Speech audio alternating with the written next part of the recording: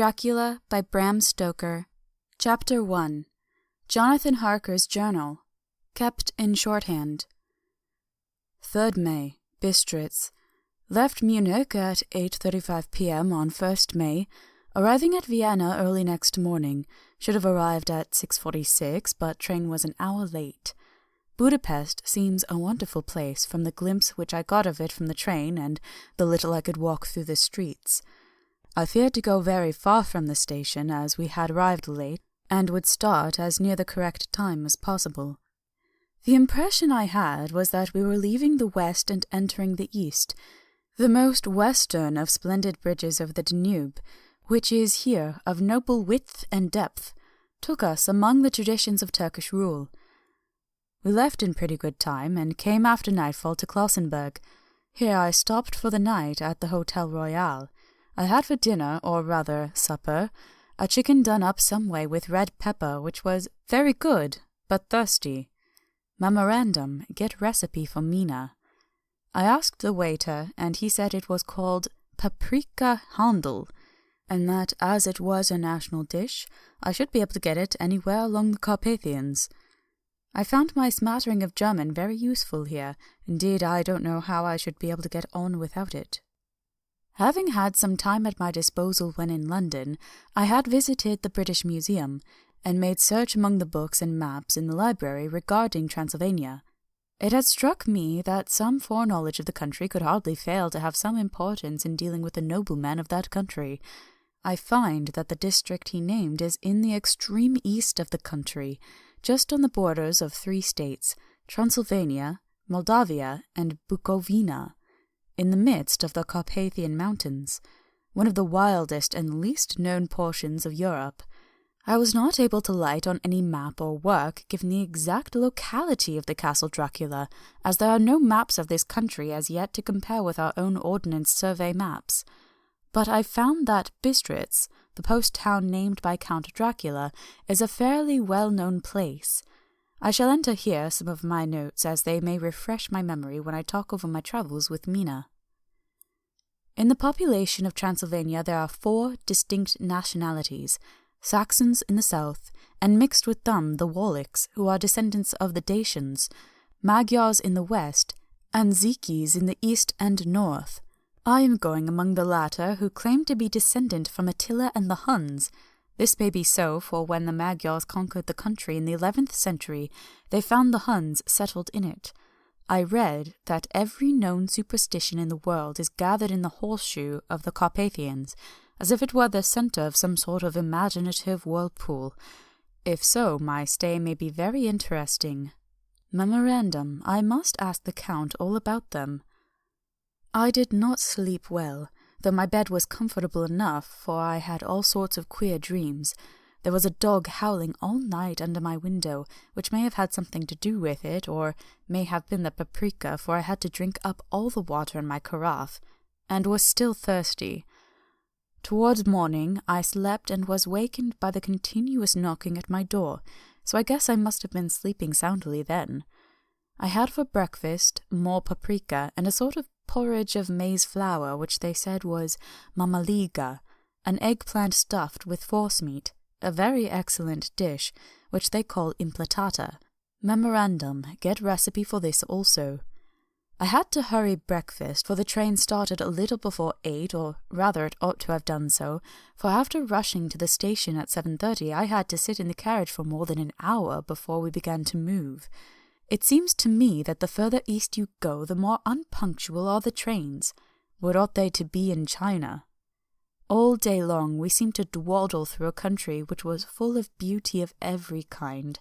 Sometimes we saw little towns or castles on the top of steep hills, such as we do in old missals. Sometimes we ran by rivers and streams which seemed, from the wide stony margin on each side of them, to be subject to great floods. It takes a lot of water, and running strong, to sweep the outside edge of a river clear. At every station there are groups of people, sometimes crowds, and in all sorts of attire. Some of them were just like the peasants at home, or those I saw coming through France and Germany, with short jackets and round hats and homemade trousers, but others were very picturesque.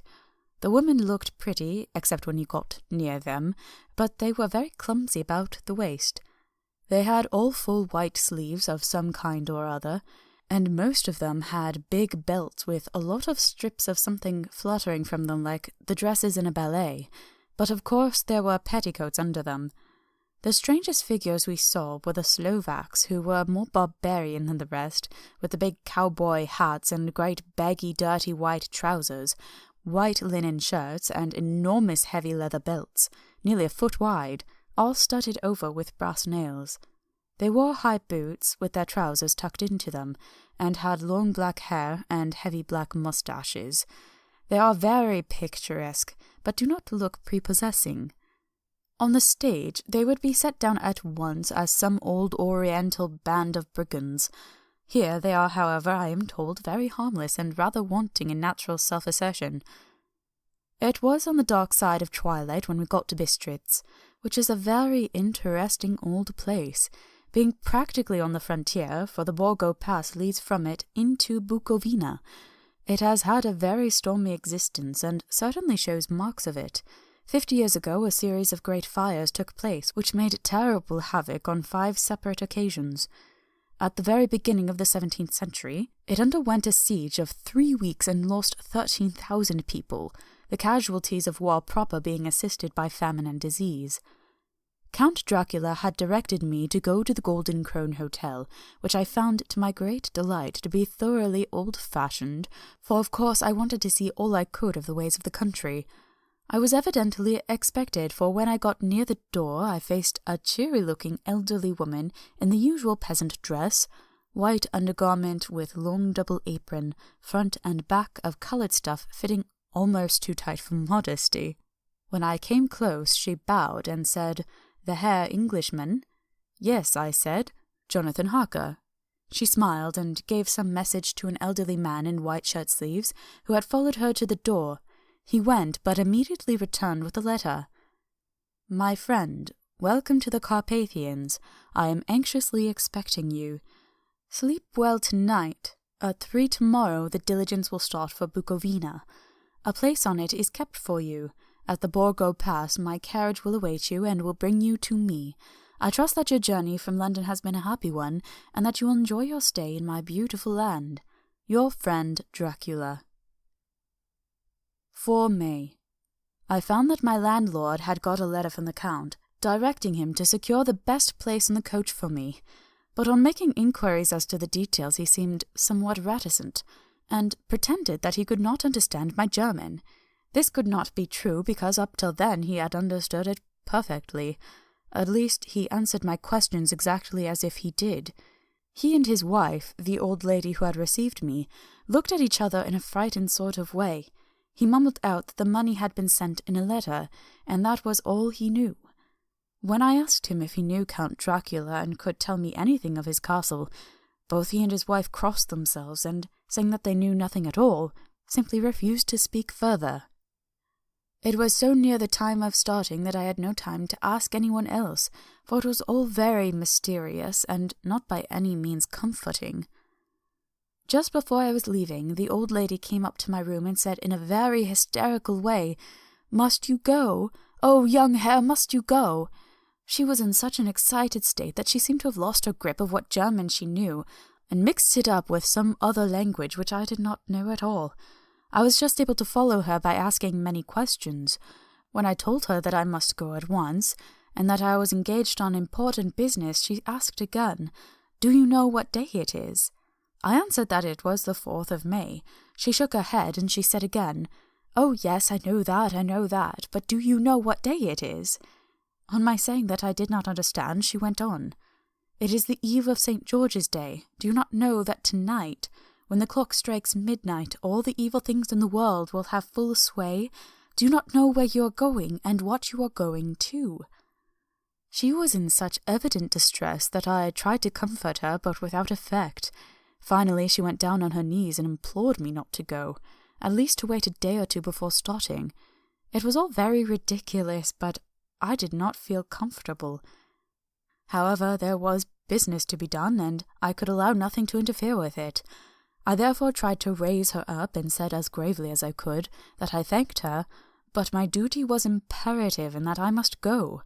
She then rose and dried her eyes, and taking a crucifix from her neck, offered it to me. I did not know what to do, for as an English churchman I have been taught to regard such things as in some manner idolatrous. And yet it seemed so ungracious to refuse an old lady, meaning so well, and in such a state of mind. She saw, I suppose, the doubt in my face, for she put the rosary round my neck, and said, "For your mother's sake," and went out of the room. I am writing up this part of the diary whilst I am waiting for the coach, which is, of course, late, and the crucifix is still round my neck. Whether it is the old lady's fear, or the many ghostly traditions of this place, or the crucifix itself, I do not know, but I am not feeling nearly as easy in my mind as usual. If this book should ever reach Mina before I do, let it bring my goodbye. Here comes the coach. 5 May. The Castle. The grey of the morning has passed, and the sun is high over the distant horizon, which seems jagged, whether with trees or hills I know not, for it is so far off that big things and little are mixed. I am not sleepy, and as I am not to be called till I awake, naturally I write till sleep comes. There are many odd things to put down, and lest who reads them may fancy I dined too well before I left Bistritz, let me put down my dinner exactly.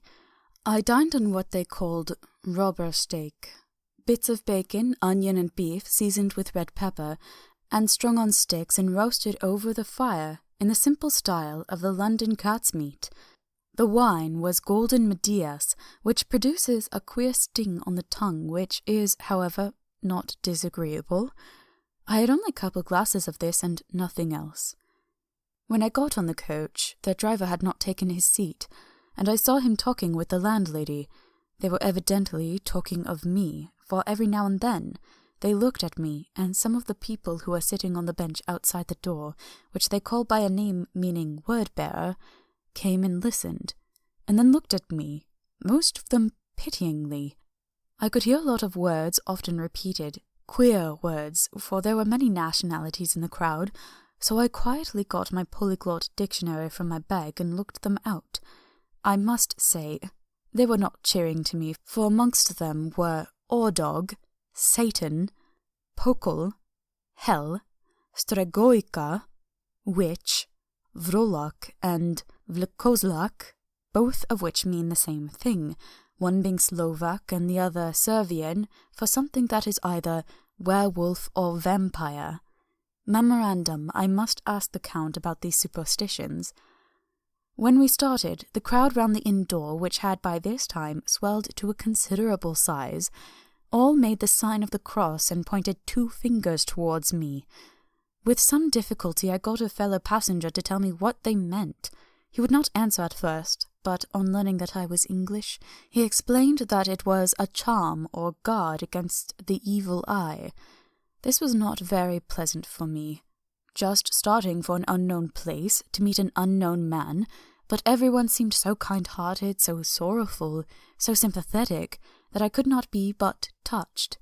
I shall never forget the last glimpse which I had of the inn-yard and its crowd of picturesque figures, all crossing themselves as they stood round the wide archway with its background of rich foliage of oleander and orange trees in green tubs clustered in the centre of the yard. Then our driver, whose wide linen drawers covered the whole front of the box seat, Gotzer they call them, cracked his big whip over his 4 small horses, which ran abreast, and we set off on our journey. I soon lost sight and recollection of ghostly fears in the beauty of the scene as we drove along. Although I had known the language, or rather languages, which my fellow passengers were speaking, I might not have been able to throw them off so easily. Before us lay a green sloping land, full of forests and woods, with here and there steep hills, crowned with clumps of trees or with farmhouses, the blank gable end to the road. There was everywhere a bewildering mass of fruit blossom, apple, plum, pear, cherry, and as we drove by I could see the green grass under the trees spangled with the fallen petals. In and out amongst these green hills of what they call here the Mittelland ran the road, losing itself as it swept round the grassy curve, or was shut out by the straggling ends of pine woods, which here and there ran down the hillsides like tongues of flame. The road was rugged, but still we seemed to fly over it with a feverish haste. I could not understand then what the haste meant, but the driver was evidently bent on losing no time in reaching Borgo Pruned. I was told that this road is in summertime excellent, but that it had not yet been put in order after the winter snows. In this respect it is different from the general run of roads in the Carpathians, for it is an old tradition that they are not to be kept in too good order. Of old, the hospodars would not repair them, lest the Turk should think that they were preparing to bring in foreign troops, and so hasten the war, which was always really at loading point. Beyond the green swelling hills of the Mittelland rose mighty slopes of forest up to the lofty steeps of the Carpathians themselves. Right and left of us they towered, with the afternoon sun falling full upon them and bringing out the glorious colours of this beautiful range, deep blue and purple in the shadows of the peaks, green and brown where grass and rock mingled, and an endless perspective of jagged rock and pointed crags, till these were themselves lost in the distance, where the snowy peaks rose grandly. Here and there seemed mighty rifts in the mountains, through which, as the sun began to sink, we saw now and again the white gleam of falling water. One of my companions touched my arm as we swept round the base of the hill, and opened up the lofty snow-covered peak of a mountain, which seemed, as we wound on our serpentine way, to be right before us. "Look! Ishten Sechs! God's seat!" and he crossed himself reverently. As we wound on our endless way, and the sun sank lower and lower behind us, the shadows of the evening began to creep round us. This was emphasized by the fact that the snowy mountain top still held the sunset, and seemed to glow out with a delicate, cool pink. Here and there we passed Czechs and Slovaks, all in picturesque attire, but I noticed that goiter was painfully prevalent. By the roadside there were many crosses, and as we swept by, my companions all crossed themselves. Here and there was a peasant man or woman kneeling before a shrine, who did not even turn round as we approached, but seemed in the self-surrender of devotion to have neither eyes nor ears for the outer world. There were many things new to me, for instance, hayricks in the trees, here and there very beautiful masses of weeping birch, their white stems shining like silver through the delicate green of the leaves. Now and again we passed a litter wagon, the ordinary peasant's cart, with its long snake-like vertebra, calculated to suit the inequalities of the road. On this were sure to be seated quite a group of home-coming peasants, the Czechs with their white and the Slovaks with their coloured sheepskins, the latter carrying lance-fashion their long staves with axe at end. As the evening fell, it began to get very cold, and the growing twilight seemed to merge into one dark mistiness, the gloom of the trees, oak, beech, and pine, though in the valleys which ran deep between the spurs of the hills, as we ascended through the pass, the dark firs stood out here and there against the background of late-lying snow. Sometimes, as the road was cut through the pine woods that seemed in the darkness to be closing down upon us, great masses of greyness, which here and there bestrewed the trees, produced a peculiarly weird and solemn effect, which carried on the thoughts and grim fancies engendered earlier in the evening, when the falling sunset threw into strange relief the ghost-like clouds which amongst the Carpathians seemed to wind ceaselessly through the valleys. Sometimes the hills were so steep that, despite our driver's haste, the horses could only go slowly. I wished to get down and walk up them as we do at home, but the driver would not hear of it. "No, no," he said, "you must not walk here, the dogs are too fierce." And then he added, with what he evidently meant for grim pleasantry, for he looked round to catch the approving smile of the rest, "and you may have enough of such matters before you go to sleep." The only stop he would make was a moment's pause to light his lamps. When it grew dark, there seemed to be some excitement amongst the passengers, and they kept speaking to him one after the other, as though urging him to further speed. He lashed the horses unmercifully with his long whip, and with wild cries of encouragement urged them on to further exertions. Then through the darkness I could see a sort of patch of grey light ahead of us, as though there were a cleft in the hills. The excitement of the passengers grew greater. The crazy coach rocked on its great leather springs and swayed like a boat tossed on a stormy sea. I had to hold on. The road grew more level, and we appeared to fly along.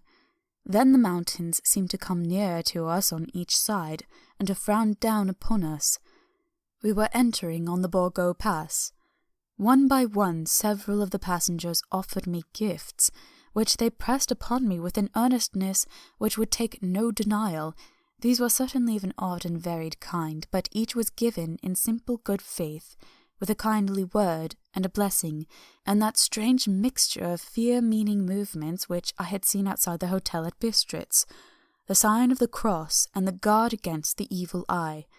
Then, as we flew along, the driver leaned forward, and on each side the passengers, craning over the edge of the coach, peered eagerly into the darkness. It was evident that something very exciting was either happening or expected, but though I asked each passenger, no one would give me the slightest explanation. This state of excitement kept on for some little time, and at last we saw before us the pass opening out on the eastern side. There were dark rolling clouds overhead, and in the air the heavy oppressive sense of thunder. It seemed as though the mountain range had separated two atmospheres, and that now we had got into the thunderous one. I was now myself looking out for the conveyance which was to take me to the Count. Each moment I expected to see the glare of lamps through the blackness, but all was dark. The only light was the flickering rays of our own lamps, in which the steam from our hard-driven horses rose in a white cloud. We could see now the sandy road lying white before us, but there was on it no sign of a vehicle. The passengers drew back with a sigh of gladness, which seemed to mock my own disappointment. I was already thinking what I had best to do when the driver, looking at his watch, said to the others something which I could hardly hear. It was spoken so quietly and in so low a tone, I thought it was an hour less than the time. Then turning to me, he said in German worse than my own, "There is no carriage here. The Herr is not expected after all. He will now come on to Bukovina and return tomorrow or the next day. Better the next day." Whilst he was speaking, the horses began to neigh and snort and plunge wildly, so that the driver had to hold them up. Then, amongst a chorus of screams from the peasants, and a universal crossing of themselves, a caleche with 4 horses drove up behind us, overtook us, and drew up beside the coach. I could see from the flash of our lamps as the rays fell on them that the horses were coal-black and splendid animals. They were driven by a tall man with a long brown beard and a great black hat, which seemed to hide his face from us. I could only see the gleam of a pair of very bright eyes, which seemed red in the lamplight. As he turned to us, he said to the driver, "You are early tonight, my friend." The man stammered in reply, "The English Herr was in a hurry," to which the stranger replied, "That is why, I suppose, you wished him to go on to Bukovina. You cannot deceive me, my friend, I know too much, and my horses are swift." As he spoke, he smiled, and the lamplight fell on a hard-looking mouth, with very red lips and sharp-looking teeth, as white as ivory. One of my companions whispered to another the line from Berger's Lenore, "Denn die Toten reiten schnell," for the dead travel fast. The strange driver evidently heard the words, for he looked up with a gleaming smile. The passenger turned his face away, at the same time putting out his 2 fingers and crossing himself. "Give me the Herr's luggage," said the driver, and with exceeding alacrity my bags were handed out and put into the caleche. Then I descended from the side of the coach. As the caleche was close alongside, the driver helping me with a hand which caught my arm in a grip of steel, his strength must have been prodigious. Without a word he shook his reins, and the horses turned, and we swept into the darkness of the pass. As I looked back, I saw the steam from the horses of the coach by the light of the lamps, and projected against it the figures of my late companions crossing themselves. Then the driver cracked his whip, and called to his horses, and off they swept on their way to Bukovina. As they sank into the darkness, I felt a strange chill, and a lonely feeling came over me. but a cloak was thrown over my shoulders and a rug across my knees, and the driver said in excellent German, "The night is chill, mein Herr, and my master the Count bade me take all care of you. There is a flask of Slivovitz, the plum brandy of the country, underneath the seat, if you should require it." I did not take any, but it was a comfort to know it was there all the same. I felt a little strangely, and not a little frightened. I think, had there been any alternative, I should have taken it, instead of prosecuting that unknown night journey. The carriage went at a hard pace, straight along, then we made a complete turn, and went along another straight road. It seemed to me that we were simply going over and over the same ground again, and so I took note of some salient point, and found that this was so. I would have liked to have asked the driver what this all meant, but I really feared to do so, for I thought that, placed as I was, any protest would have had no effect, in case there had been an intention to delay. By and by, however, as I was curious to know how time was passing, I struck a match, and by its flame looked at my watch. It was within a few minutes of midnight. This gave me a sort of shock, for I supposed the general superstition about midnight was increased by my recent experiences. I waited with a sick feeling of suspense. Then a dog began to howl somewhere in a farmhouse down the road, a long, agonized wailing as if from fear. The sound was taken up by another dog, and then another and another, till, borne on the wind, which now sighed softly through the pass, a wild howling began, which seemed to come from all over the country, as far as the imagination could grasp it through the gloom of the night. At the first howl, the horses began to strain and rear, but the driver spoke to them soothingly, and they quieted down, but shivered and sweated as though after a runaway from sudden fright. Then, far off in the distance, from the mountains on each side of us, began a louder and a sharper howling, that of wolves, which affected both the horses and myself in the same way, for I was minded to jump from the caleche and run, whilst they reared again and plunged madly, so that the driver had to use all his great strength to keep them from bolting. In a few minutes, however, my own ears got accustomed to the sound, and the horses so far became quiet that the driver was able to descend and to stand before them. He petted and soothed them, and whispered something in their ears, as I have heard of horse-tamers doing, and with extraordinary effect, for under his caresses they became quite manageable again, though they still trembled. The driver again took his seat, and, shaking his reins, started off at a great pace. This time, after going to the far side of the pass, he suddenly turned down a narrow roadway which ran sharply to the right. Soon we were hemmed in with trees, which in places arched right over the roadway till we passed as through a tunnel, and again great frowning rocks guarded us boldly on either side. Though we were in shelter, we could hear the rising wind, for it moaned and whistled through the rocks, and the branches of the trees crashed together as we swept along. It grew colder and colder still, and fine powdery snow began to fall, so that soon we and all round us were covered with a white blanket. The keen wind still carried the howling of the dogs, though this grew fainter as we went on our way. The baying of the wolves sounded nearer and nearer, as though they were closing round on us from every side. I grew dreadfully afraid, and the horses shared my fear. The driver, however, was not in the least disturbed. He kept turning his head left to right, but I could not see anything through the darkness. Suddenly, away on our left, I saw a faint flickering blue flame. The driver saw it at the same moment. He at once checked the horses, and, jumping to the ground, disappeared into the darkness. I did not know what to do, the less as the howling of the wolves grew closer. But while I wondered, the driver suddenly appeared again, and without a word took his seat, and we resumed our journey. I think I must have fallen asleep and kept dreaming of the incident, for it seemed to be repeated endlessly, and now looking back, it is like a sort of awful nightmare. Once the flame appeared so near the road that even in the darkness around us I could watch the driver's motions. He went rapidly to where the blue flame arose. It must have been very faint, for it did not seem to illumine the place around it at all.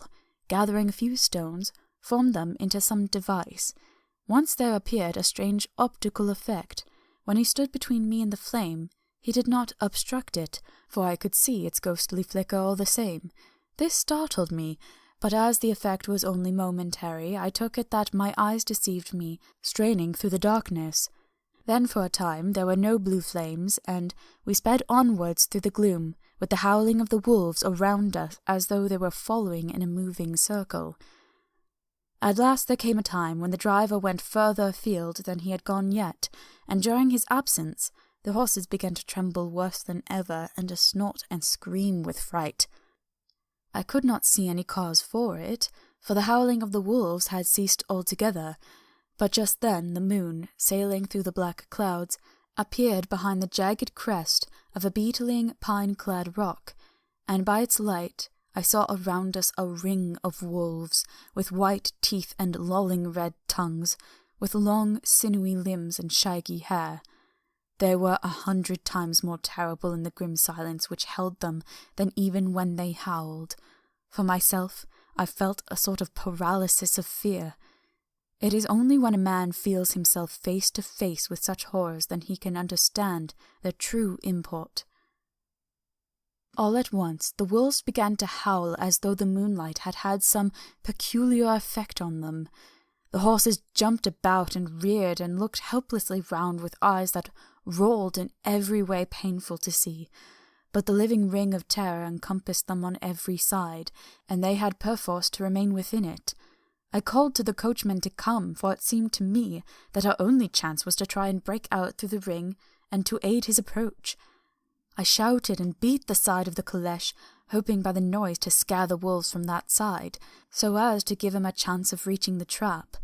How he came there I know not, but I heard his voice raised in a tone of imperious command, and looking towards the sound, saw him stand in the roadway.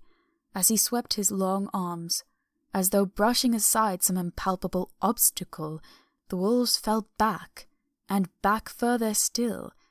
Just then a heavy cloud passed across the face of the moon, so that we were again in darkness. When I could see again, the driver was climbing into the caleche, and the wolves had disappeared. This was all so strange and uncanny that a dreadful fear came upon me, and I was afraid to speak or move. The time seemed interminable as we swept on our way, now in almost complete darkness, for the rolling clouds obscured the moon. We kept on ascending, with occasional periods of quick descent, but in the main always ascending. Suddenly I became conscious of the fact that the driver was in the act of pulling up the horses in the courtyard of a vast, ruined castle, from whose tall black windows came no ray of light, and whose broken battlements showed a jagged line across the moonlit sky. Chapter 2. Jonathan Harker's Journal, continued. 5 May. I must have been asleep, for certainly if I had been fully awake I must have noticed the approach of such a remarkable place. In the gloom of the courtyard it looked of considerable size, and as several dark ways led from it under great round arches, it perhaps seemed bigger than it really was. I have not yet been able to see it in daylight. When the caleche stopped, the driver jumped down and held out his hand to assist me to alight. Again I could not but notice his prodigious strength. His hand actually seemed like a steel vice that could have crushed mine if he had chosen. Then he took out my traps and placed them on the ground beside me, as I stood close to a great door, old and studded with large iron nails, and set in a projecting doorway of massive stone. I could see even in the dim light that the stone was massively carved, but that the carving had been much worn by time and weather. As I stood, the driver jumped again into his seat and shook the reins. The horses started forward, and trap and all disappeared down one of the dark openings. I stood in silence where I was, for I did not know what to do. Of bell or knocker there was no sign. Through these frowning walls and dark window openings it was not likely that my voice could penetrate. The time I waited seemed endless, and I felt doubts and fears crowding upon me. What sort of place had I come to, and among what kind of people? What kind of grim adventure was it on which I had embarked? Was this a customary incident in the life of a solicitor's clerk sent out to explain the purchase of a London estate to a foreigner? Solicitor's clerk. Mina would not like that. Solicitor. For just before leaving London I got word that my examination was successful, and I am now a full-blown solicitor. I began to rub my eyes and pinch myself to see if I were awake. It all seemed like a horrible nightmare to me, and I expected that I should suddenly awake and find myself at home, with the dawn struggling in through the windows, as I had now and again felt in the morning after a day of overwork. But my flesh answered the pinching test, and my eyes were not deceived. I was, indeed, awake and among the Carpathians. All I could do now was to be patient, and to wait the coming of morning. Just as I had come to this conclusion, I heard a heavy step approaching behind the great door, and saw through the chinks the gleam of a coming light. Then there was the sound of rattling chains and the clanking of massive bolts drawn back. A key was turned with the loud grating noise of long disuse, and the great door swung back. Within stood a tall old man, clean-shaven save for a long white moustache, and clad in black from head to foot, without a single speck of colour about him anywhere. He held in his hand an antique silver lamp, in which the flame burned without chimney or globe of any kind, throwing long quivering shadows as it flickered in the draught of the open door. The old man motioned me in with his right hand, with a courtly gesture, saying in excellent English, but with a strange intonation, "Welcome to my house. Enter freely and of your own will." He made no motion of stepping to meet me, but stood like a statue as though his gesture of welcome had fixed him into stone. The instant, however, I had stepped over the threshold, he moved impulsively forward, and holding out his hand, grasped mine with a strength which made me wince, an effect which was not lessened by the fact that it had seemed as cold as ice, more like the hand of a dead man than a living man. Again he said, "Welcome to my house. Come freely, go safely, and leave something of the happiness you bring." The strength of the handshake was so much akin to that which I had noticed of the driver, whose face I had not seen, that for a moment I doubted if it were not the same person to whom I was speaking. So to make sure I said interrogatively, "Count Dracula?" He bowed in a courtly way as he replied, "I am Dracula, and I bid you welcome, Mr. Harker, to my house. Come in. The night air is chill, and you must need to eat and rest." As he was speaking, he put the lamp on a bracket on the wall, and stepping out, took my luggage. He had carried it in before I could forestall him. I protested, but he insisted. "Nay, sir, you are my guest. It is late, and my people are not available. Let me see to your comfort myself." He insisted on carrying my traps along the passage, and then up a great winding stair, and along another great passage, on whose stone floor our steps rang heavily. At the end of this he threw open a heavy door, and I rejoiced to see within a well-lit room in which a table was spread for supper, and on whose mighty hearth a great fire of logs, freshly replenished, flamed and flared. The Count halted, putting down my bags, closed the door, and crossing the room opened another door, which led to a small octagonal room, lit by a single lamp, and seemingly without a window of any sort. Passing through this, he opened another door and motioned me to enter. It was a welcome sight, for here was a great bedroom, well lighted and warmed with another log fire, also added to, but lately, for the top logs were fresh, which sent a hollow roar up the wide chimney.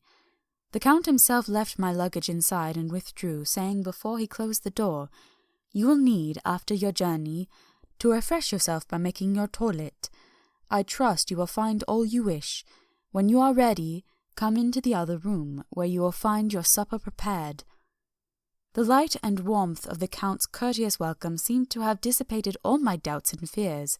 Having then reached my normal state, I discovered that I was half famished with hunger, so making a hasty toilet, I went to the other room. I found supper already laid out.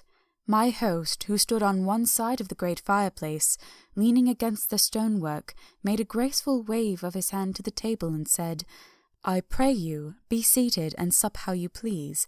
You will, I trust, excuse me that I do not join you, but I have dined already, and I do not sup." I handed to him the sealed letter which Mr. Hawkins had entrusted to me. He opened it and read it gravely, then, with a charming smile, he handed it to me to read. One passage of it at least gave me a thrill of pleasure.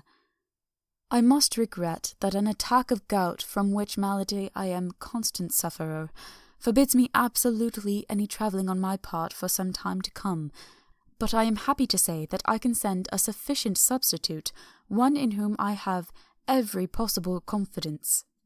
He is a young man, full of energy and talent in his own way, and of a very faithful disposition.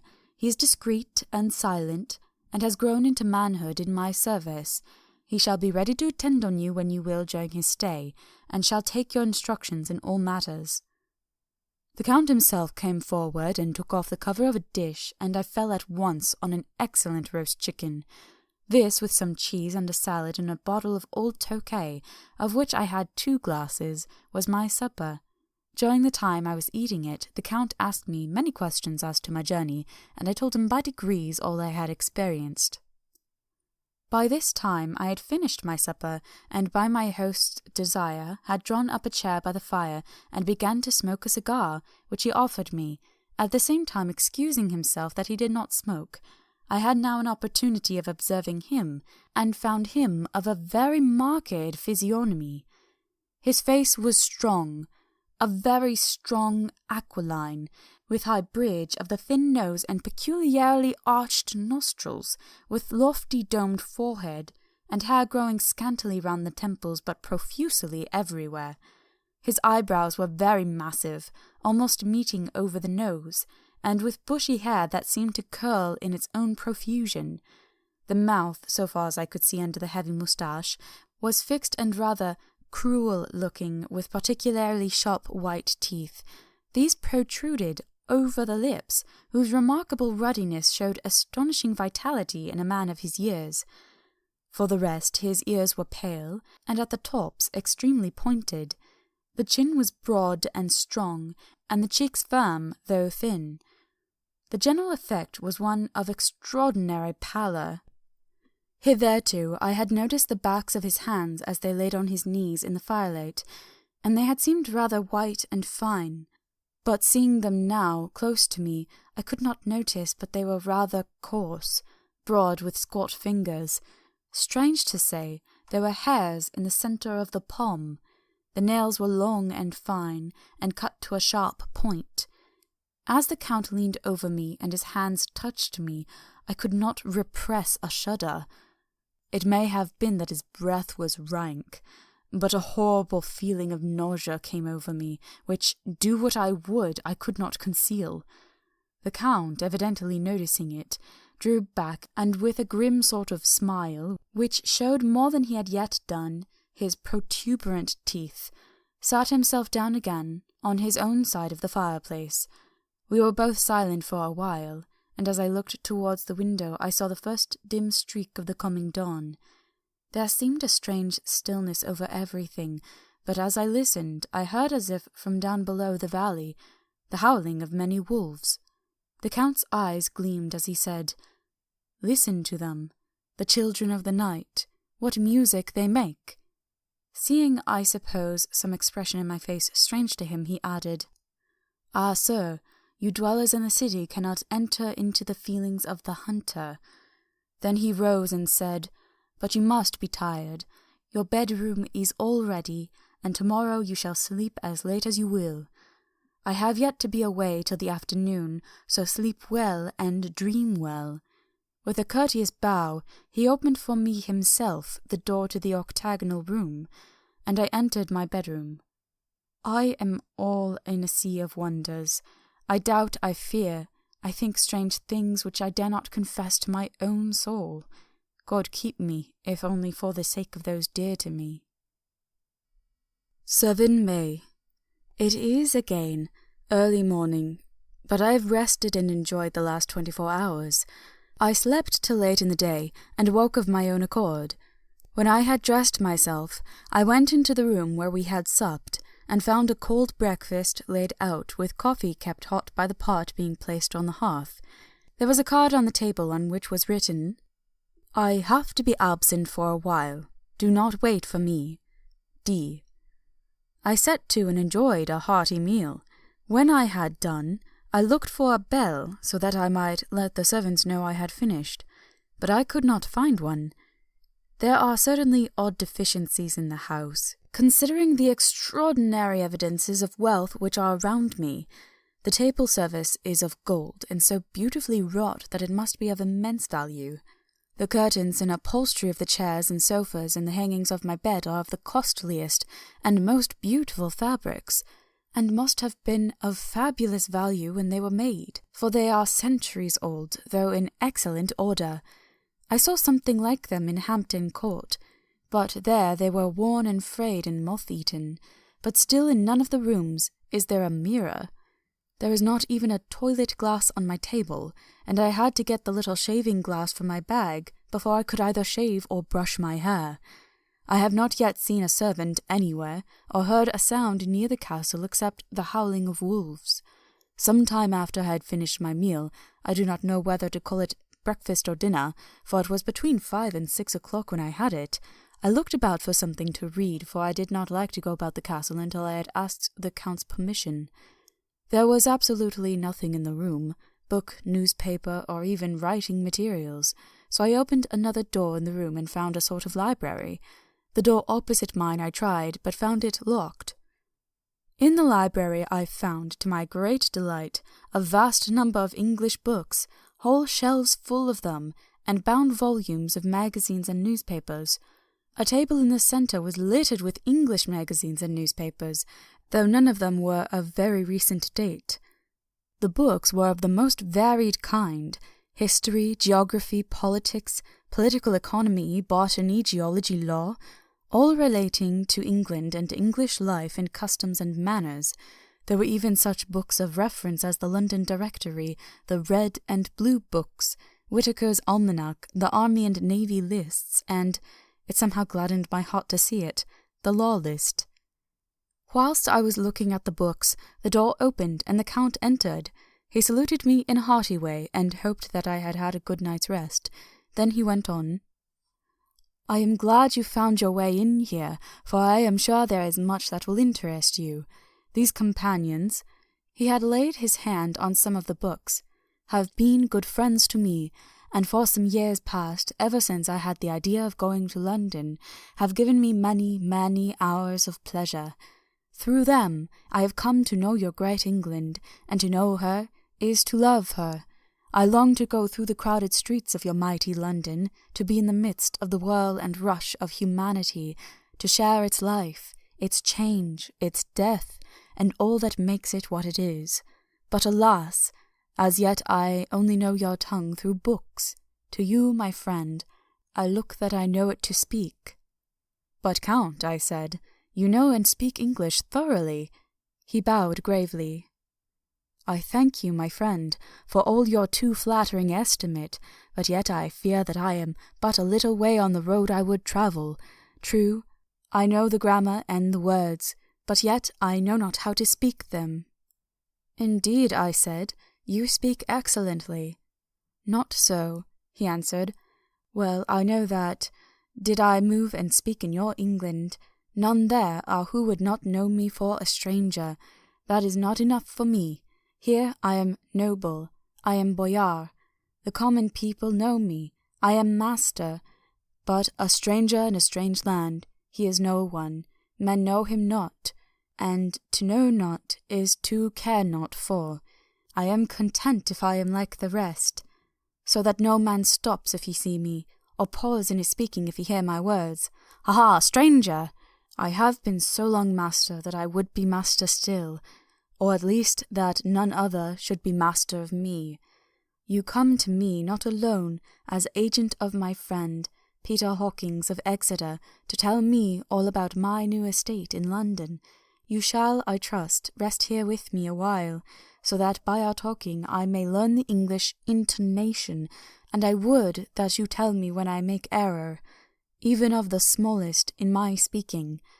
I am sorry that I had to be away so long today, but you will, I know, forgive one who has so many important affairs in hand.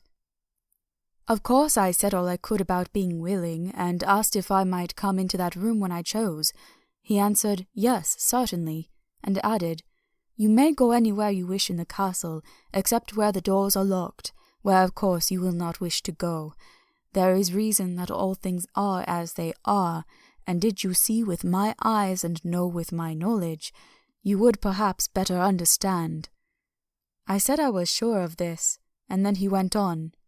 We are in Transylvania, and Transylvania is not England. Our ways are not your ways, and there shall be to you many strange things. Nay, from what you have told me of your experiences already, you know something of what strange things there may be. This led to much conversation, and as it was evident that he wanted to talk, if only for talking's sake, I asked him many questions regarding things that had already happened to me or come within my notice. Sometimes he sheered off the subject or turned the conversation by pretending not to understand, but generally he answered all I asked most frankly.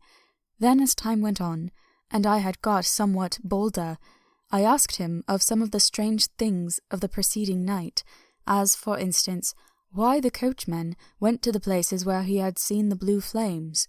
He then explained to me that it was commonly believed that on a certain night of the year, last night in fact, when all evil spirits are supposed to have unchecked sway, a blue flame is seen over any place where treasure has been concealed.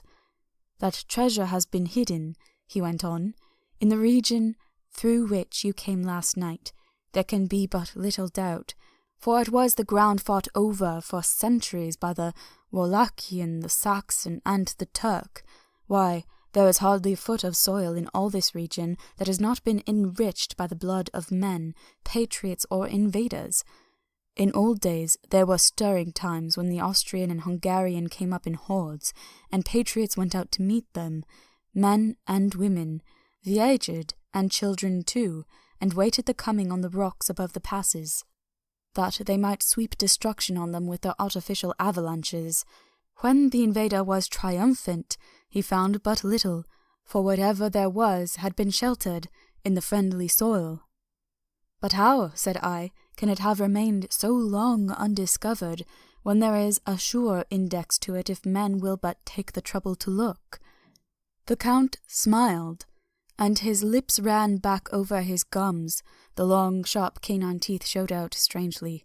He answered, because your peasant is at heart a coward and a fool. Those flames only appear one night, and on that night no man of this land will, if he can help it, stir without his doors. And, dear sir, even if he did, he would not know what to do. Why, even the peasant that you tell me of who marked the place of flame would not know where to look in daylight even for his own work. Even you would not, I dare be sworn, be able to find these places again. There you are right, I said. I know no more than the dead where even to look for them. Then we drifted into other matters. Come, he said at last, tell me of London and of the house which you have procured for me. With an apology for my remissness, I went into my own room to get the papers from my bag. Whilst I was placing them in order, I heard a rattling of china and silver in the next room, and as I passed through, noticed that the table had been cleared and the lamp lit, for it was by this time into the dark. The lamps were also lit in the study or library, and I found the Count lying on the sofa, reading, of all things in the world, an English Bradshaw's Guide. When I came in, he cleared the books and papers from the table, and with him I went into plans and deeds and figures of all sorts. He was interested in everything, and asked me a myriad of questions about the place and its surroundings. He clearly had studied beforehand all he could get on the subject of the neighbourhood, for he evidently at the end knew very much more than I did. When I remarked this, he answered, Well, but, my friend, is it not needful that I should? When I go there, I shall be all alone, and my friend, Harker Jonathan, nay, pardon me, I fall into my country's habit of putting your patronymic first, my friend Jonathan Harker will not be by my side to correct and aid me. He will be in Exeter, miles away, probably working at papers of the law with my other friend, Peter Hawkins.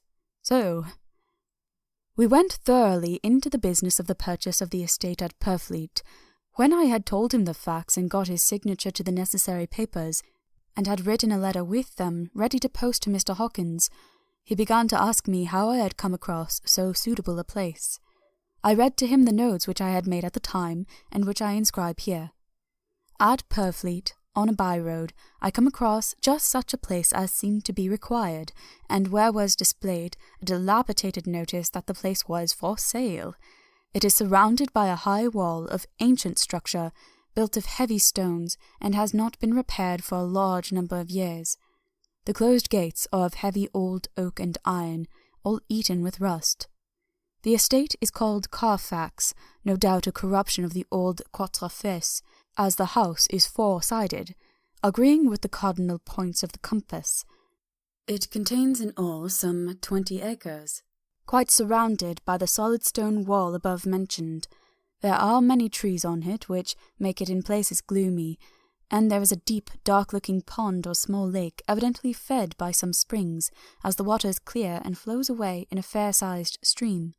The house is very large, and of all periods back, I should say to medieval times, for one part is of stone immensely thick, with only a few windows high up, and heavily barred with iron. It looks like a part of a keep, and is close to an old chapel or church. I could not enter it as I had not the key of the door leading to it from the house. But I have taken with my kodak views of it from various points. The house has been added to, but in a very straggling way, and I can only guess at the amount of ground it covers, which must be very great. There are but few houses close at hand, one being a very large house only recently added to and formed into a private lunatic asylum. It is not, however, visible from the grounds. When I had finished, he said, "I am glad that it is old and big. I myself am of an old family, and to live in a new house would kill me. A house cannot be made habitable in a day, and after all, how few days go to make up a century. I rejoice also that there is a chapel of old times. We Transylvanian nobles love not to think that our bones may lie amongst the common dead. I seek not gaiety nor mirth, not the bright voluptuousness of much sunshine and sparkling waters which please the young and gay. I am no longer young, and my heart, through weary years of mourning over the dead, is not attuned to mirth. Moreover, the walls of my castle are broken, the shadows are many, and the wind breathes cold through the broken battlements and castlements. I love the shade and the shadow, and would be alone with my thoughts when I may." Somehow his words and his look did not seem to accord, or else it was that his cast of face made his smile look malignant and saturnine. Presently, with an excuse, he left me, asking me to put all my papers together. He was some little time away, and I began to look at some of the books around me. One was an atlas which I found opened naturally at England, as if that map had been much used. On looking at it, I found in certain places little rings marked, and on examining these I noticed that one was near London on the east side, manifestly where his new estate was situated. The other two were Exeter and Whitby on the Yorkshire coast. It was the better part of an hour when the Count returned. "Aha," he said, "still at your books? Good. But you must not work always. Come, I am informed that your supper is ready." He took my arm, and we went into the next room, where I found an excellent supper ready on the table. The Count again excused himself, as he had dined out on his being away from home, but he sat as on the previous night and chatted whilst I ate. After supper I smoked, as on the last evening, and the Count stayed with me, chatting and asking questions on every conceivable subject, hour after hour. I felt that it was getting very late indeed, but I did not say anything, for I felt under obligation to meet my host's wishes in every way. I was not sleepy, as the long sleep yesterday had fortified me, but I could not help experiencing that chill which comes over one at the coming of dawn, which is like, in its way, the turn of the tide. They say that people who are near death die generally at the change of the dawn or at the turn of the tide. Anyone who has, when tired, and tied as it were to his post, experienced this change in the atmosphere, can well believe it. All at once we heard the crow of a cock coming up with preternatural shrillness through the clear morning air. Count Dracula, jumping to his feet, said, "Why, there is the morning again. How remiss am I to let you stay up so long. You must make your conversation regarding my dear new country of England less interesting, so that I may not forget how time flies by us." And with a courtly bow, he quickly left me. I went into my own room and drew the curtains, but there was little to notice. My window opened into the courtyard. All I could see was the warm grey of quickening sky. So I pulled the curtains again, and have written of this day. 8 May. I began to fear as I wrote in this book that I was getting too diffuse, but now I am glad that I went into detail from the first, for there is something so strange about this place and all in it, that I cannot but feel uneasy. I wish I were safe out of it, or that I had never come. It may be that the strange night existence is telling on me, but would that that were all. If there were anyone to talk to, I could bear it, but there is no one. I have only the Count to speak with, and I fear I am myself the only living soul within the place. Let me be prosaic, so far as facts can be. It will help me to bear up, and imagination must not run riot with me. If it does, I am lost. Let me say at once how I stand, or seem to. I only slept a few hours when I went to bed, and feeling that I could not sleep any more, got up. I had hung my shaving glass by the window, and was just beginning to shave. Suddenly I felt a hand on my shoulder, and heard the Count's voice saying to me, "Good morning." I started, for it amazed me that I had not seen him, since the reflection of the glass covered the whole room behind me. In starting, I had cut myself slightly, but did not notice it at the moment. Having answered the Count's salutation, I turned to the glass again to see how I had been mistaken. This time there could be no error, for the man was close to me, and I could see him over my shoulder. But there was no reflection of him in the mirror. The whole room behind me was displayed, but there was no sign of a man in it except myself. This was startling, and, coming on the top of so many strange things, was beginning to increase that vague feeling of uneasiness which I always have when the Count is near. But at the instant I saw that the cut had bled a little, and blood was trickling over my chin. I laid down the razor, turning as I did so half round to look for some sticking plaster. When the Count saw my face, his eyes blazed with a sort of demoniac fury, and he suddenly made a grab at my throat. I drew away, and his hand touched the string of beads which held the crucifix. It made an instant change in him, for the fury passed so quickly that I could hardly believe that it was ever there. "Take care," he said. "Take care how you cut yourself. It is more dangerous than you think in this country." Then, seizing the shaving glass, he went on. "And this is the wretched thing that has done the mischief. It is a foul bauble of man's vanity. Away with it!" And opening the heavy window with one wrench of his terrible hand, he flung out the glass, which was shattered into 1,000 pieces on the stones of the courtyard far below. Then he withdrew without a word.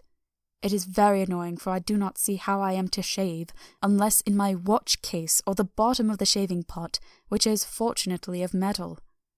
When I went into the dining room, breakfast was prepared, but I could not find the Count anywhere, so I breakfasted alone. It is strange that as yet I have not seen the Count eat or drink. He must be a very peculiar man. After breakfast I did a little exploring in the castle. I went out on the stairs and found a room looking towards the south. The view was magnificent, and from where I stood there was every opportunity of seeing it. The castle is on the very edge of a terrible precipice. A stone falling from the window would fall 1,000 feet without touching anything. As far as the eye can reach is a sea of green tree-tops, with occasionally a deep rift where there is a chasm. Here and there are silver threads where the rivers wind in deep gorges through the forests. But I am not in heart to describe beauty, for when I had seen the view I explored further. Doors, doors, doors everywhere, and all locked and bolted. In no place, save from the windows in the castle walls, is there an available exit. This castle is a veritable prison, and I am a prisoner. Chapter 3. Jonathan Harker's Journal, continued. When I found that I was a prisoner, a sort of wild feeling came over me. I rushed up and down the stairs, trying every door and peering out of every window I could find. But after a little the conviction of my helplessness overpowered all other feelings. When I look back after a few hours, I think I must have been mad for the time, for I behaved much as a rat does in a trap. When, however, the conviction had come to me that I was helpless, I sat down quietly as I have ever done anything in my life, and began to think over what was best to be done. I am thinking still, and as yet have come to no definite conclusion. Of one thing only am I certain, that it is no use making my ideas known to the Count. He knows well that I am imprisoned, and as he has done it himself, and has doubtless his own motives for it, he would only deceive me if I trusted him fully with the facts. So far as I can see, my only plan will be to keep my knowledge and my fears to myself, and my eyes open. I am, I know, either being deceived, like a baby, by my own fears, or else I am in desperate straits, and if the latter be so, I need and shall need all my brains to get through. I had hardly come to this conclusion when I heard the great door below shut, and knew that the Count had returned.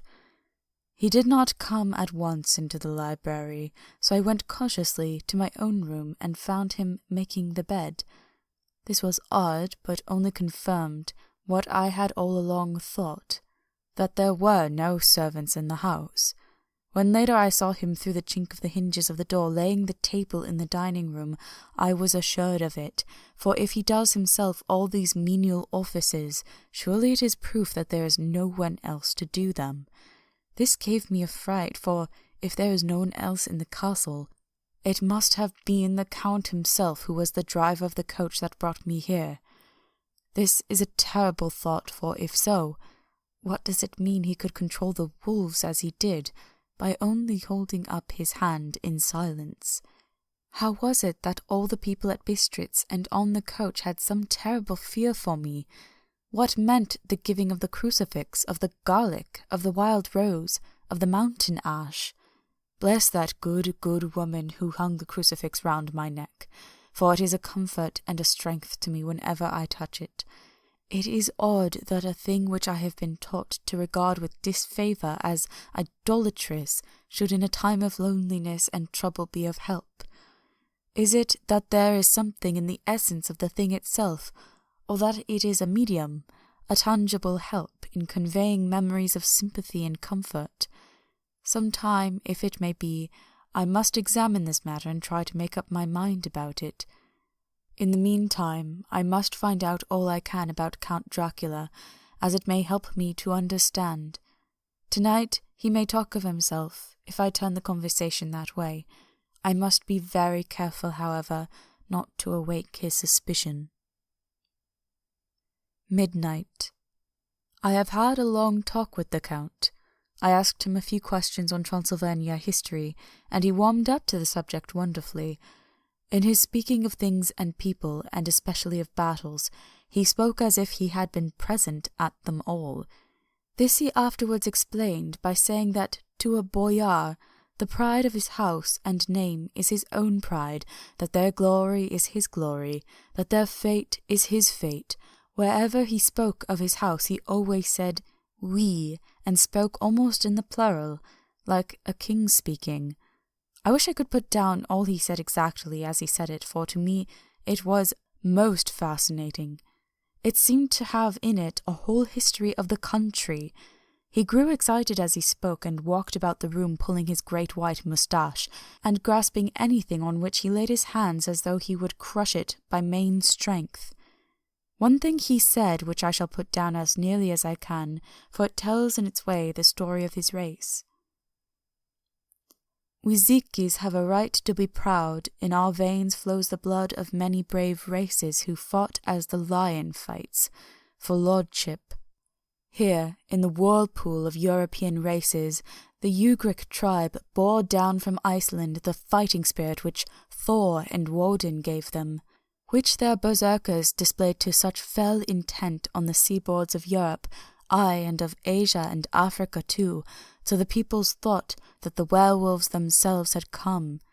Here, too, when they came, they found the Huns, whose warlike fury had swept the earth like a living flame, till the dying peoples held that in their veins ran the blood of those old witches who, expelled from Scythia, had mated with the devils in the desert. Fools! Fools! What devil or what witch was ever so great as Attila, whose blood is in these veins? He held up his arms. It is a wonder that we are a conquering race, that we were proud, that when the Magyar, the Lombard, the Avar, the Bogler, or the Turk poured his thousands on our frontiers, we drove them back. Is it strange that when Alpad and his legion swept through the Hungarian fatherland, he found us here when he reached the frontier? That the Hunfoglalas was completed here, and when the Hungarian flood swept eastward, the Zikis were claimed as kindred by the victorious Magyars, and to us for centuries was trusted in the guarding of the frontier of Turkeyland. Aye, and more than that, endless duty of the frontier guard, for, as the Turks say, water sleeps, and enemy is sleepless. Who more gladly than we throughout the 4 nations received the bloody sword, or had its warlike call flocked quicker to the standard of the king? When was redeemed that great shame of my nation, the shame of Kosovo, when the flags of the Wallach and the Magyar went down beneath the crescent? Who was it but one of my own race, who as Vivode crossed the Danube and beat the Turk on his own ground? This was a Dracula indeed. Woe was it that his own unworthy brother, when he had fallen, sold his people to the Turk and brought the shame of slavery on them. Was it not this Dracula indeed, who inspired that other of his race, who in a later age again and again brought his forces over the great river into Turkeyland, who, when he was beaten back, came again and again and again, though he had to come alone from the bloody field where his troops were being slaughtered, since he knew that he alone could ultimately triumph? They said that he thought only of himself. Bah! What good are peasants without a leader? Where ends the war without a brain and a heart to conduct it? Again, when after the battle of Mohawks we threw off the Hungarian yoke, we of the Dracula blood were amongst their leaders, for our spirit would not brook that we were not free. Ah, young sir, the Zikis and the Dracula as their heart's blood, their brains and their swords, can boast a record that mushroom growths like the Habsburgs and the Romanovs can never reach. The warlike days are over. Blood is too precious a thing in these days of dishonourable peace, and the glories of the great races are as a tale that is told. It was by this time close on morning, and we went to bed. Memorandum: this diary seems horribly like the beginning of the Arabian Nights, for everything has to break off at cockcrow, or like the ghost of Hamlet's father. 12 May. Let me begin with facts. Bare, meagre facts, verified by books and figures, and of which there can be no doubt. I must not confuse them with experiences which will have to rest on my own observation or my memory of them. Last evening, when the Count came from his room, he began by asking me questions on legal matters and the doing of certain kinds of business. I had spent the day warily over books, and simply to keep my mind occupied, went over some of the matters I had been examined in Lincoln's Inn. There was a certain method in the Count's inquiries, so I shall try to put them down in sequence. The knowledge may somehow or some time be useful to me. First, he asked if a man in England might have 2 solicitors or more. I told him he might have a dozen if he wished, but that it would not be wise to have more than 1 solicitor engaged in one transaction, as only one could act at a time. and that to change would be certain to militate against his interest. He seemed thoroughly to understand, and went on to ask if there would be any practical difficulty in having one man to attend, say, to banking, and another to look after shipping, in case local help were needed in a place far from the home of the banking solicitor. I asked him to explain more fully, so that I might not by any chance mislead him. So he said, "I shall illustrate. Your friend and mine, Mr. Peter Hawkins, from under the shadow of your beautiful cathedral at Exeter, which is far from London, buys for me, through your good self, my place at London. Good. Now here let me say frankly, lest you should think it strange that I have sought the services of one so far off from London instead of some one resident there, that my motive was that no local interest might be served save my wish only, and as one of London residents might, perhaps, have some purpose of himself or friend to serve. I went thus afield to seek my agent, whose labours should be only to my interest. Now, suppose I, who have much affairs, wish to ship goods, say, to Newcastle, or Durham, or Harwich, or Dover, might it not be that could with more ease be done by co-signing to one in these ports? I answered that certainly it would be most easy, but that we solicitors had a system of agency one for the other, so that local work could be done locally on instruction from any solicitor, so that the client, simply placing himself in the hands of one man, could have his wishes carried out by him without further trouble. But, said he, I could be at liberty to direct myself, is it not so? Of course, I replied, and such is often done by men of business, who do not like the whole of their affairs to be known by any one person. Good, he said, and then went on to ask about the means of making consignments, and the forms to be gone through, and of all sorts of difficulties which might arise, but by forethought could be guarded against. I explained all these things to him to the best of my ability, and he certainly left me under the impression that he would have made a wonderful solicitor, for there was nothing that he did not think of or foresee. For a man who was never in the country, and who did not evidently do much in the way of business, his knowledge and acumen were wonderful. When he had satisfied himself on these points of which he had spoken, and I had verified all as well as I could by the books available, he suddenly stood up and said, "Have you written since your first letter to our friend Mr. Peter Hawkins, or to any other?" It was with some bitterness in my heart that I answered that I had not, that as yet I had not seen any opportunity of sending letters to anybody. "Then write now, my young friend," he said, laying a heavy hand on my shoulder. "Write to our friend and to any other, and say, if it will please you, that you shall stay with me until a month from now." "Do you wish me to stay so long?" I asked, for my heart grew cold at the thought. "I desire it much. Nay, I will take no refusal. When your master, employer, what you will, engaged that someone should come on his behalf, it was understood that my needs only were to be consulted. I have not stinted. Is it not so?" What could I do but bow acceptance? It was Mr. Hawkins' interest, not mine, and I had to think of him, not myself. And besides, while Count Dracula was speaking, there was that in his eyes and in his bearing which made me remember that I was a prisoner, and that if I wished it I could have no choice. The Count saw his victory in my bow, and his mastery in the trouble of my face, for he began at once to use them, but in his own smooth, resistless way. "I pray you, my good young friend, that you will not discourse of other things other than business in your letters. It will doubtless please your friends to know that you are well, and that you look forward to getting home to them.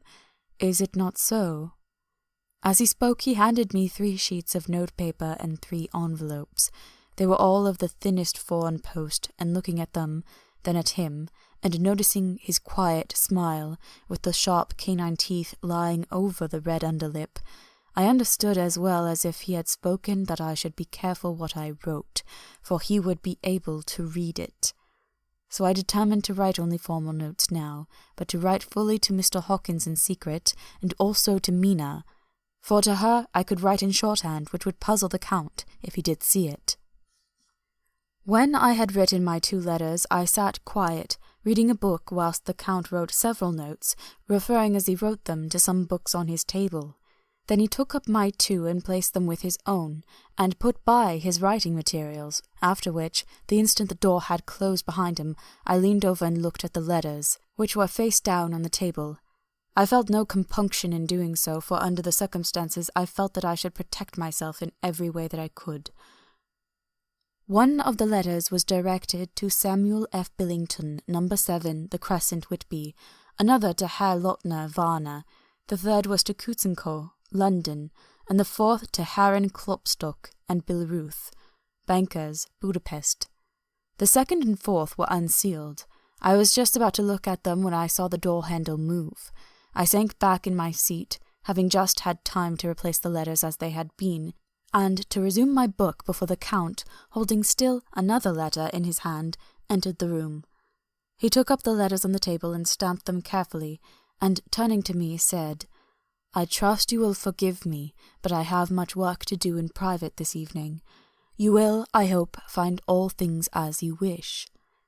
At the door he turned, and after a moment's pause said, "Let me advise you, my dear young friend, nay, let me warn you with all seriousness that should you leave these rooms, you will not by any chance go to sleep in any other part of the castle.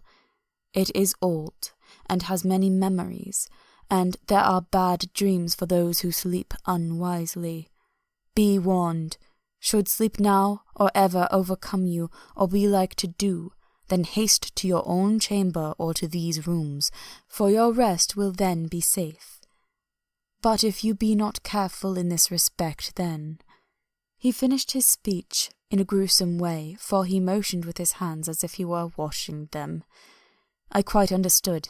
My only doubt was as to whether any dream could be more terrible than the unnatural, horrible net of gloom and mystery which seemed closing around me. Later. I endorse the last words written, but this time there is no doubt in question. I shall not fear to sleep in any place where he is not. I have placed the crucifix over the head of my bed. I imagine that my rest is thus freer from dreams, and there it shall remain. When he left me, I went to my room. After a little while, not hearing any sound, I came out, and went up the stone stair to where I could look out towards the south. There was some sense of freedom in the vast expanse, inaccessible though it was to me, as compared with the narrow darkness of the courtyard. Looking out on this, I felt that I was indeed in prison, and I seemed to want a breath of fresh air, though it were of the night. I am beginning to feel this nocturnal existence tell on me. It is destroying my nerve. I start at my own shadow, and am full of all sorts of horrible imaginings. God knows there is ground for my terrible fear in this accursed place. I looked out over the beautiful expanse, bathed in soft yellow moonlight, till it was almost as light as day. In the soft light the distant hills became melted, and the shadows in the valleys and gorges of velvety blackness. The mere beauty seemed to cheer me. There was peace and comfort in every breath I drew. As I leaned from the window, my eye was caught by something moving a story below me and somewhat to my left, where I imagined, from the order of the rooms, that the windows of the Count's own room would look out. The window at which I stood was tall and deep, stone-mullioned, and though weather-worn, was still complete, but it was evidently many a day since the case had been there. I drew back behind the stonework, and looked carefully out. What I saw was the Count's head coming out from the window. I did not see the face, but I knew the man by the neck and the movement of his back and arms. In any case, I could not mistake the hands which I had had so many opportunities of studying. I was at first interested and somewhat amused, for it is wonderful how small a matter will interest and amuse a man when he is a prisoner. But my very feelings changed to repulsion and terror when I saw the whole man slowly emerge from the window and begin to crawl down the castle wall over that dreadful abyss, face down, with his cloak spreading out around him like great wings. At first I could not believe my eyes. I thought it was some trick of the moonlight, some weird effect of shadow, but I kept looking, and it could be no delusion. I saw the fingers and toes grasp the corners of the stones, worn clear of the mortar by the stress of years, and by thus using every projection and inequality move downwards with considerable speed, just as a lizard moves along a wall. What manner of man is this? Or what manner of creature is it in the semblance of a man? I feel the dread of this horrible place overpowering me. I am in fear, in awful fear, and there is no escape for me. I am encompassed about with terrors that I dare not think of. 15 May. Once more I have seen the Count go out in his lizard fashion. He moved downwards in a sidelong way, some 100 feet down, and a good deal to the left. He vanished into some hole or window. When his head had disappeared, I leaned out to try and see more, but without avail. The distance was too great to allow a proper angle of sight. I knew he had left the castle now, and thought to use the opportunity to explore more than I had dared to as yet. I went back to the room, and, taking a lamp, tried all the doors. They were all locked, as I had expected, and the locks were comparatively new. But I went down the stone stairs to the hall where I had entered originally. I found I could pull back the bolts easily enough and unhook the great chains, but the door was locked, and the key was gone. That key must be in the Count's room. I must watch should his door be unlocked, so that I may get it and escape. I went on to make a thorough examination of the various stairs and passages, and to try the doors that opened from them. 1 or 2 small rooms near the hall were open, but there is nothing to see in them except old furniture, dusty with age and moth-eaten. At last, however, I found one door at the top of the stairway which, though it seemed to be locked, gave a little under pressure. I tried it harder, and found that it was not really locked, but that the resistance came from the fact that the hinges had fallen somewhat and the heavy door rested on the floor. Here was an opportunity which I might not have again, so I exerted myself, and with many efforts forced it back so that I could enter. I was now in a wing of the castle further to the right than the rooms I knew, and a story lower down. From the windows I could see that the suite of rooms lay along to the south of the castle, the windows of the end of the room looking out both west and south. On the latter side, as well as to the former, there was a great precipice. The castle was built on the corner of a great rock, so that on 3 sides it was quite impregnable, and great windows were placed here where sling or bow or culverin could not reach, and consequently light and comfort, impossible to a position which had to be guarded, were secured. To the west was a great valley, and then, rising far away, great jagged mountain fastness, rising peak on peak, the sheer rock studded with mountain ash and thorn, whose roots clung in cracks and crevices and crannies of the stone. This was evidently the portion of the castle occupied by the ladies in bygone days, for the furniture had more air of comfort than any I had seen. The windows were curtainless, and the yellow moonlight flooding in through the diamond panes enabled one to see even colours, whilst it softened the wealth of dust which lay over all and disguised in some measure the ravages of time and the moth. My lamp seemed to be of little effect in the brilliant moonlight, but I was glad to have it with me, for there was a dread loneliness in the place which chilled my heart and made my nerves tremble. Still, it was better than living alone in the rooms which I had come to hate from the presence of the Count, and after trying a little to school my nerves, I found a soft quietude come over me. Here I am, sitting at a little oak table where in old times possibly some fair lady sat to pen, and with much thought and many blushes her ill-spent love-letter, and writing in my diary in shorthand all that has happened since I closed it last. It is 19th century up to date with a vengeance, and yet Unless my senses deceive me, the old centuries had, and have, powers of their own which mere modernity cannot kill. Later, the morning of 16 May. God preserve my sanity, for to this I am reduced. Safety and the assurance of safety are things of the past. Whilst I live here, there is but one thing to hope for, that I may not go mad, if, indeed, I be not mad already.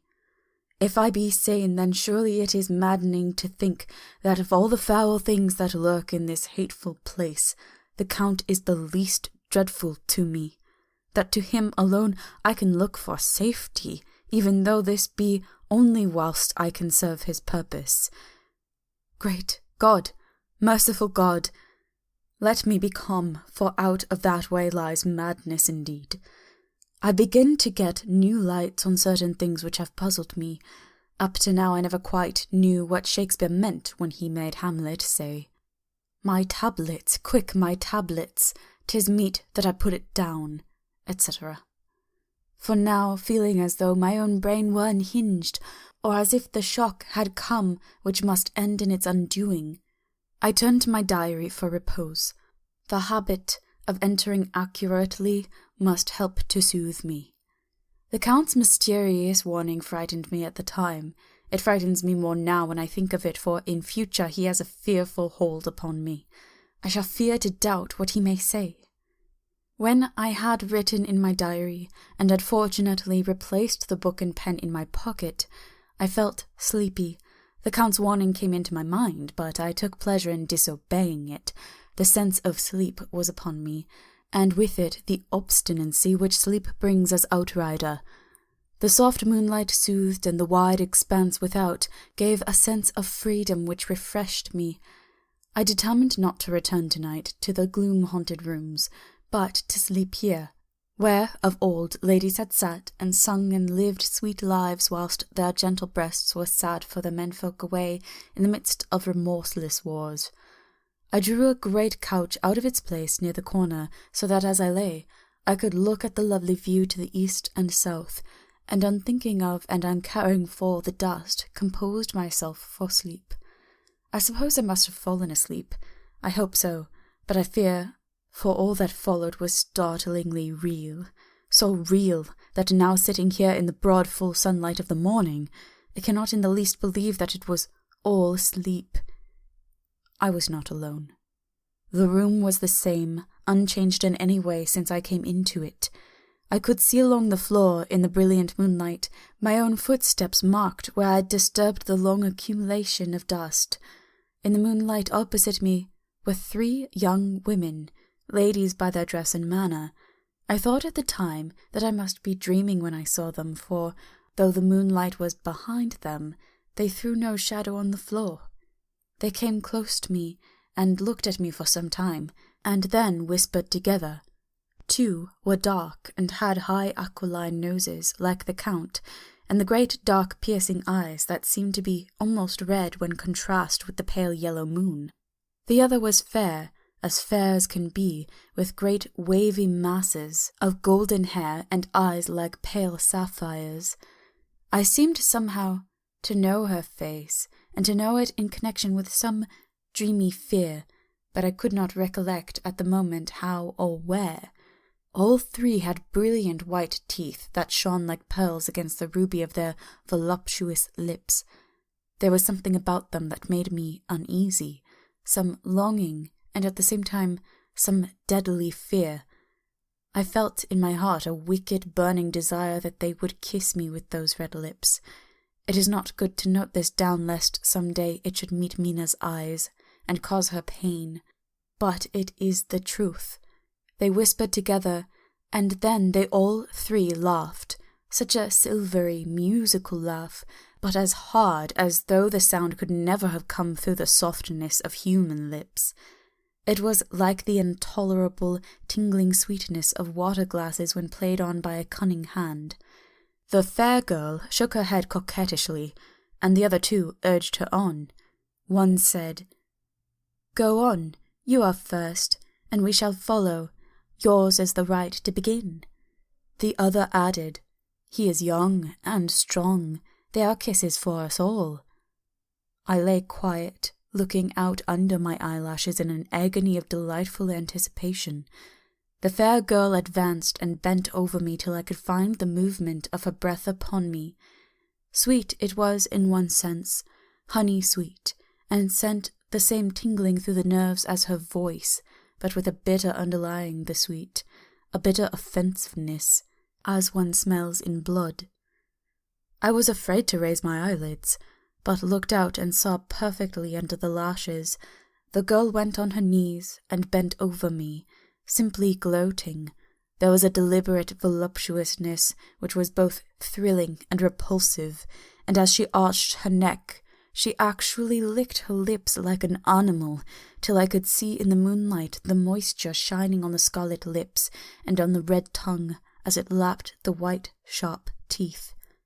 Lower and lower went her head, as the lips went below the range of my mouth and chin, and seemed about to fasten on my throat. Then she paused, and I could hear the churning sound of her tongue as it licked her teeth and lips, and could feel the hot breath on my neck. Then the skin of my throat began to tingle as one's flesh does when the hand that is to tickle approaches nearer. Nearer. I could feel the soft, shivering touch of the lips on the super-sensitive skin of my throat, and the hard dents of two sharp teeth just touching and pausing there. I closed my eyes in a languorous ecstasy and waited with beating heart. But at that instant, another sensation swept through me as quick as lightning. I was conscious of the presence of the Count, and of his being as if lapped in a storm of fury. As my eyes opened involuntarily, I saw his strong hand grasp the slender neck of the fair woman, and with giant's power draw it back. The blue eyes transformed with fury, the white teeth champing with rage, and the fair cheeks blazing red with passion. But the Count! Never did I imagine such wrath and fury even to the demons of the pit. His eyes were positively blazing. The red light in them was lurid, as if the flame of hellfire blazed behind them. His face was deathly pale, and the lines of it were hard, like drawn wires. The thick eyebrows which met over the nose now seemed like a heaving bar of white-hot metal. With a fierce sweep of his arm, he hurled the woman from him, and then motioned to the others as though he were beating them back. It was the same imperious gesture that I had seen used to the wolves. In a voice which, though low and almost in a whisper, seemed to cut through the air and then ring round the room as he said, "How dare you touch him, any of you? How dare you cast your eyes on him when I had forbidden it? Back, I tell you all, this man belongs to me. Beware how you meddle with him, or you'll have to deal with me." The fair girl, with a laugh of ribald coquetry, turned to answer him. "You yourself never loved. You never love." On this the other woman joined, and such a mirthless, hard, soulless laughter rang through the room that it almost made me faint to hear. It seemed like the pleasure of fiends. Then the Count turned, after looking at my face attentively, and said in a soft whisper, "Yes, I too can love. You yourselves can tell it from the past, is it not so? Well, now I promise you that when I am done with him, you shall kiss him at your will. Now go! Go! I must awaken him, for there is work to be done." "Are we to have nothing tonight?" said one of them, with a low laugh, as she pointed to the bag which he had thrown upon the floor, and which moved as though there was some living thing within it. For answer, he nodded his head. One of the women jumped forward and opened it. If my ears did not deceive me, there was a gasp and a low wail as of a half-smothered child. The women closed round whilst I was aghast with horror, but as I looked they disappeared, and with them the dreadful bag. There was no door near them, and they could not have passed me without my noticing. They simply seemed to fade into the rays of the moonlight and pass out through the window, for I could see outside the dim, shadowy forms for a moment before they entirely faded away. Then the horror overcame me, and I sank down unconscious. Chapter 4. Jonathan Harker's Journal, continued. I awoke in my own bed. If it be that I had not dreamt, the Count must have carried me here. I tried to satisfy myself on the subject, but could not arrive at any unquestionable result. To be sure, there were certain small evidences, such as that my clothes were folded and laid by in a manner which was not my habit. My watch was still unwound, and I am rigorously accustomed to wind it the last thing before going to bed, and many such details. But these things are no proof, for they may have been evidences that my mind was not as usual, and from some cause or another I had certainly been much upset. I must watch for proof. Of one thing I am glad. If it was that the Count carried me here and undressed me, he must have been hurried in his task, for my pockets are intact. I am sure this diary would have been a mystery to him which he would not have brooked. He would have taken or destroyed it. As I looked round this room, although it had been to me so full of fear, it is now a sort of sanctuary. For nothing can be more dreadful than those awful women who are waiting to suck my blood. 18 May. I have been down to look at that room again in daylight, for I must know the truth. When I got to the doorway at the top of the stairs, I found it closed. It had been so forcibly driven against the jamb that the part of the woodwork was splintered. I could see that the bolt of the lock had not been shot, but the door is fastened from the inside. I fear it was no dream, and must act on this surmise. 19 May. I am surely in the toils. Last night, the Count asked me in the suavest tones to write 3 letters, one saying that my work here was nearly done, and that I should start for home within a few days, another that I was starting on the next morning from the time of the letter, and the third that I had left the castle and arrived at Bistritz.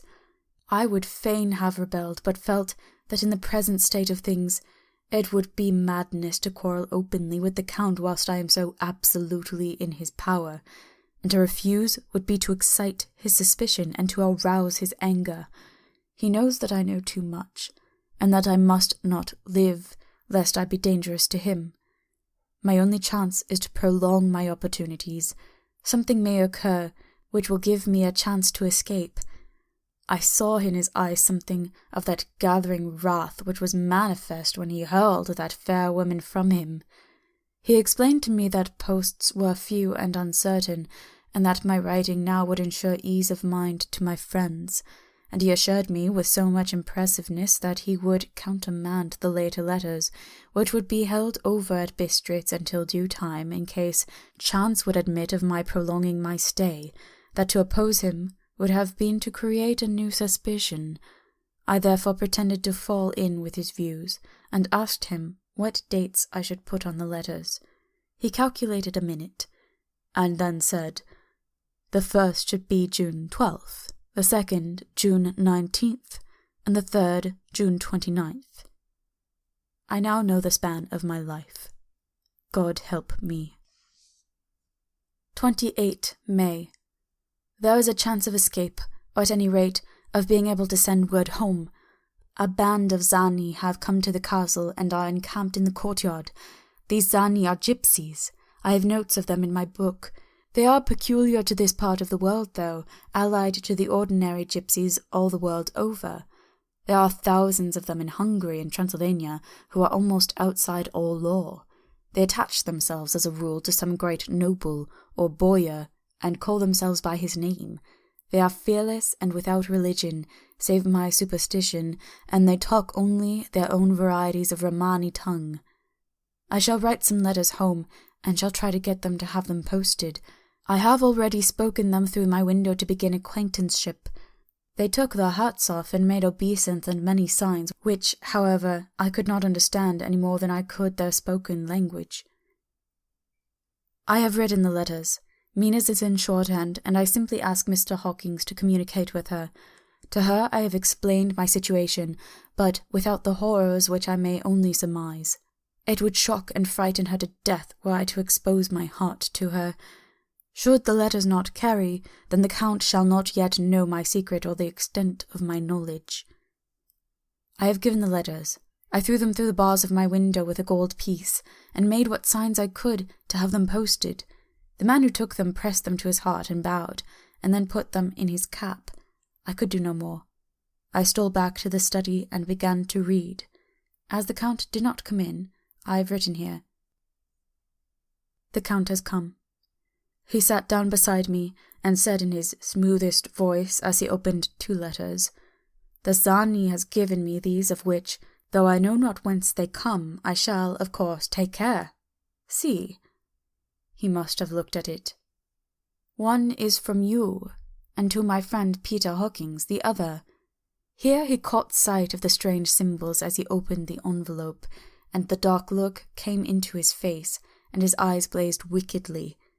"The other is a vile thing, an outrage upon friendship and hospitality. It is not signed. Well, so it cannot matter to us." And he calmly held letter and envelope in the flame of the lamp till they were consumed. Then he went on. "The letter to Hawkins, that I shall, of course, send on, since it is yours. Your letters are sacred to me. Your pardon, my friend, that unknowingly I did break the seal. Will you not cover it again?" He held out the letter to me, and with a courteous bow handed me a clean envelope. I could only redirect it and hand it to him in silence. When he went out of the room, I could hear the key turn softly. A minute later I went over and tried it, and the door was locked. When, an hour or 2 after, the Count came quietly into the room, his coming awakened me, for I had gone to sleep on the sofa.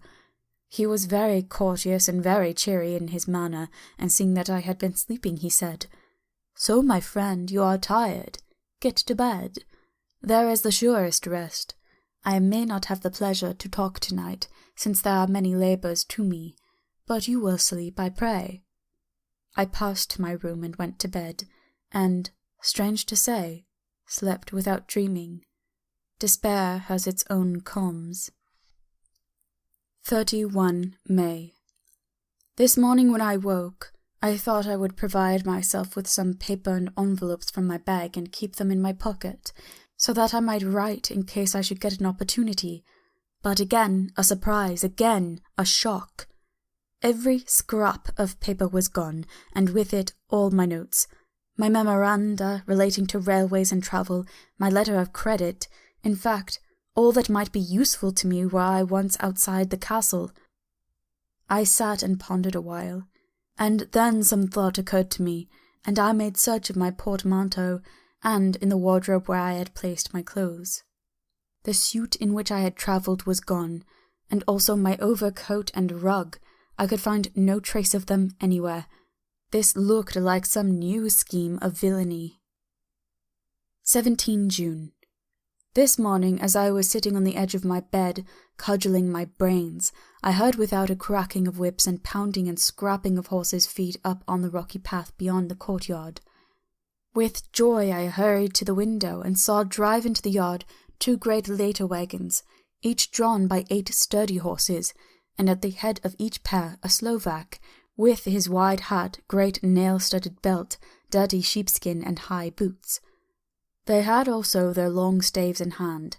I ran to the door, intending to descend and try to join them through the main hall, as I thought that way might be opened for them. Again a shock.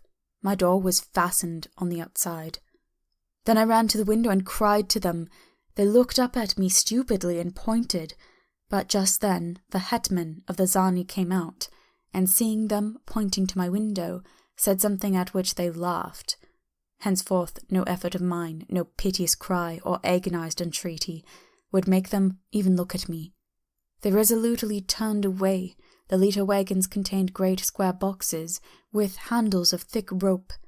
These were evidently empty by the ease with which the Slovaks handled them, and by the resonance as they were roughly moved. When they were all unloaded and packed in a great heap in one corner of the yard, the Slovaks were given some money by the Zani, and spitting on it for luck, lazily went to each of his horse's head. Shortly afterwards, I heard the cracking of the whips die away in the distance. 24 June, before morning. Last night the Count left me early and locked himself into his own room. As soon as I dared, I ran up the winding stair and looked out of the window, which opened south. I thought I would watch for the Count, for there is something going on. The Zani are quartered somewhere in the castle and are doing work of some kind. I know it, for now and then I hear a far-away, muffled sound as of mattock and spade, and whatever it is, it must be the end of some ruthless villainy. I had been at the window somewhat less than half an hour when I saw something coming out of the Count's window. I drew back and watched carefully and saw the whole man emerge. It was a new shock to me to find that he had on the suit of clothes which I had worn whilst travelling here, and slung over his shoulder the terrible bag which I had seen the women take away. There could be no doubt as to his quest, and in my garb too. This, then, is his new scheme of evil, that he will allow others to see me as they think, so that he may both leave evidence that I have been seen in the towns or villages posting my own letters, and that any wickedness which he may do shall by the local people be attributed to me. It makes me rage to think that this can go on, and whilst I am shut up here, a veritable prisoner, but without that protection of the law which is even a criminal's right and consolation. I thought I would watch for the Count's return, and for a long time sat doggedly at the window. Then I began to notice that there were some quaint little specks floating in the rays of the moonlight. They were like the tiniest grains of dust, and they whirled around and gathered in clusters in a nebulous sort of way. I watched them with a sense of soothing, and a sort of calm stole over me. I leaned back in the embrasure in a more comfortable position, so that I could enjoy more fully the aerial gambolling. Something made me start up, a low, piteous howling of dogs somewhere far below in the valley, which was hidden from my sight. Louder it seemed to ring in my ears, and the floating motes of dust to take new shapes to the sound as they danced in the moonlight. I felt myself struggling to wake to some call of my instincts. Nay, my very soul was struggling, and my half-remembered sensibilities were striving to answer the call. I was becoming hypnotized. Quicker and quicker danced the dust, and the moonbeams seemed to quiver as they went by me into the mass of gloom beyond. More and more they gathered till they seemed to take dim phantom shapes. And then I started, broad awake and in full possession of my senses, and ran screaming from the place. The phantom shapes which were becoming gradually materialized from the moonbeams were those of the 3 ghostly women to whom I was doomed. I fled. I felt somewhat safer in my own room, where there was no moonlight, and where the lamp was burning brightly. When a couple of hours had passed, I heard something stirring in the Count's room, something like a sharp wail quickly suppressed, and then there was silence, deep, awful silence, which chilled me. With a beating heart, I tried the door, but I was locked in my prison, and could do nothing. I sat down and simply cried. As I sat, I heard a sound in the courtyard without, the agonized cry of a woman. I rushed to the window and, throwing it up, peered out between the bars. There, indeed, was a woman with dishevelled hair, holding her hands over her heart as one distressed with running. She was leaning against a corner of the gateway. When she saw my face at the window, she threw herself forward and shouted in a voice laden with menace, "Monster, give me my child!" She threw herself on her knees, and raising up her hands, cried the same words in tones which wrung my heart. Then she tore her hair and beat her breast, and abandoned herself to all the violences of extravagant emotion. Finally she threw herself forward, and, though I could not see her, I could hear the beating of her naked hands against the door. Somewhere high overhead, probably in the tower, I heard the voice of the Count calling in his harsh metallic whisper. His call seemed to be answered from far and wide by the howling of wolves. Before many minutes had passed, a pack of them poured, like a pent-up dam when liberated, through the wide entrance into the courtyard. There was no cry from the woman, and the howling of wolves was but short. Before long, they streamed away singly, licking their lips. I could not pity her, for I knew now what had become of her child, and she was better dead. What shall I do? What can I do? How can I escape from this dreadful thing of night and gloom and fear? 25 June, morning. No man knows till he has suffered from the night how sweet and how dear to his heart and eye the morning can be. When the sun grew so high this morning that it struck the top of the great gateway opposite my window, the high spot which it touched seemed to me as if the dove from the ark had lighted there. My fear fell from me as if it had been a vaporous garment which dissolved in the warmth. I must take action of some sort whilst the courage of the day is upon me. Last night one of my post-dated letters went to post, the first of that fatal series which is to blot out the very traces of my existence from the earth. Let me not think of it. Action. It has always been at night-time that I have been molested or threatened, or in some way in danger or in fear. I have not yet seen the Count in daylight. Can it be that he sleeps when others wake? That he may be awake whilst they sleep? If I could only get into his room! But there is no possible way, the door is always locked. No way for me. Yes, there is a way if one dares to take it. Where his body has gone, why may not another body go? I have seen him myself crawl from his window. Why should not I imitate him, and go in by his window? The chances are desperate, but my need is more desperate still. I shall risk it. At the worst it can only be death, and a man's death is not a calf's, and the dreaded hereafter may still be open to me. God help me in my task. Goodbye, Mina, if I fail. Goodbye, my faithful friend and second father. Goodbye, all, and last of all, Mina. Same day. Later. I have made the effort, and God helping me, have come safely back to this room. I must put down every detail in order. I went whilst my courage was fresh straight to the window on the south side, and at once got outside on the narrow ledge of stone which runs around the building on this side. The stones are big and roughly cut, and the mortar has by process of time been washed away between them. I took off my boots and ventured out on the desperate way. I looked down once, so as to make sure that a sudden glimpse of the awful depth would not overcome me, but after that kept my eyes away from it. I knew pretty well the direction and distance of the Count's window, and made for it as well as I could, having regard to the opportunities available. I did not feel dizzy. I suppose I was too excited, and the time seemed ridiculously short till I found myself standing on the window-sill and trying to raise up the sash. I was filled with agitation, however, when I bent down and slid feet foremost in through the window. Then I looked around for the Count, but, with surprise and gladness, made a discovery. The room was empty. It was barely furnished with odd things, which seemed to have never been used. The furniture was something the same style as that in the south rooms, and was covered with dust. I looked for the key, but it was not in the lock, and I could not find it anywhere. The only thing I found was a great heap of gold in one corner.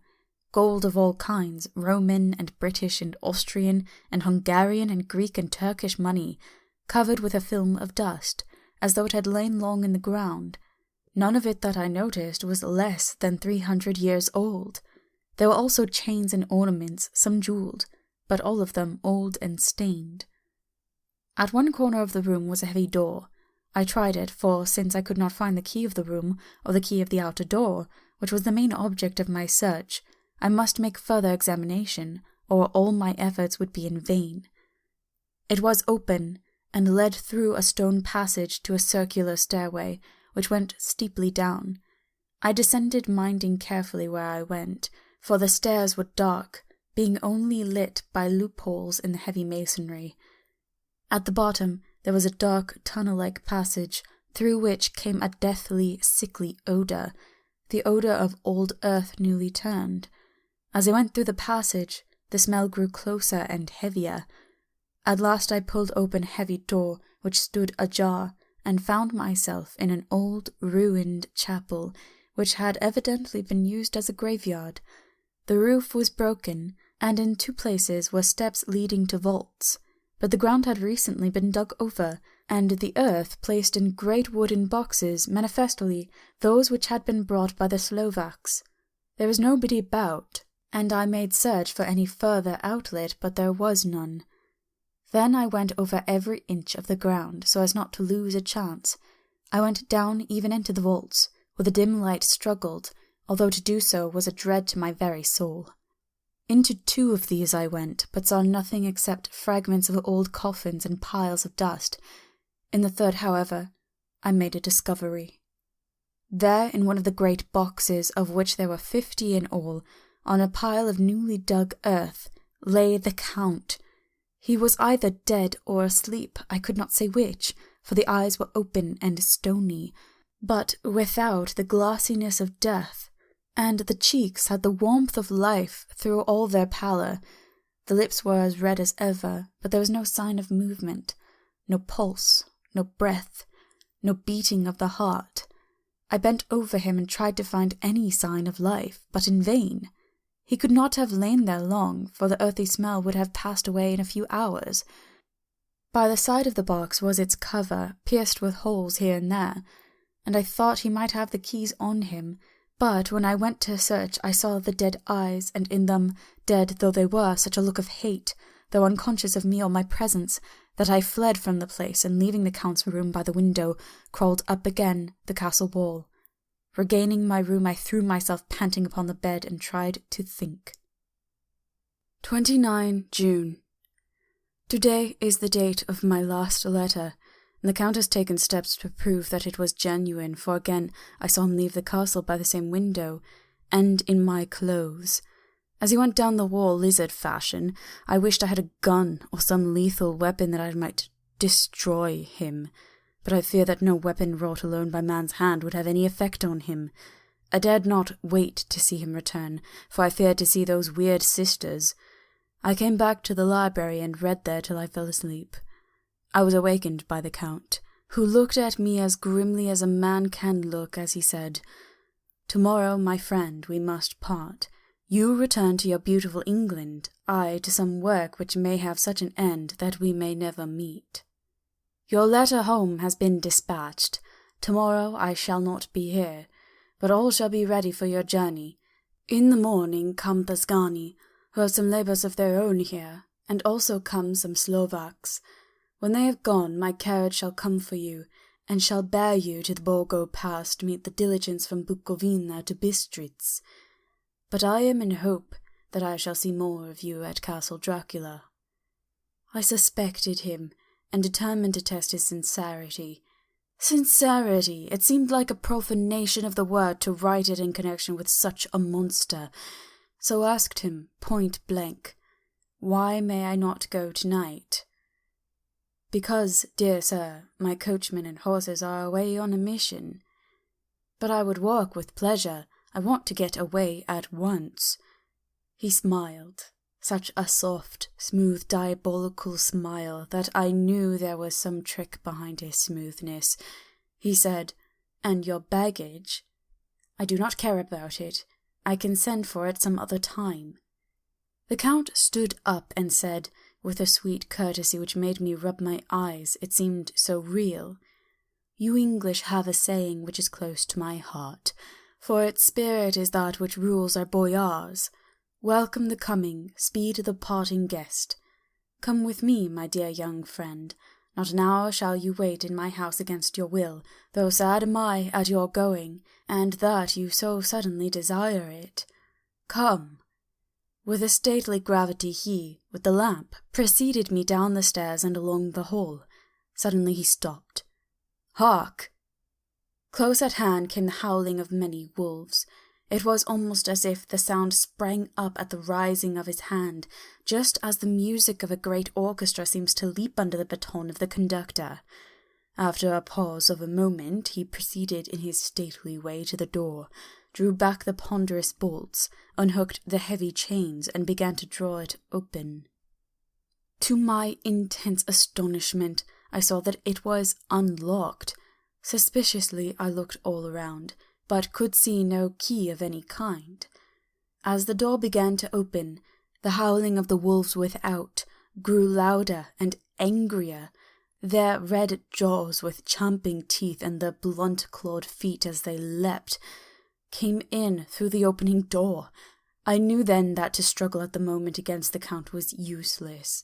With such allies as these at his command, I could do nothing. But still the door continued slowly to open, and only the Count's body stood in the gap. Suddenly it struck me that this might be the moment and means of my doom. I was to be given to the wolves, and at my own instigation. There was a diabolical wickedness in the idea great enough for the Count, and as a last chance I cried out, "Shut the door, I shall wait until morning," and covered my face with my hands to hide my tears of bitter disappointment. With one sweep of his powerful arm, the Count threw the door shut, and the great bolts clanged and echoed through the hall as they shot back into their places. In silence, we returned to the library, and after a minute or two, I went to my own room. The last I saw of Count Dracula was his kissing his hand to me, with a red light of triumph in his eyes, and with a smile that Judas in hell might be proud of. When I was in my room and about to lie down, I thought I heard a whispering at my door. I went to it softly and listened. Unless my ears deceived me, I heard the voice of the Count. Back to your own place. Your time is not yet come. Wait. Have patience. Tonight is mine. Tomorrow night is yours." There was a low, sweet ripple of laughter, and in a rage I threw open the door and saw without the 3 terrible women licking their lips. As I appeared, they all joined in a horrible laugh and ran away. I came back to my room and threw myself on my knees. It is then so near the end. Tomorrow, Lord, help me and those whom I am dear. 30 June, morning. These may be the last words I ever write in this diary. I slept till just before dawn, and when I woke I threw myself on my knees, for I determined that if death came, he should find me ready. At last I felt that subtle change in the air, and knew that morning had come. And then came the welcome cockcrow, and I felt that I was safe. With a glad heart I opened my door and ran down to the hall. I had seen that the door was unlocked, and now escape was before me. With hands that trembled with eagerness, I unhooked the chains and drew back the massive bolts. But the door would not move. Despair seized me. I pulled and pulled at the door, and it shook it till, massive as it was, it rattled in its casement. I could see the bolt shot. It had been locked after I left the Count. Then a wild desire took me to obtain that key at any risk, and I determined then and there to scale the wall again and gain the Count's room. He might kill me, but death now seemed the happier choice of evils. Without a pause I rushed up to the east window and scrambled down the wall, as before, into the Count's room. It was empty, but that was as I expected. I could not see a key anywhere, but the heap of gold remained. I went through the door in the corner and down the winding stair and along the dark passage to the old chapel. I knew now well enough where to find the monster I sought. The great box was in the same place, close against the wall, but the lid was laid on it, not fastened down, but with the nails ready in their places to be hammered home. I knew I must reach the body for the key, so I raised the lid and laid it back against the wall, and then I saw something which filled my very soul with horror. There lay the Count, but looking as if his youth had been half renewed, for the white hair and moustache were changed to a dark iron grey. The cheeks were fuller, and the white skin seemed ruby red underneath. The mouth was redder than ever, for on the lips were gouts of fresh blood, which trickled from the corners of the mouth and ran over the chin and neck. Even the deep, burning eyes seemed set amongst swollen flesh, for the lids and pouches underneath were bloated. It seemed as if the whole awful creature were simply gorged with blood. He lay like a filthy leech, exhausted with his repletion. I shuddered as I bent over to touch him, and every sense in me revolted at the contact, but I had to search or I was lost. The coming night might see my own body a banquet in a similar way to those horrid 3. I felt all over the body, but no sign could I find of the key. Then I stopped and looked at the Count. There was a mocking smile on the bloated face which seemed to drive me mad.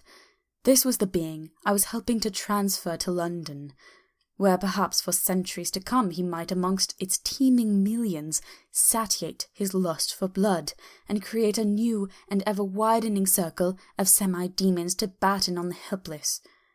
The very thought of it drove me mad.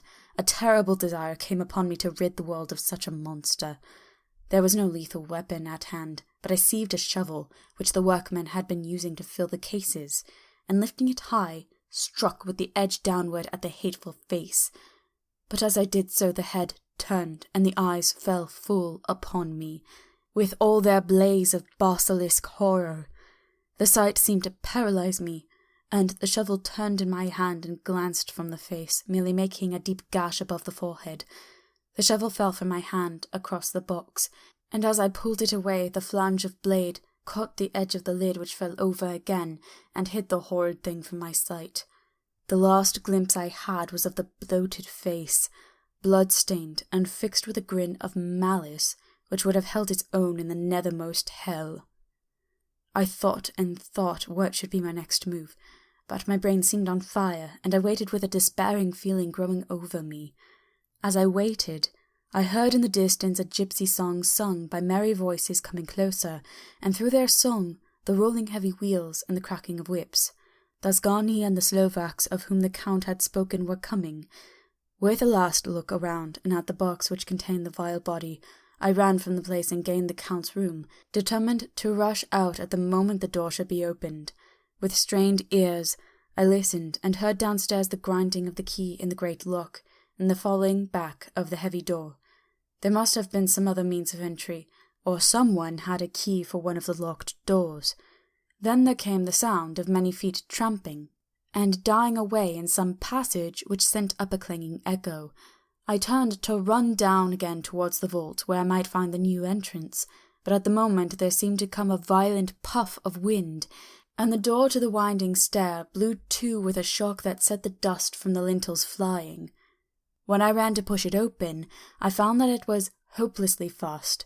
I was again a prisoner, and the net of doom was closing around me more closely. As I write, there is in the passage below a sound of many tramping feet, and the crash of weights being set down heavily, doubtless the boxes with their freight of earth. There is a sound of hammering. It is the box being nailed down. Now I can hear the heavy feet tramping again along the hall, with many other idle feet coming behind them. The door is shut, and the chains rattle. There is a grinding of the key in the lock. I can hear the key withdraw, then another door opens and shuts. I hear the creaking of lock and bolt. Hark! In the courtyard, and down the rocky way, the roll of heavy wheels, the crack of whips, and the course of the Zgani as they pass into the distance. I am alone in the castle with those awful women. For Mina is a woman, and there is naught in common. They are devils of the pit.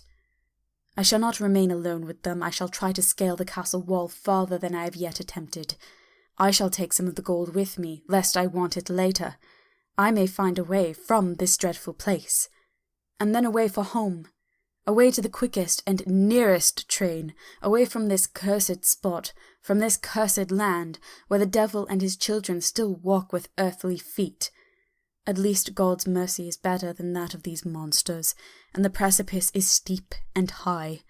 At its foot a man may sleep, as a man. Goodbye all. Mina. Chapter 5. Letter from Miss Mina Murray to Miss Lucy Westenra. 9 May. My dearest Lucy, forgive my long delay in writing, but I have been simply overwhelmed with work. The life of an assistant schoolmistress is sometimes trying. I am longing to be with you, and by the sea, where we can talk together freely and build our castles in the air. I have been working very hard lately, because I want to keep up with Jonathan's studies, and I have been practicing shorthand very assiduously.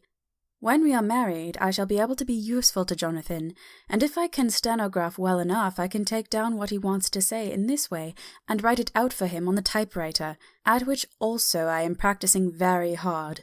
He and I sometimes write letter in shorthand, and he is keeping a stenographic journal of his travels abroad. When I am with you, I shall keep a diary in the same way. I don't mean one of those 2 pages to the week with Sunday squeezed in a corner diaries, but a sort of journal which I can write in whenever I feel inclined. I do not suppose there will be much of interest to other people, but it is not intended for them. I may show it to Jonathan some day if there is in it anything worth sharing, but it is really an exercise book. I shall try to do what I see lady journalists do, interviewing and writing descriptions and trying to remember conversations. I am told that, with a little practice, one can remember all that goes on, or that one hears said during a day.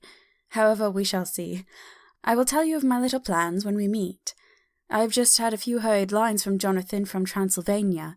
He is well, and will be returning in about a week. I am longing to hear all his news. It must be so nice to see strange countries. I wonder if Jonathan and I, shall ever see them together. There is the 10 o'clock bell ringing. Goodbye. Your loving Mina. Tell me all the news when you write. You have not told me anything for a long time. I hear rumours, and especially of a tall, handsome, curly-haired man. Letter. Lucy Westenra to Mina Marie. 17 Chatham Street, Wednesday.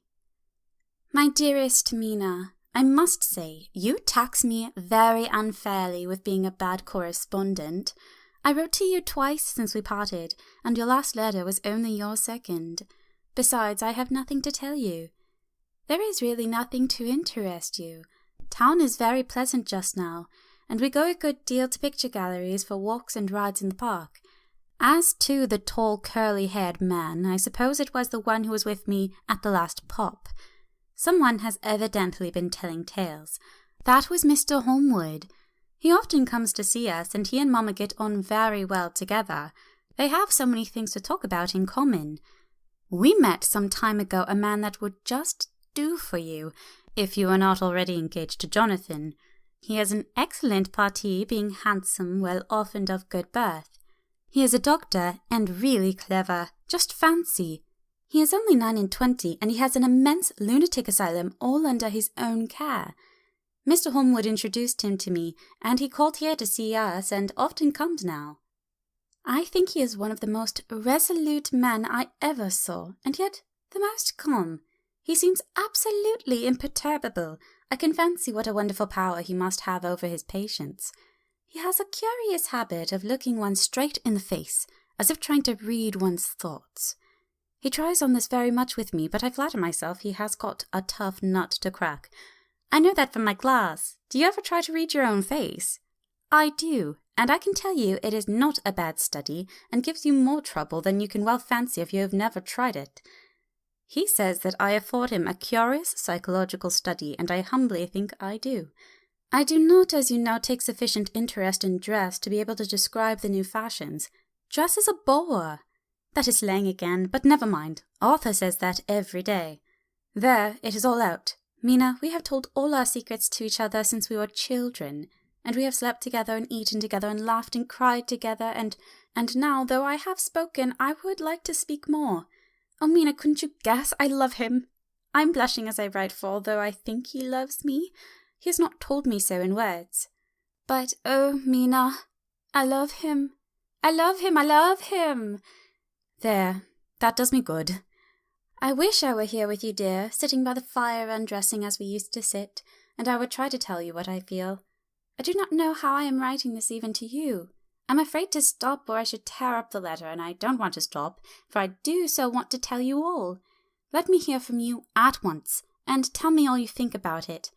Mina, I must stop. Good night. Bless me in your prayers, and, Mina, pray for my happiness. Lucy. P.S. I need not tell you this is a secret. Good night again. L. Letter. Lucy Westenra to Mina Murray. 24 May. My dearest Mina, thanks and thanks and thanks again for your sweet letter. It was so nice to be able to tell you and to have your sympathy. My dear, it never rains, but it pours. How true the old proverbs are. Here am I, who shall be 20 in September, and yet I have never had a proposal till today, not a real proposal, and today I have had 3. Just fancy, 3 proposals in one day. Isn't it awful? I feel sorry, really and truly sorry, for 2 of the poor fellows. Oh, Mina, I'm so happy that I don't know what to do with myself. And 3 proposals? But for goodness sake, don't tell any of the girls, or they would be getting all sorts of extravagant ideas, imagining themselves injured and slighted if in their very first day at home they did not get 6 at least. Some girls are so vain. You and I, Mina dear, who are engaged and who are going to settle down soberly into old married women, can despise vanity. Well, I must tell you about the 3, but you must keep a secret, dear, from everyone. Except, of course, Jonathan. You will tell him, because I would, if I were in your place, certainly tell Arthur. A woman ought to tell her husband everything, don't you think so, dear? And it must be fair. Men like women, certainly their wives, to be quite as fair as they are, and women, I am afraid, are not always quite as fair as they should be. Well, my dear, number 1 came just before lunch. I told you of him, Dr. John Seward, the lunatic asylum man with the strong jaw and the good forehead.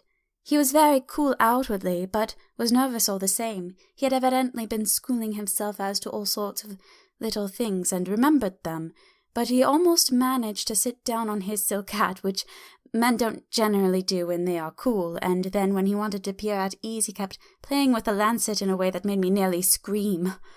He spoke to me, Mina, very straightforwardly. He told me how dear I was to him, though he had known me so little, and what his life would be with me to help and cheer him. He was going to tell me how unhappy he would be if I did not care for him, but when he saw me cry, he said that he was a brute and would not add to my present trouble. Then he broke off and asked if I could love him in time, and when I shook my head, his hands trembled, and then with some hesitation he asked me if I cared already for anyone else. He put it very nicely, saying he did not want to wring my confidence from me, but only to know, because if a woman's heart was free a man might have hope. And then Mina, I felt a sort of duty to tell him that there was someone. I only told him that much, and then he stood up, and he looked very strong and very grave as he took both my hands in his and said he hoped I would be happy, and that if I ever wanted a friend, I must count him one of my best. Oh, Mina dear, I can't help crying. You must excuse this letter being all blotted. Being proposed to is all very nice, and all that sort of thing, but it isn't at all a happy thing when you have to see a poor fellow whom you know loves you honestly going away and looking all broken-hearted, and to know that, no matter what he might say at the moment, you are passing quite out of his life. My dear, I must stop here at present. I feel so miserable, though I am so happy. Evening. Arthur has just gone, and I feel better in spirits than when I left off, so I can go on telling you about the day. Well, my dear, number 2 came after lunch. He is such a nice fellow, an American from Texas, and he looks so young and so fresh that it seems almost impossible that he has been to so many places and has had such adventures. I sympathize with poor Desdemona when she had such a dangerous dream poured in her ear, even by a black man. I suppose that we women are such cowards that we think a man will save us from fears, and we marry him. I know now what I would do if I were a man and wanted a girl to love me. No, I don't, for there was Mr. Morris telling us his stories, and Arthur never told any, and yet— My dear, I am somewhat previous. Mr. Quincy P. Morris found me alone. It seemed that a man always does find a girl alone. No, he doesn't, for Arthur tried twice to make a chance, and I helping him all I could. I am not ashamed to say it now. I must tell you beforehand that Mr. Morris doesn't always speak slang, that is to say, he never does so to strangers or before them, for he is really well educated and has exquisite manners, but he found that it amused me to hear him talk American slang, and whenever I was present, and there was no one to be shocked, he said such funny things. I am afraid, my dear, he has to invent it all, for it fits exactly into whatever else he has to say. But this is a way slang has. I do not know myself if I shall ever speak slang. I do not know if Arthur likes it, as I have never heard him use any as yet. Well, Mr. Morris sat down beside me and looked as happy and jolly as he could, but I could see all the same that he was very nervous. He took my hand in his and said ever so sweetly, "Miss Lucy, I know I ain't good enough to regulate the fixin's of your little shoes, but I guess if you wait till you find a man that is, you will go join them 7 young women with the lamps when you quit." Won't you just hitch up alongside me and let us go down the long road together, driving in double harness?" Well, he did look so good-humoured and so jolly that it didn't seem half as hard to refuse him as it did poor Dr. Seward. So I said as lightly as I could that I did not know anything of hitching and that I wasn't broken to harness at all yet. He said that he had spoken in a light manner, and he hoped that if he had made a mistake in doing so, on so grave, so momentous an occasion for him, I would forgive him. He really did look serious when he was saying it, and I couldn't help feeling a bit serious too. I know, Mina, you will think me a horrid flirt, though I couldn't help feeling a sort of exultation that he was number 2 in one day. And then, my dear, before I could say a word, he began pouring out a perfect torrent of love-making, laying his very heart and soul at my feet. He looked so earnest over it that I shall never again think that a man must be playful always and never earnest, because he is merry at times. I suppose he saw something in my face which checked him, for he suddenly stopped and said with a sort of manly fervour that I could have loved him for if I had been free, "Lucy, you are an honest-hearted girl, I know. I should not be here speaking to you as I am now if I did not believe you clean grit right through to the very depths of your soul. Tell me, like one good fellow to another, is there anyone else that you care for? And if there is, I'll never trouble you a hair's breadth again, but will be, if you will let me, a very faithful friend." My dear Mina, why are men so noble when we women are so little worthy of them? Here was I, almost making fun of this great-hearted, true gentleman. I burst into tears. I am afraid, my dear, you will think this a very sloppy letter in more ways than one. And I really felt very badly. Why can't they let a girl marry 3 men, or as many as want her, and save all this trouble? But this is heresy, and I must not say it. I am glad to say that, though I was crying, I was able to look into Mr. Morris's brave eyes, and I told him out straight. Yes, there is someone I love, though he has not told me yet that he even loves me. I was right to speak to him so frankly, for quite a light came into his face, and he put out both his hands and took mine. I think I put them into his, and said in a hearty way, "That's my brave girl. It's better worth being late for a chance of winning you than being in time for any other girl in the world. Don't cry, my dear. If it's for me, I'm a hard nut to crack, and I take it standing up. If that other fellow doesn't know his happiness, well, he'd better look for it soon, or he'll have to deal with me. Little girl, your honesty and pluck have made me a friend, and that's rarer than a lover. It's more unselfish anyhow. My dear, I'm going to have a pretty lonely walk between this and Kingdom Come. Won't you give me one kiss? It'll be something to keep off the darkness now and then. You can, you know, if you like, for that other good fellow. He must be a good fellow, my dear, and a fine fellow, or you could not love him. Hasn't spoken yet." That quite won me, Mina, for it was brave and sweet of him, and noble too, to a rival, wasn't it? And he so sad. So I leant over and kissed him. He stood up with my 2 hands in his, and as he looked down into my face, I'm afraid I was blushing very much. He said, "Little girl, I'll hold your hand, and you've kissed me. And if these things don't make us friends, nothing ever will. Thank you for your sweet honesty to me, and good-bye." He wrung my hand, and taking up his hat, went straight out of the room without looking back, without a tear, or a quiver, or a pause, and I am crying like a baby. Oh, why must a man like that be made unhappy when there are lots of girls about who would worship the very ground he trod on? I know I would if I were free, only I don't want to be free. My dear, this quite upset me, and I feel I cannot write of happiness just at once after telling you of it, and I don't wish to tell of the number 3 until it can be all happy. Ever your loving, Lucy. P.S. Oh, about number 3. I needn't tell you of number 3, need I? Besides, it was all so confused.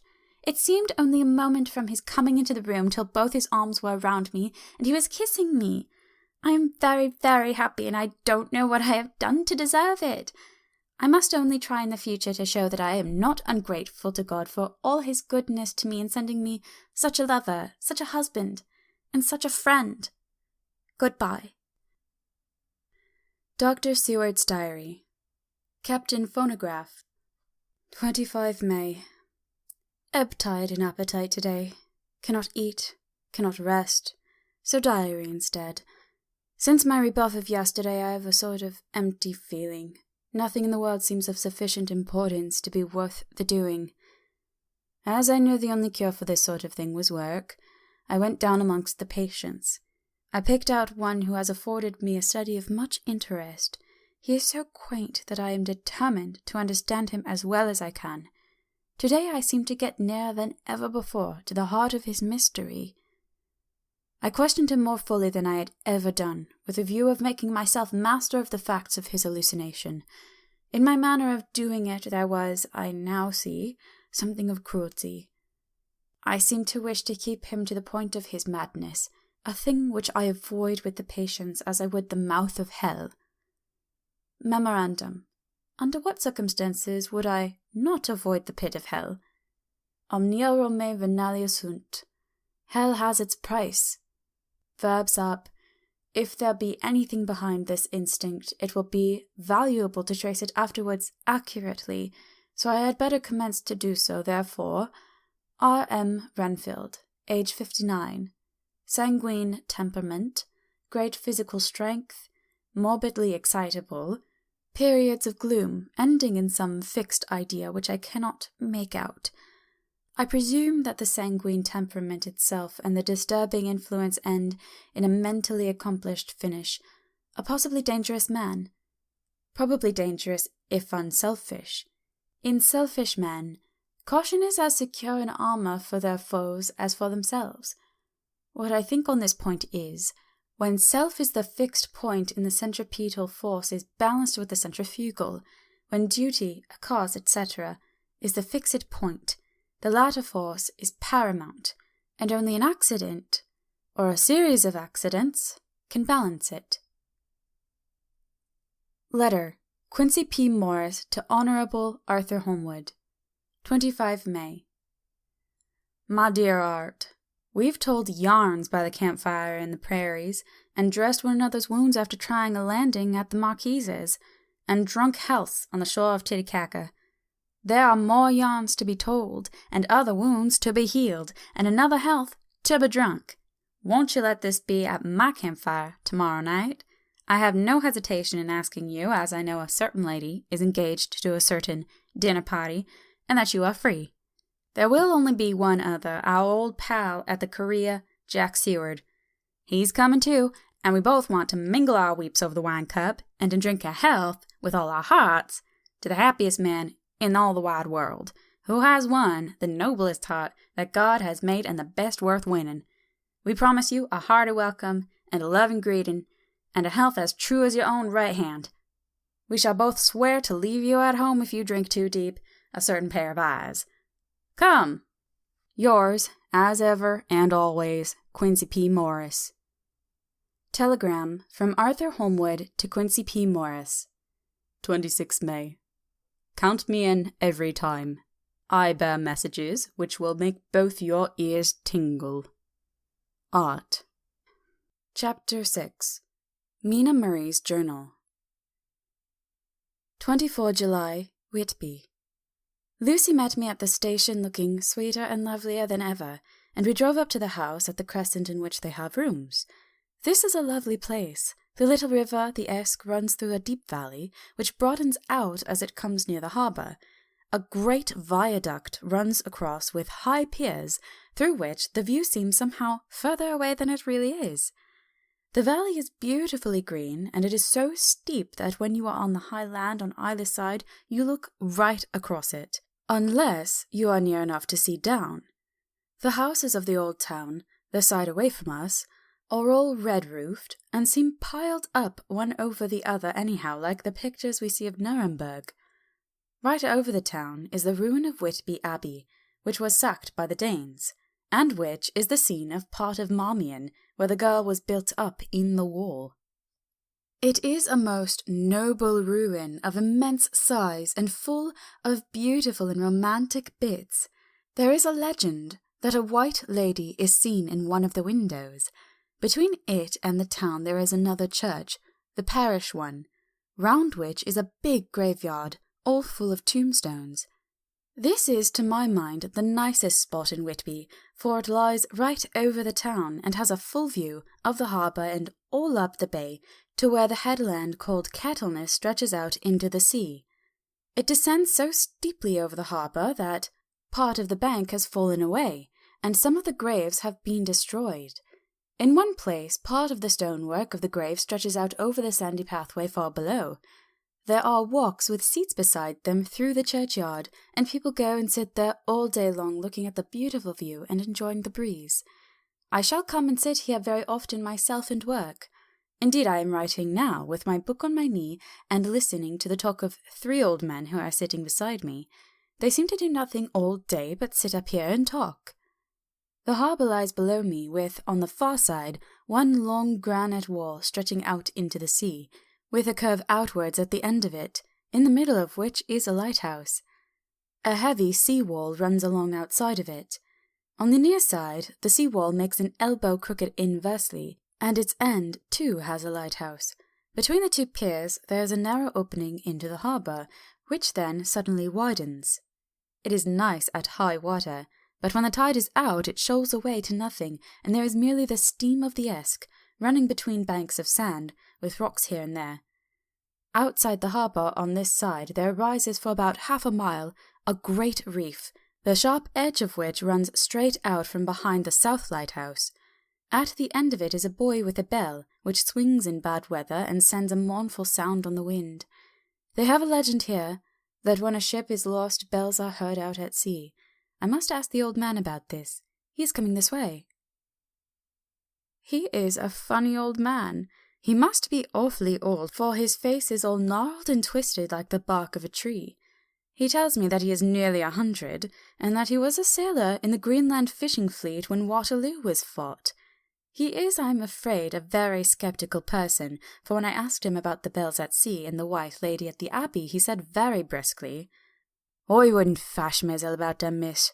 Them things be all wore out. Mind, I don't say that they never was, but I do say that they wasn't in my time.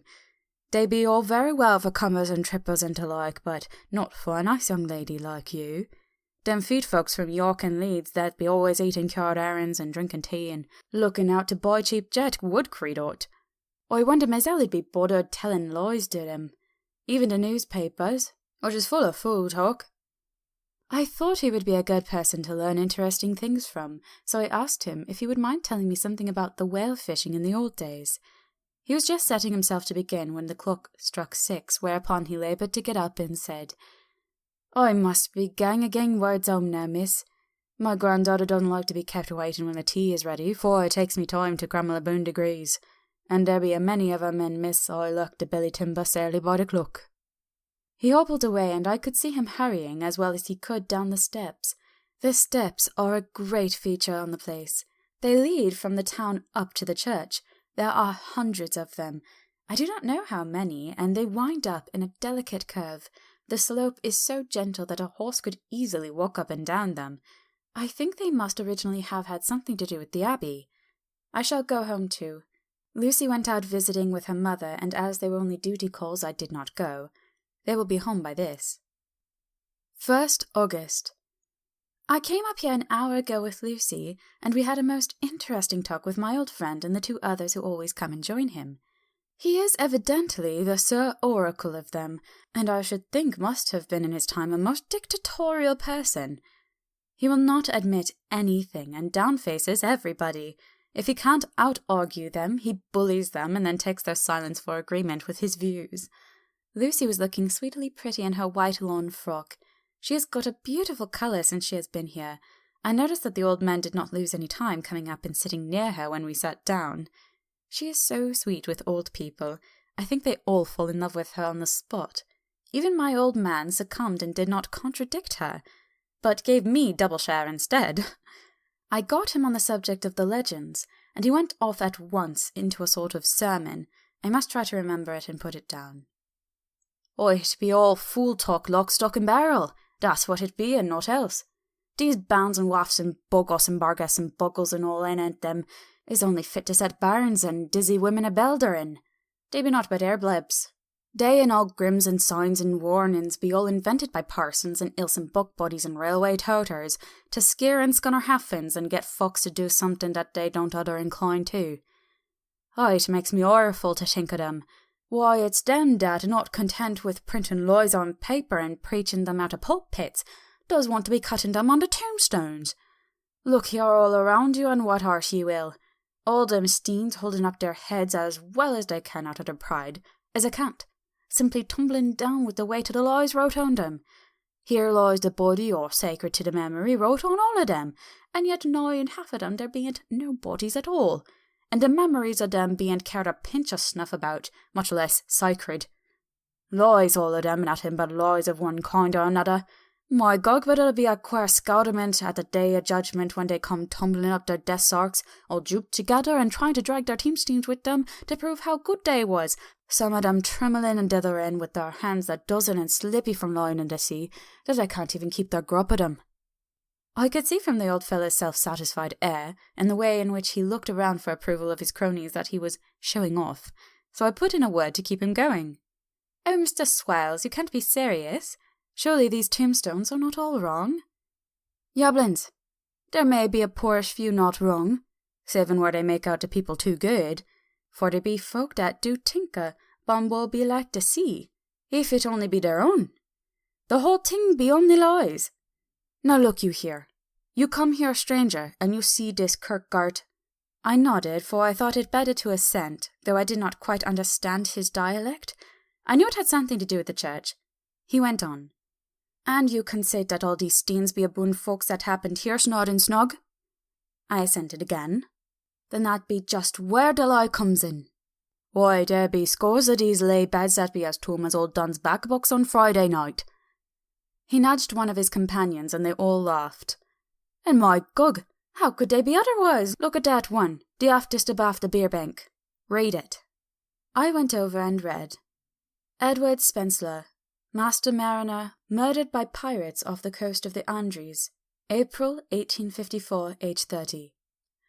When I came back, Mr. Swales went on. "Who brought him home, I wonder, to have him here? Murdered off the coast of the Andres, and you conceited his body lay under? Why, I could name ye a dozen whose bones lie in the Greenland seas above." He pointed northwards. "Or where the currents may have drifted them. There be the steens around ye. Ye can with your young eyes read the small print of the lies from here. This bright white lorry.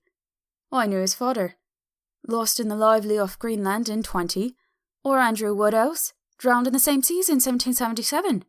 Or John Paxton, drowned off Cape Farewell a year later.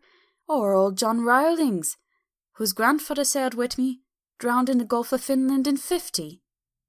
Do you think that all these men will have to make a rush to Whitby when the trumpet sounds? I have me antherums about it. I tell ye that when they got here they'd be jumbling and jostling one another that way, and it'd be like a fight up upon the ice in the old days, when we'd be at one another from daylight to dark and trying to tie up our cuts by the light of the Aurora Borealis." This was evidently local pleasantry, for the old man cackled over it, and his cronies joined in with gusto. "But," I said, "surely you're not quite correct, for you start on the assumption that all the poor people, all their spirits, will have to take their tombstones with them on the Day of Judgment. Do you think that will be really necessary?" "Well, what else be they tombstones for? Answer me that, miss."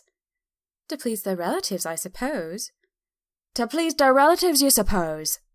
This he said with intense scorn. "How will it pleasure their relatives to know that lies is wrote over them, and that everybody in the place knows that they be lies?" He pointed to a stone at our feet, which had been laid down as a slab, on which the seat was rested, close to the edge of the cliff. "Read the lies on that trough steen," he said. The letters were upside down to me from where I sat, but Lucy was more opposite to them, so she leant over and read. "Sacred to the memory of George Cannon, who died in the hope of a glorious resurrection on July 29th, 1873, falling from the rocks at Kettleness. This tomb was erected by his sorrowing mother to her dearly beloved son. He was the only son of his mother, and she was a widow." "Really, Mr. Swales, I don't see anything very funny in that." She spoke her comment very gravely and somewhat severely. "You don't see aught funny? Huh! Ha! But that's because you don't gum the sorrowing mother was a hellcat that hated him because he was a crocked. A regular lamata he was, and he hated her so that he committed suicide in order that she mightn't get an insurance she put on his life. He blew nigh the top of his head off with an old musket they had for scaring the crows with. Torn for the crow's den, for it brought the clegs and the dogs to him. That's the way he fell off the rocks. And as to the hopes of a glorious resurrection, I've often heard him say myself that he hoped he'd go to hell, for his mother was so pious that she'd be sure to go to heaven, and he did not want to addle where she was. Now, isn't that steen at any rate? He hammered it with his stick as he spoke. A pack of lies. And won't it make Gabriel cackle when Geordie comes a panting up the grease with the tombstone bounced on his hump, and asks to be took as evidence? I did not know what to say, but Lucy turned the conversation as she said, rising up, why did you tell us of this? It is my favourite seat, and I cannot leave it, and now I find I must go on sitting over the grave of a suicide. Oh, that won't harm you, my pretty, and it may make poor Geordie gladsome to have so trim a lass sitting on his lap. That won't hurt ye. Why, I've sat here off and on for nigh 20 years past, and it hasn't done me no harm. Don't ye fash about them as lies under ye, or that doesn't lie there either. It'll be time for ye to be getting scart when ye see the tombstones all run away with, and the place as bare as a stubble field. Oh, there's the clock, and I must be gang. My service to ye, ladies. And off he hobbled. Lucy and I sat a while, and it was also beautiful before us that we took hands as we sat, and she told me all over again about Arthur and their coming marriage. That made me just a little heartsick, for I haven't heard from Jonathan in a whole month. The same day. I came up here alone, for I am very sad. There was no letter for me. I hope there cannot be anything the matter with Jonathan. The clock has just struck 9. I see the lights scattered all over town, sometimes in rows where the streets are, and sometimes singly. They run right up the Esk and die away in the curve of the valley. To my left, the view is cut off by a black line of roof of the old house next to the abbey. The sheep and lambs are bleating in the fields away behind me, and there is a clatter of donkeys' hooves up the paved road below. The band on the pier is playing a harsh waltz in good time, and further along the quay there is a Salvation Army meeting in the back street. Neither of the bands hear the other, but up here I hear and see them both. I wonder where Jonathan is and if he is thinking of me. I wish he were here. Dr. Seward's Diary, 5 June. The case of Renfield grows more interesting the more I get to understand the man. He has certain qualities very largely developed: selfishness, secrecy, and purpose. I wish I could get at what is the object of the latter. He seems to have some settled scheme of his own, but what it is I do not yet know. His redeeming quality is a love of animals, though indeed he has such curious turns in it that I sometimes imagine he is only abnormally cruel. His pets are of odd sorts. Just now his hobby is catching flies. He has at present such a quantity that I have had myself to expostulate. To my astonishment he did not break out into a fury as I expected, but took the matter in simple seriousness. He thought for a moment, and then said, "May I have 3 days? I shall clear them away." Of course I said that would do. I must watch him. 18 June. He has turned his mind now to spiders. He has got several very big fellows in a box. He keeps feeding them with his flies, and the number of the latter is becoming sensibly diminished, although he has used half his food in attracting more flies from outside to his room. 1st July. His spiders are now becoming as great a nuisance as his flies, and today I told him that he must get rid of them. He looked very sad at this, so I said that he must clear out some of them at all events. He cheerfully acquiesced in this, and I gave him the same time as before for reduction. He disgusted me much while with him, for when a horrid blowfly, bloated with some carrion food, buzzed into the room, he caught it, held it exultantly for a few moments between his finger and thumb, and before I knew what he was going to do, he put it in his mouth and ate it. I scolded him for it, but he argued quietly that it was very good and very wholesome, that it was life, strong life, and gave life to him. This gave me an idea, or the rudiment of one. I must watch how he gets rid of his spiders. He has evidently some deep problem in his mind, for he keeps a little notebook in which he is always jotting down something. Whole pages of it are filled with masses of figures, generally single numbers added up in batches, and then the totals added in batches again, as though he were focusing some account, as the auditors put it. 8 July. There is a method in his madness, and the rudimentary idea in my mind is growing. It will be a whole idea soon, and then, oh, unconscious cerebration, you will have to give the wall to your conscious brother. I kept away from my friend for a few days, so that I might notice if there were any change. Things remain as they were, except that he has parted with some of his pets and got a new one. He has managed to get a sparrow, and has already partially tamed it. His means of taming is simple, for already the spiders have diminished. Those that do remain, however, are well fed, for he still brings in the flies by tempting them with his food. 19 July. We are progressing. My friend has now a whole colony of sparrows, and his flies and spiders are almost obliterated. When I came in, he ran to me and said he wanted to ask me a great favour, a very, very great favour, and as he spoke he fawned on me like a dog. I asked him what it was, and he said with a sort of rapture in his voice and bearing, "A kitten. A nice, little, sleek, playful kitten that I can play with and teach and feed, and feed and feed." I was not unprepared for this request, for I had noticed how his pets went on increasing in size and vivacity, but I did not care that his pretty family of tame sparrows should be wiped out in the same manner as the flies and the spiders. So I said I would see about it, and asked him if he would not rather have a cat than a kitten. His eagerness betrayed him as he answered, "Oh yes, I would like a cat. I only asked for a kitten lest you should refuse me a cat. No one would refuse me a kitten, would they?" I shook my head, and said that at present I feared it would not be possible, but that I would see about it. His face fell, and I could see a warning of danger in it, for it was a sudden fierce sidelong look which meant killing. The man is an undeveloped homicidal maniac. I shall test him with his present craving and see how it will work out, then I shall know more. 10 p.m. I have visited him again and found him sitting in a corner brooding.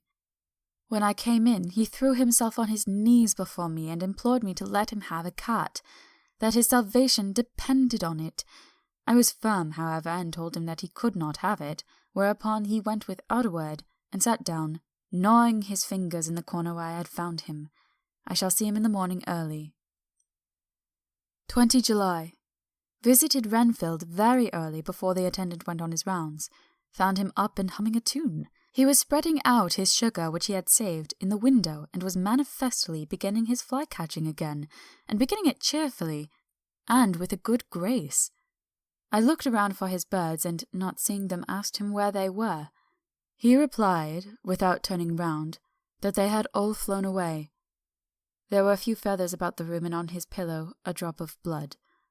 I said nothing, but went and told the keeper to report to me if there were anything odd about him during the day. 11 a.m. The attendant has just been to me and said that Renfield has been very sick and has disgorged a whole lot of feathers. "My belief is, doctor," he said, "that he has eaten his birds, and that he just took and ate them raw." 11 p.m. I gave Renfield a strong opiate tonight, enough to make him sleep, and took away his pocketbook to look at it. The thought that has been buzzing around my brain lately is complete, and the theory proved. My homicidal maniac is of a peculiar kind. I shall have to invent a new classification for him, and call him a zoophagous, life-eating maniac. What he desires is to absorb as many lives as he can, and he has laid himself to achieve it in a cumulative way. He gave many flies to one spider and many spiders to one bird, and then wanted a cat to eat the many birds. What would have been his later steps? It would almost be worthwhile to complete the experiment. It might be done if there were only a sufficient cause. Men sneered at vivisection, and yet look at its results today. Why not advance science in its most difficult and vital aspect, the knowledge of the brain? Had I even the secret of one such mind? Did I hold the key to the fancy of even one lunatic, I might advance my own branch of science to a pitch compared with which Burdon Sanderson's physiology or Ferrier's brain knowledge would be as nothing. If only there were a sufficient cause. I must not think too much of this, or I may be tempted. A good cause might turn the scale with me, for may not I too be of an exceptional brain congenitally? How well the man reasoned! Lunatics always do within their own scope. I wonder at how many lives he values a man, or if at only one. He has closed the account most accurately, and today begun a new record. How many of us begin a new record with each day of our lives? To me it seems only yesterday that my whole life ended with my new hope, and that I truly began a new record. So it will be until the great recorder sums me up and closes my ledger account with a balance to profit or loss. Oh, Lucy, Lucy, I cannot be angry with you, nor can I be angry with my friend whose happiness is yours, but I must only wait on hopelessness and work. Work, work. If only I could have as strong a cause as my poor mad friend there, a good, unselfish cause to make me work, that would be indeed happiness. Mina Murray's Journal, 26 July. I am anxious, and it soothes me to express myself here. It is like whispering to oneself and listening at the same time. And there is also something about the shorthand symbols that make it different from writing. I am unhappy about Lucy and about Jonathan. I had not heard from Jonathan for some time, and was very concerned, but yesterday dear Mr. Hawkins, who is always so kind, sent me a letter from him. I had written asking him if he had heard, and he said the enclosed had just been received. It is only a line dated from the Castle Dracula, and says that he is just starting for home. That is not like Jonathan. I do not understand it, and it makes me uneasy. Then, too, Lucy, although she is so well, has lately taken to her old habit of walking in her sleep. Her mother has spoken to me about it, and we have decided that I am to lock the door of our room every night. Mrs. Westenra has got an idea that sleepwalkers always go out on roofs of houses and along edges of cliffs, and then get suddenly wakened and fall over with a despairing cry that echoes all over the place.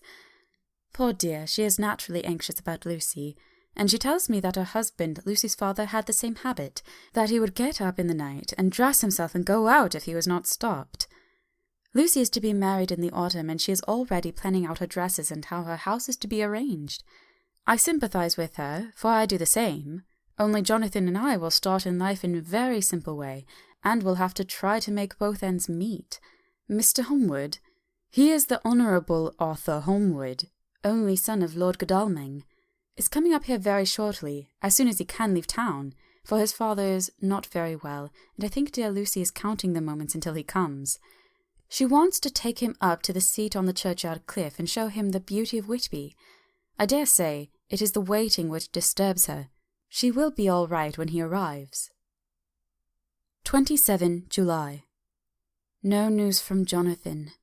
I am getting quite uneasy about him, though why I should I do not know, but I do wish that he would write, if it were only a single line. Lucy walks more than ever, and each night I am awakened by her moving about the room. Fortunately, the weather is so hot that she cannot get cold, but still the anxiety and the perpetually being wakened is beginning to tell on me, and I am getting nervous and wakeful myself. Thank God Lucy's health keeps up. Mr. Holmwood has been suddenly called to Ring to see his father, who has been taken seriously ill. Lucy frets the postponement of seeing him, but it does not touch her looks. She is a trifle stouter, and her cheeks are a lovely rose pink.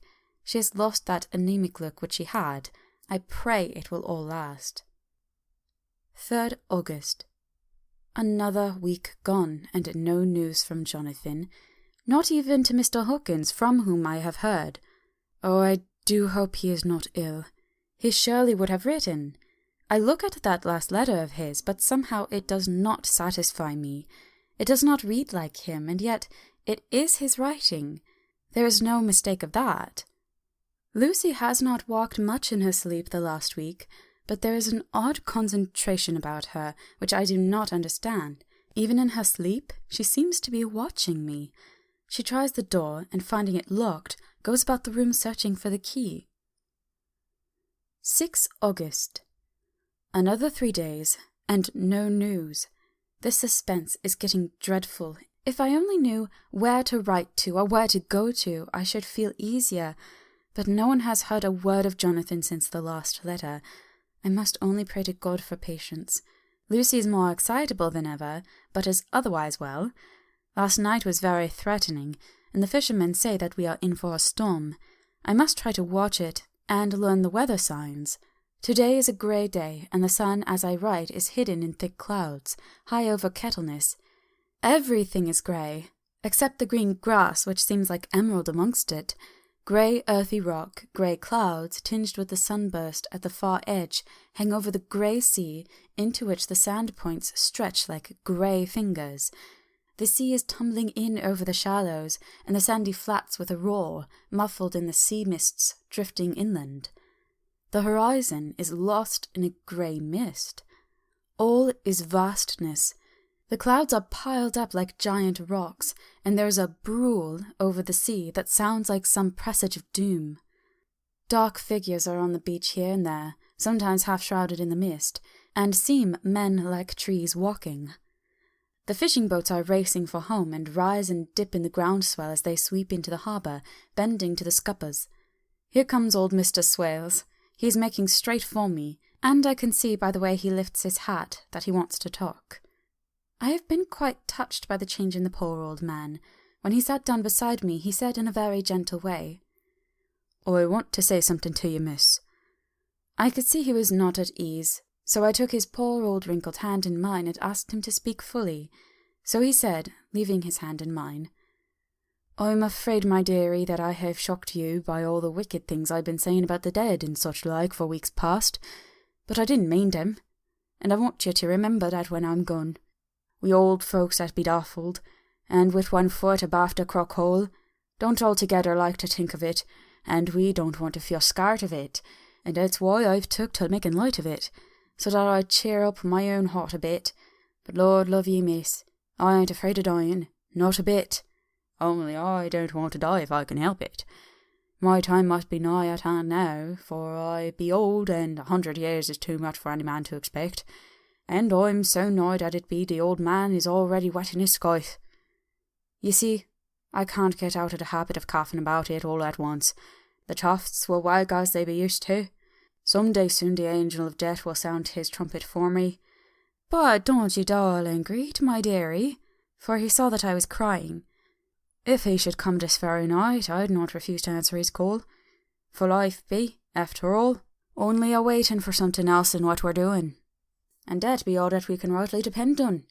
But I'm content, for it's coming to me, my dearie, and coming quick. It may be coming while we be looking and wondering. Maybe it's in that wind out over the sea that's bringing with it loss and wreck and sore distress and sad hearts. Look! Look!" he cried suddenly. "There's something in that wind, and in the hush beyond that sounds and looks and tastes and smells like that. It's in the air. I feel it coming. Lord make me answer cheerful when my call comes." He held up his arms devoutly and raised his hat. His mouth moved as though he were praying. After a few minutes' silence he got up, shook hands with me, and blessed me, and said goodbye, and hobbled off. It all touched me and upset me very much. I was glad when the coast guard came along with his spyglass under his arm. He stopped to talk with me, as he always does, but all the time kept looking at a strange ship. "I can't make her out," he said. "She's a Russian, by the look of her, but she's knocking about in the queerest way. She doesn't know her mind a bit. She seems to see the storm coming, but can't decide whether to run up north in the open or to put in here.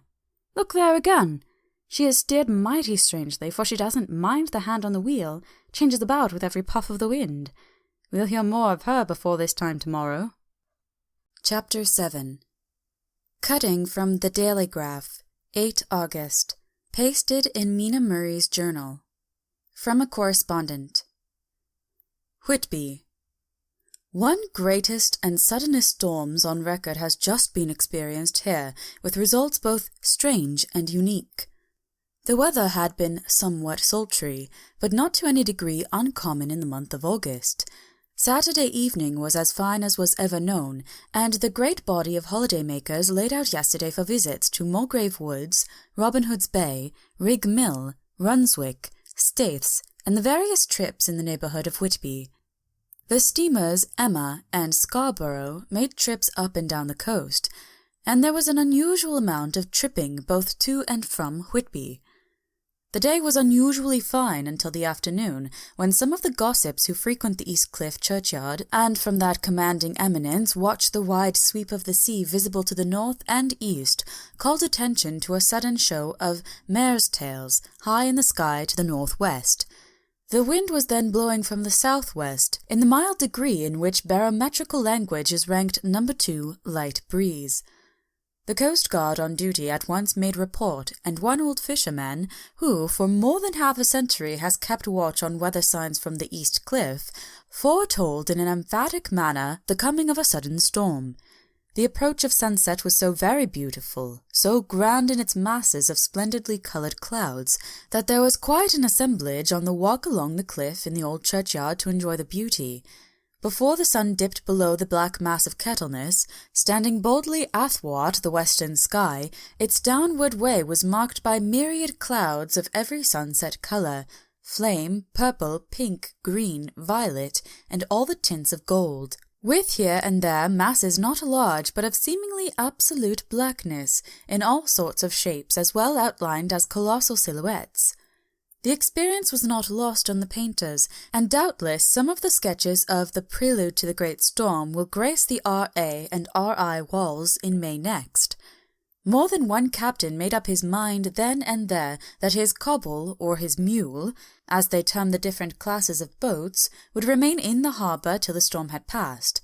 The wind fell away entirely during the evening, and at midnight there was a dead calm, a sultry heat, and that prevailing intensity which, on the approach of thunder, affects persons of a sensitive nature.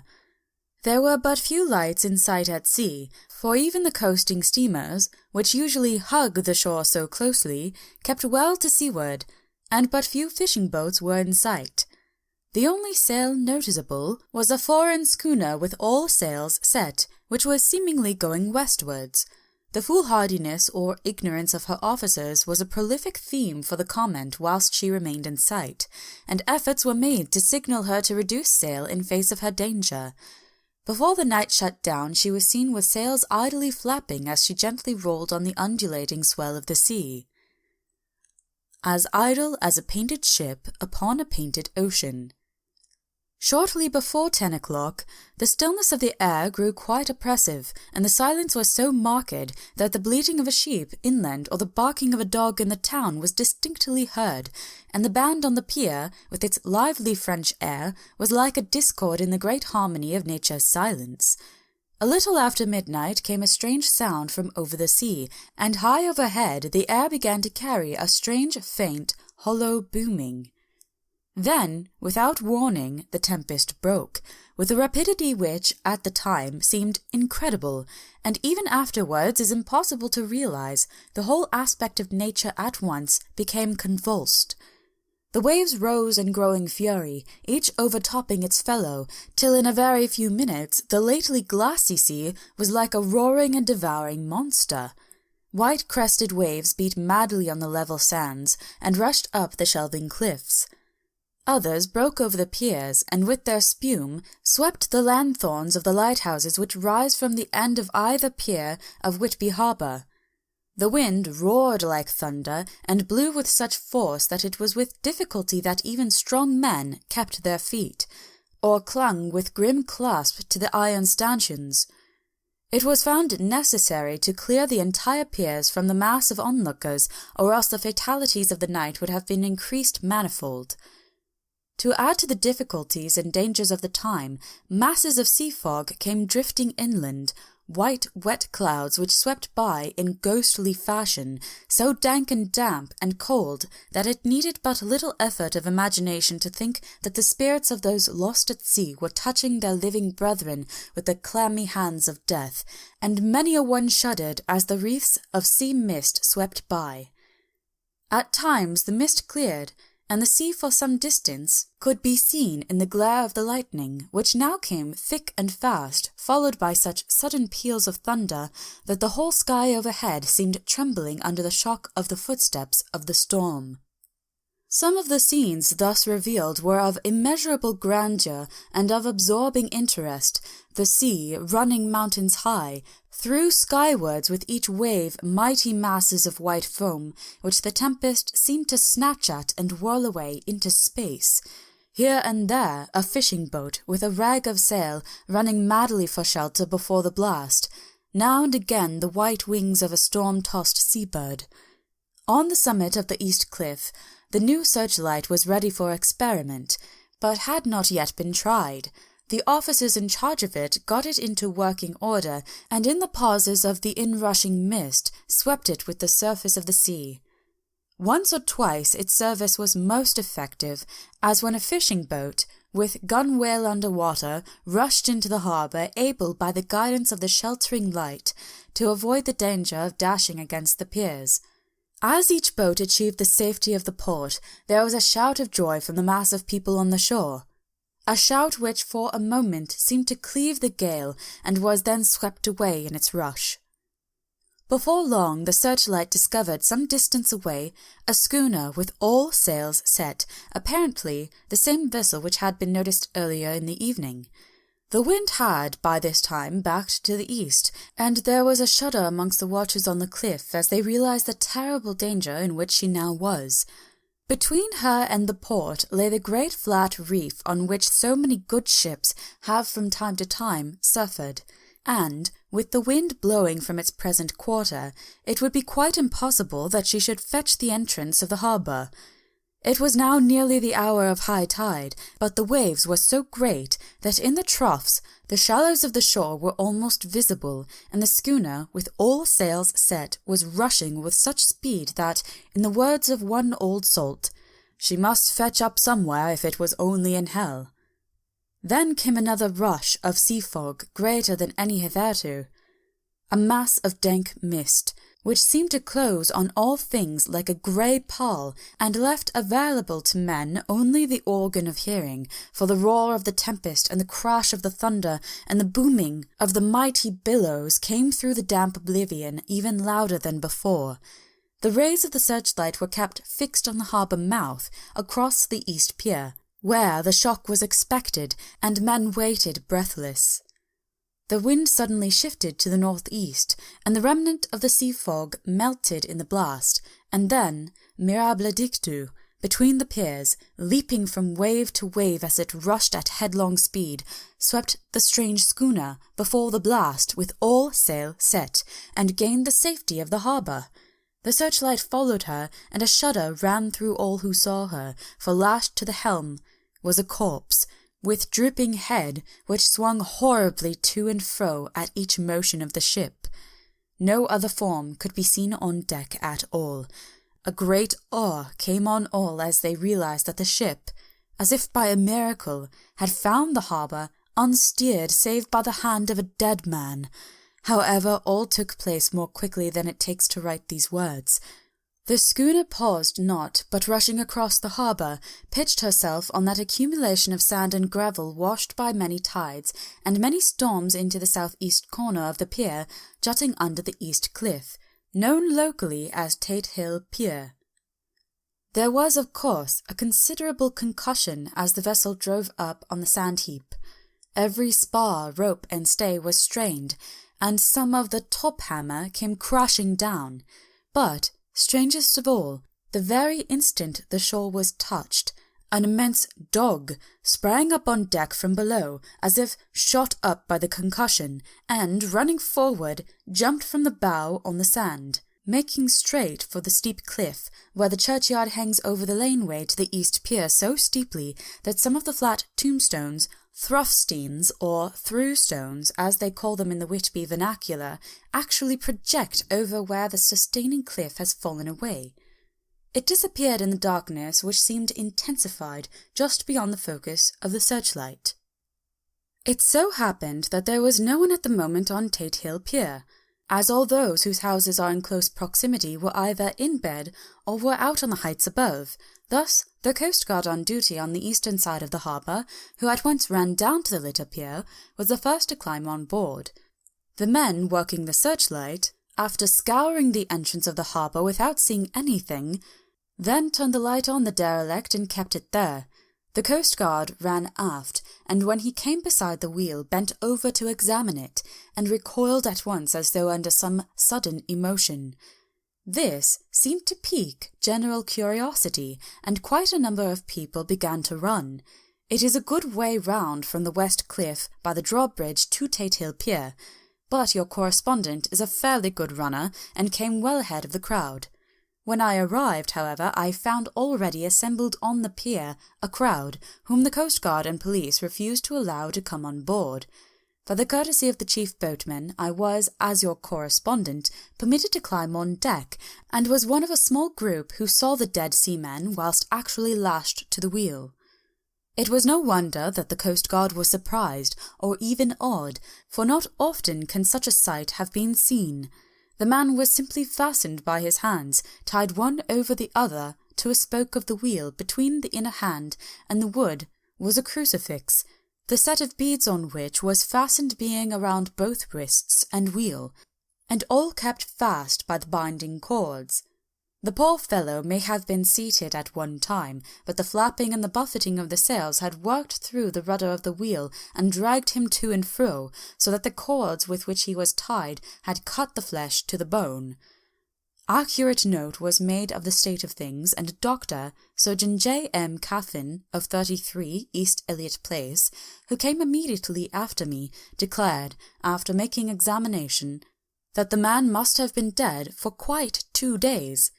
In his pocket was a bottle, carefully corked, empty save for a little roll of paper, which proved to be the addendum to the log. The coast guard said the man must have tied up his own hands, fastening the knots with his teeth. The fact that a coast guard was the first on board may save some complications later on in the Admiralty Court, for coast guards cannot claim the salvage which is the right of the first civilian entering on a derelict. Already, however, the legal tongues are wagging, and one young law student is loudly asserting that the rights of the owner are already completely sacrificed, his property being held in contravention of the statutes of Mortmain, since the tiller, an emblem ship, if not proof of delegated possession, is held in a dead hand. It is needless to say that the dead steersman has been reverently removed from the place where he held his honourable watch and ward till death, a steadfastness as noble as that of the young Casabianca, and placed in the mortuary to await inquest. Already the sudden storm is passing, and its fierceness is abating. Crowds are scattering homeward, and the sky is beginning to redden over the Yorkshire wolds. I shall send, in time for your next issue, further details of the derelict ship which found her way so miraculously into harbour in the storm. Whitby, 9 August. The sequel to the strange arrival of the derelict in the storm last night is almost more startling than the thing itself. It turns out that the schooner is a Russian from Varna, and is called the Demeter. She is almost entirely in ballast of silver sand, and only a small amount of cargo, a number of great wooden boxes filled with mould. This cargo was consigned to a Whitby solicitor, Mr. S. F. Billington, of 7, the Crescent, who this morning went aboard and formally took possession of the goods consigned to him. The Russian consul, too, acting for the charter party, took formal possession of the ship, and paid all harbour dues, etc. Nothing is talked about here today except the strange coincidence. The officials of the Board of Trade have been most exacting in seeing that every compliance has been made with existing regulations. As the matter is to be a 9 days' wonder, they are evidently determined that there shall be no cause of after-complaint. A good deal of interest was abroad concerning the dog which landed when the ship struck, and more than a few members of the SPCA, which is very strong in Whitby, have tried to befriend the animal. To the general disappointment, however, it was not to be found. It seems to have disappeared entirely from the town. It may be that it was frightened and made its way onto the moors, where it is still hiding in terror. There are some who look with dread on such a possibility, lest later on it should in itself become a danger, for it is evidently a fierce brute. Early this morning a large dog, a half-bred mastiff belonging to a coal merchant close to Tatia Pier, was found dead in the roadway opposite to its master's yard. It had been fighting and manifestly had a savage opponent, for its throat was torn away and its belly was slit open as if with a savage claw. Later. By the kindness of the Board of Trade Inspector, I have been permitted to look over the logbook of the Demeter, which was in order up to within 3 days, but contained nothing of special interest except as to the facts of missing men. The greatest interest, however, is with regard to the paper found in the bottle, which was today produced at the inquest, and a more strange narrative than the two between them unfold it has not been my lot to come across. As there is no motive for concealment, I am permitted to use them, and accordingly send you a rescript, simply omitting technical details of seamanship and supercargo. It almost seems as though the captain had been seized with some kind of mania before he had got well into blue water, and that this had developed persistently throughout the voyage. Of course my statement must be taken cum grano, since I am writing from the dictation of a clerk of the Russian consul, who kindly translated for me, time being short. Log of the Demeter. Larna to Whitby. Written 18 July.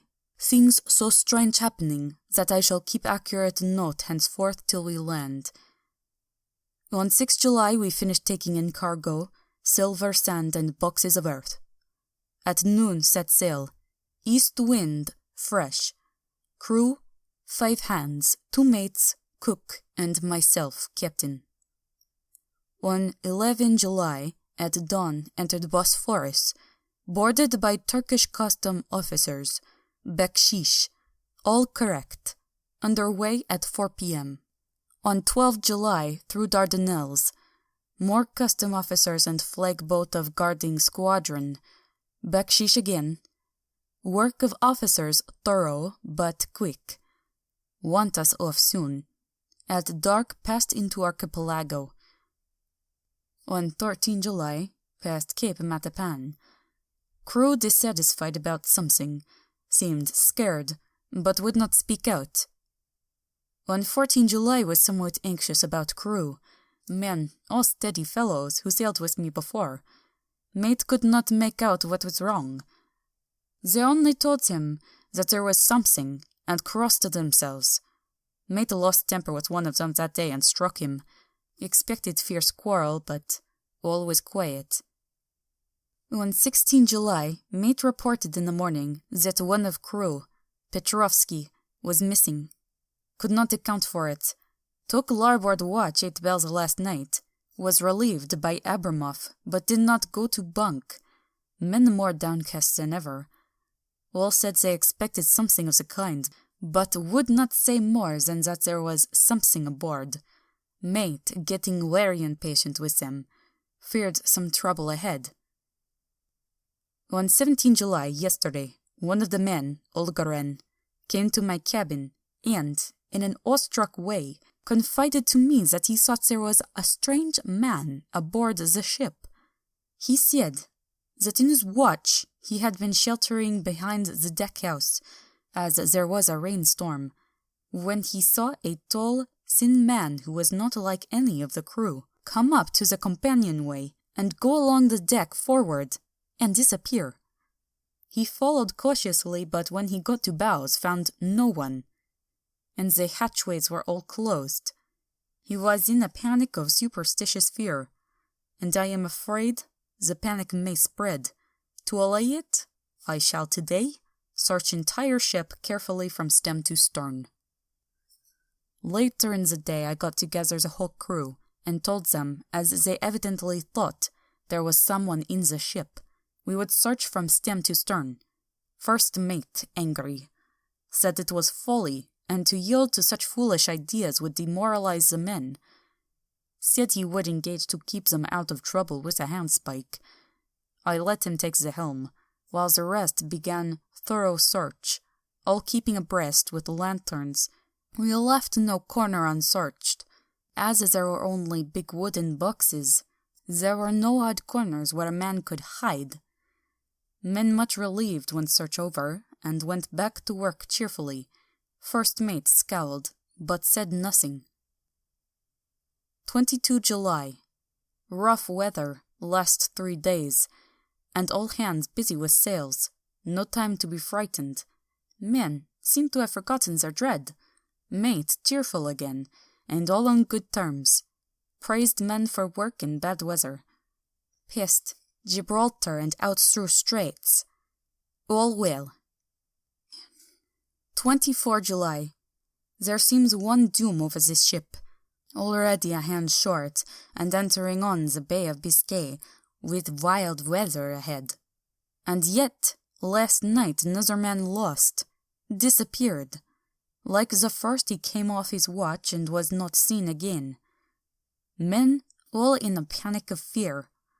Sent around Robin, asking to have double watch as they fear to be alone. Mate angry, fears there will be some trouble, as either he or the man will do some violence. 28 July. 4 days in hell, knocking about in a sort of maelstrom, and the wind a tempest.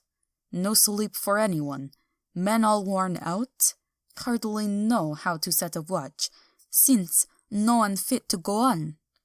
Second mate volunteered to stir and watch, and let men snatch a few hours' sleep. Wind abating. Seas still terrific, but feel them less, as ship is steadier. 29 July. Another tragedy. Had single watch tonight as crew too tired to double. When morning watch came on deck, could find no one except steersman. Raised outcry and all came on deck. Thorough search, but no one found. Are now without second mate, and crew in a panic. Mate and I agreed to go armed, henceforth, and wait for any sign of a cause. 30 July. Last night. Rejoiced we are nearing England. Weather fine. All sail set. Retired. Worn out. Slept soundly. Awakened my mate telling me that both man of watch and steersman missing. Only self and mate and 2 hands left to work ship. 1 August. 2 days of fog, and not a sail sighted. Had hoped, when in the English Channel, to be able to signal for help, or get in somewhere. Not having power to work sails, have to run before wind. Dare not lower, as could not raise them again. We seem to be drifting to some terrible doom. Mate now more demoralized than either of men. His stronger nature seemed to have worked inwardly against himself. Men are beyond fear, working stolidly and patiently with minds made up to worst. They are Russian, he Romanian. 2 August, midnight. Woke up from few minutes' sleep by hearing a cry, seemingly outside my port. Could see nothing in fog, rushed on deck, and ran against mate. Tells me heard cry and ran, but no sign of man on watch. 1 more gone. Lord help us! Mate says we must pass Straits of Dover, as in a moment of fog lifting he saw North Foreland, just as he heard the man cry out. If so, we are now off the North Sea, and only God can guide us in the fog, which seems to move with us, and God seems to have deserted us. 3rd August. At midnight I went to relieve the man at the wheel, and when I got to it found no one there. The wind was steady, and as we ran before it, there was no yawing. I dared not leave it, so shouted for the mate. After a few seconds, he rushed up on deck in his flannels. He looked wild-eyed and haggard, and I greatly fear his reason has given way. He came close to me and whispered hoarsely, with his mouth to my ear, as though fearing the very air might hear. It is here. I know it now. On the watch last night I saw it, like a man, tall and thin and ghastly pale. It was in the bows, and looking out. I crept behind it, and gave it my knife, but the knife went through it, empty as the air. And as he spoke, he took his knife and drove it savagely into space. Then he went on. But it is here, and I'll find it. It is in the hold, perhaps in one of those boxes. I'll unscrew them one by one and see. You work the helm. And with a warning look and his finger on his lip, he went below. There was a springing up choppy wind, and I could not leave the helm. I saw him come out on deck again, with a tool chest and a lantern, and go down the forway hatchway. He is mad, stark, raving mad, and it's no use my trying to stop him. He can't hurt those big boxes they are invoiced as clay, and pull them about is as harmless a thing as he can do. So here I stay, and mind the helm, and write these notes. I can only trust in God, and wait till the fog clears. Then if I can steer to any harbour, with the wind that is, I shall cut down sails and lie by, and signal for help. It is nearly all over now. Just as I was beginning to hope that the mate would come out calmer, for I heard him knocking away at something in the hold, and work is good for him, there came up the hatchway a sudden startled scream, which made my blood run cold, and upon the deck he came, as if shot from a gun, a raging madman, with his eyes rolling and his face convulsed with fear. Save me, he cried, and then looked around on the blanket of fog. His horror turned to despair, and in a steady voice he said, You had better come too, Captain, before it is too late. He is there. I know the secret now. The sea will save me from him, and it is all that is left. Before I could say a word, or move forward to seize him, he sprang on the bulwark, and deliberately threw himself into the sea. I suppose I know the secret too now. It was this madman who had got rid of the men one by one, and now he has followed them himself. God help me, how am I to account for all these horrors when I get to port? When I get to port? When will that ever be? 4 August. Still fog, which the sunrise cannot pierce. I know there is sunrise because I am a sailor. Why else I know not. I dared not go below. I dared not leave the helm. So here all night I stayed, and in the dimness of the night I saw it. Him. God forgive me, but the mate was right to jump overboard. It was better to die like a man. To die like a sailor in blue water no man can object. But I am captain, and I must not leave my ship. But I shall baffle this fiend or monster, for I shall tie my hands to the wheel when my strength begins to fail, and along with them I shall tie that which it, dare not touch. And then, come good wind or foul, I shall save my soul and my honour as captain. I am growing weaker, and the night is coming on. If he can look me in the face again, I may not have time to act. If we are wrecked, mayhap this bottle may be found, and those who find it may understand. If not, well, then all men shall know that I have been true to my trust. God and the Blessed Virgin and the saints help a poor, ignorant soul trying to do his duty. Of course, the verdict was an open one. There is no evidence to adduce, and whether or not the man himself committed the murders, there is now none to say. The folk here hold almost universally that the captain is simply a hero, and he is to be given a public funeral.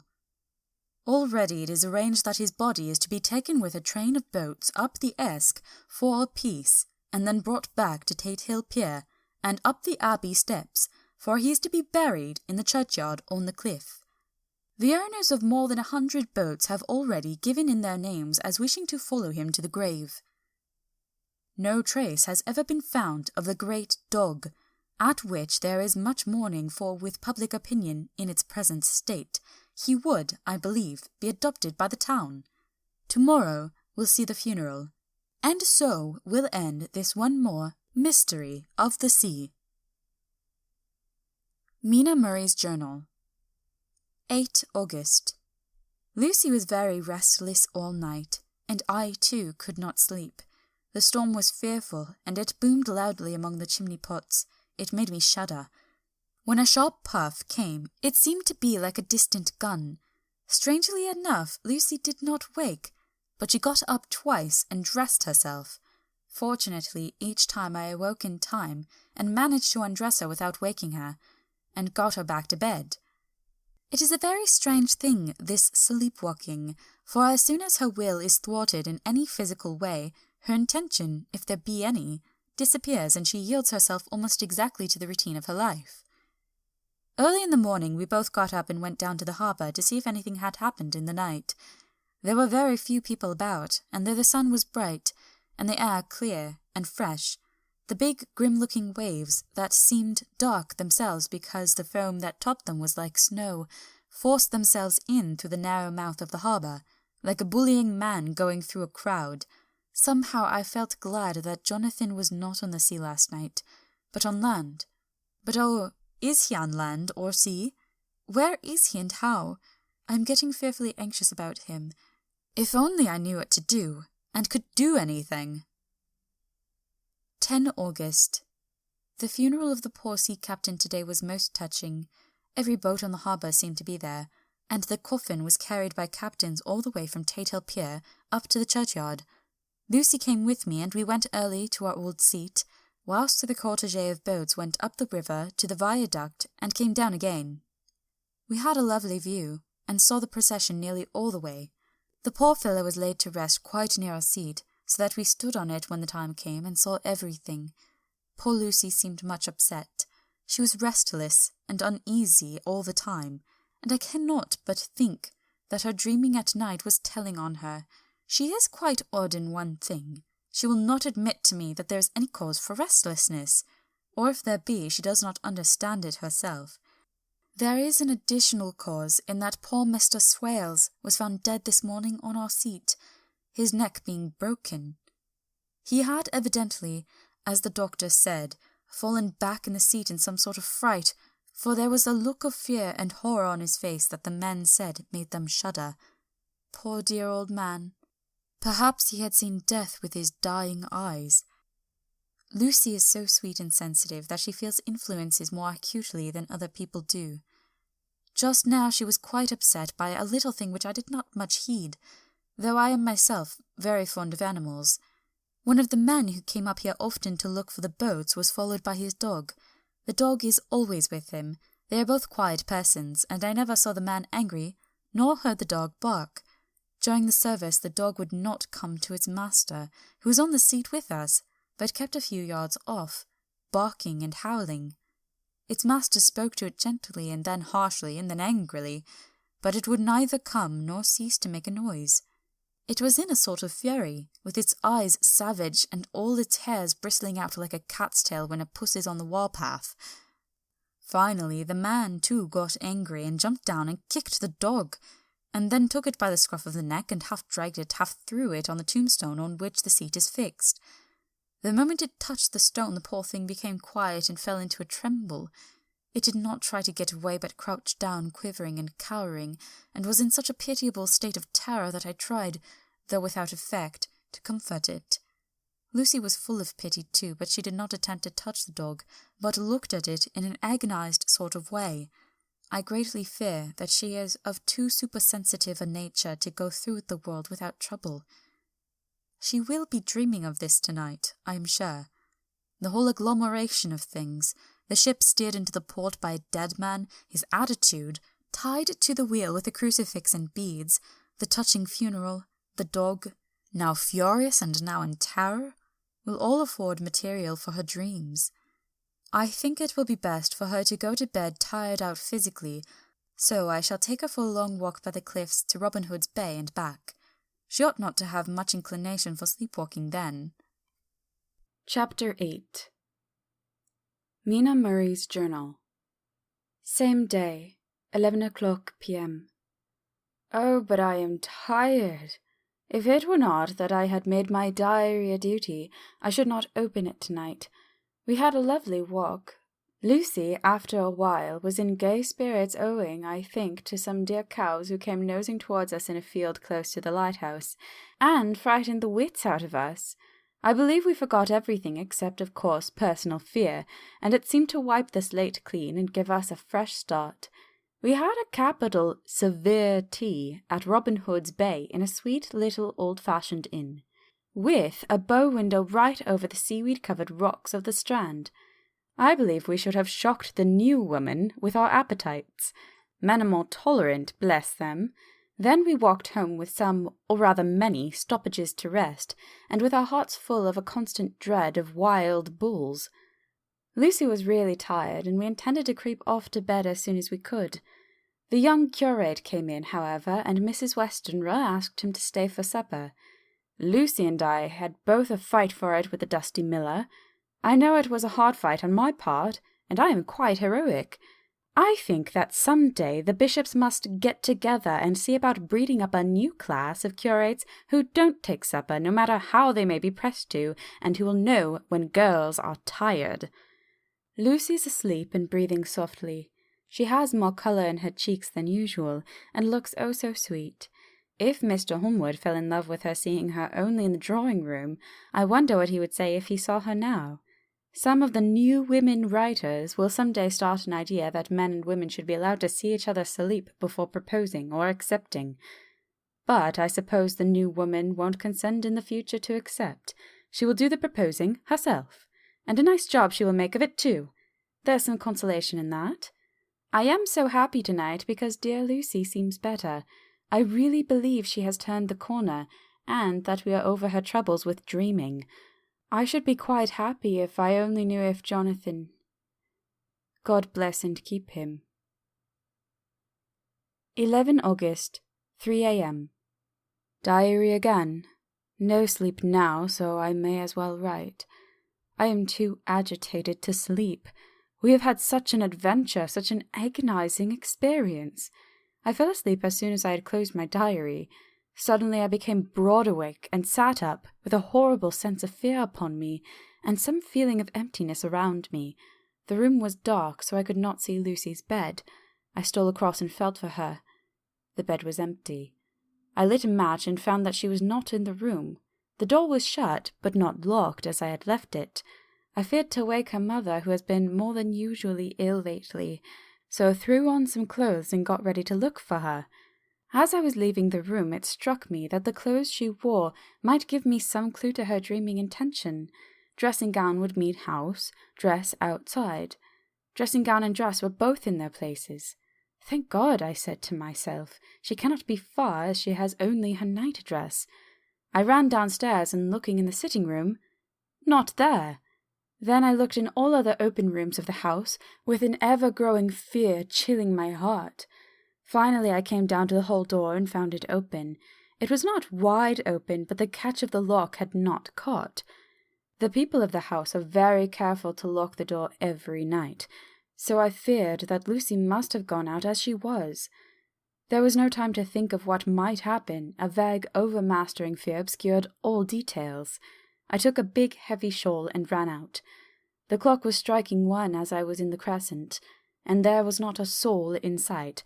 I ran along the north terrace, but could see no sign of the white figure which I expected.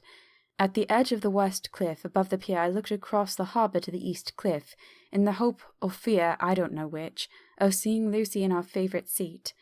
There was a bright full moon, with heavy black driving clouds which threw the whole scene into a fleeting diorama of light and shade as they sailed across.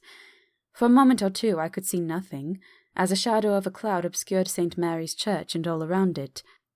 Then, as the cloud passed, I could see the ruins of the abbey coming into view, and as the edge of a narrow band of light as sharp as a sword-cut moved along, The church and the churchyard became gradually visible.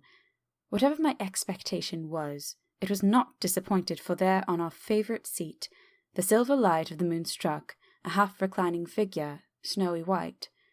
The coming of the cloud was too quick for me to see much, for shadow shut down on light almost immediately, but it seemed to me as though something dark stood behind the seat where the white figure shone, and bent over it. What it was, whether man or beast, I could not tell. I did not wait to catch another glance, but flew down the steep steps to the pier and along by the fish market to the bridge, which was the only way to reach the east cliff. The town seemed as dead, for not a soul did I see. I rejoiced that it was so, for I wanted no witness of poor Lucy's condition. The time and distance seemed endless, and my knees trembled and my breath came laboured as I toiled up the endless steps to the abbey. I must have gone fast, and yet it seemed to me as if my feet were weighted with lead, as though every joint in my body were rusty. When I got almost to the top, I could see the seat and the white figure, for I was now close enough to distinguish it even through the spells of shadow. There was undoubtedly something long and black, bending over the half-reclining white figure. I called in fright, "Lucy, Lucy!" and something raised a head, and from where I was I could see a white face and red gleaming eyes. Lucy did not answer, and I ran on to the entrance of the churchyard. As I entered, the church was between me and the seat, and for a minute or so I lost sight of her. When I came in view again, the cloud had passed, and the moonlight struck so brilliantly that I could see Lucy half reclining, with her head lying over the back of the seat. She was quite alone, and there was not a sign of any living thing about. When I bent over her, I could see that she was still asleep. Her lips were parted, and she was breathing, not softly as usual with her, but in long, heavy gasps, as though striving to get her lungs full at every breath. As I came close, she put up her hand in her sleep and pulled the collar of her nightdress close around her throat. Whilst she did so, there came a little shudder through her, as though she felt the cold. I flung the warm shawl over her and drew the edges tight round her neck, for I dreaded lest she should get some deadly chill from the night air, unclad as she was. I feared to wake her all at once, so in order to have my hands free that I might help her, I fastened the shawl at her throat with a big safety pin. But I must have been clumsy in my anxiety and pinched or pricked her with it, for by and by, when her breathing became quieter, she put her hand to her throat again and moaned. When I had her carefully wrapped up, I put my shoes on her feet, and then began very gently to wake her. At first she did not respond, but gradually she became more and more uneasy in her sleep, moaning and sighing occasionally. At last, as time was passing fast, and for many other reasons, I wished to get her home at once. I shook her more forcibly, till finally she opened her eyes and awoke. She did not seem surprised to see me, as of course she did not realize all at once where she was. Lucy always wakes prettily, and even at such a time when her body must have been chilled with cold, and her mind somewhat appalled at waking unclad in a churchyard at night, she did not lose her grace. She trembled a little, and clung to me. When I told her to come at once with me home, she rose without a word, with the obedience of a child. As we passed along, the gravel hurt my feet, and Lucy noticed me wince. She stopped and wanted to insist upon my taking my shoes, but I would not. However, when we got to the pathway outside the churchyard, where there was a puddle of water remaining from the storm, I daubed my feet with mud, using each foot in turn on the other, so that as we went home no one, in case we should meet anyone, should notice my bare feet. Fortune favoured us, and we got home without meeting a soul. Once we saw a man, who seemed not quite sober, passing along a street in front of us, but we hid in a door till he had disappeared, up an opening such as there are here, steep little closes, or wynds, as they call them in Scotland. My heart beat so loud all the time that sometimes I thought I should faint. I was filled with anxiety about Lucy, not only for her health, lest she should suffer from exposure, but for her reputation in case the story should get wind. When we got in, and had washed our feet, and had said a prayer of thankfulness together, I tucked her into bed. Before falling asleep, she asked, even implored me not to say a word to anyone, even her mother, about her sleepwalking adventure.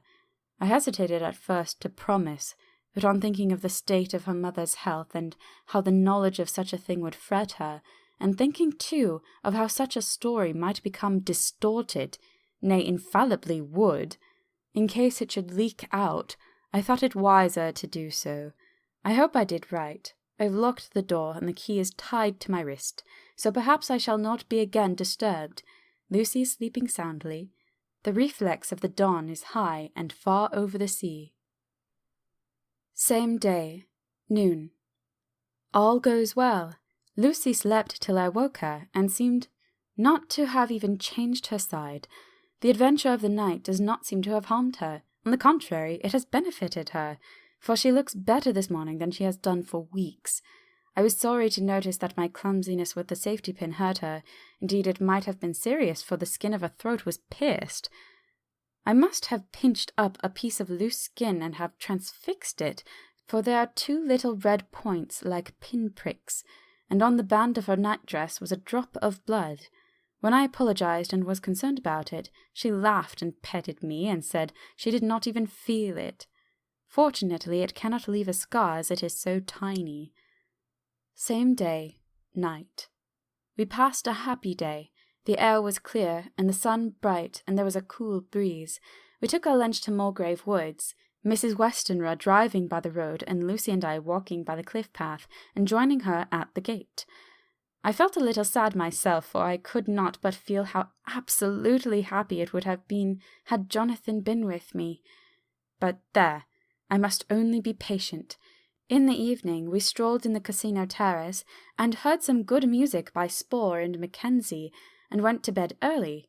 Lucy seems more restful than she has been for some time, and fell asleep at once. I shall lock the door and secure the key the same as before, though I do not expect any trouble tonight. 12 August. My expectations were wrong, for twice during the night I was awakened by Lucy trying to get out.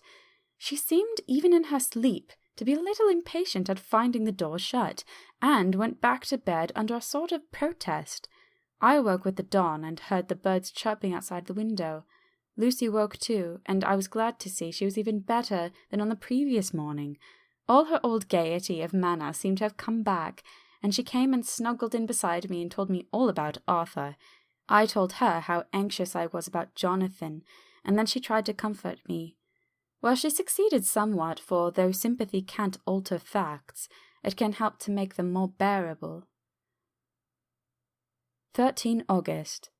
Another quiet day, and to bed with the key on my wrist as before. Again I awoke in the night and found Lucy sitting up in bed, still asleep, pointing to the window. I got up quietly, and pulling aside the blind, looked out. It was brilliant moonlight, and the soft effect of the light over the sea and sky, merged together in one great silent mystery, was beautiful beyond words. Between me and the moonlight flitted a great bat, coming and going in great whirling circles. Once or twice it came quite close, but was, I suppose, frightened at seeing me, and flitted away across the harbour towards the abbey. When I came back from the window, Lucy had lain down again, and was sleeping peacefully. She did not stir again all night. 14 August. On the East Cliff, reading and writing all day. Lucy seems to have become as much in love with the spot as I am, and it is hard to get her away from it when it is time to come home for lunch or tea or dinner. This afternoon she made a funny remark. We were coming home for dinner, and had come to the top of the steps up from the West Pier, and stopped to look at the view, as we generally do. The setting sun, low down on the sky, was just dropping behind Cattleness. The red light was thrown over the East Cliff and the old abbey, and seemed to bathe everything in a beautiful rosy glow. We were silent for a while, and suddenly Lucy murmured as if to herself, "His red eyes again. They are just the same." It was such an odd expression coming apropos of nothing that it quite startled me. I slewed around a little, so as to see Lucy well without seeming to stare at her, and saw that she was in a half-dreamy state, with an odd look on her face that I could not quite make out. So I said nothing, but followed her eyes. She appeared to be looking over at our own seat, whereon a dark figure, seated alone. I was a little startled myself, for it seemed for an instant as if the stranger had great eyes like burning flames. But a second look dispelled the illusion. The red sunlight was shining on the windows of St. Mary's Church behind our seat, and as the sun dipped there was just sufficient change in the refraction and reflection to make it appear as if the light moved. I called Lucy's attention to the particular effect, and she became herself with a start, but she looked sad all the same. It may have been that she was thinking of that terrible night up there. We never referred to it, so I said nothing, and we went home for dinner. Lucy had a headache and went early to bed. I saw her sleep and went out for a little stroll myself. I walked along the cliffs to the westward, and was full of sweet sadness, for I was thinking of Jonathan.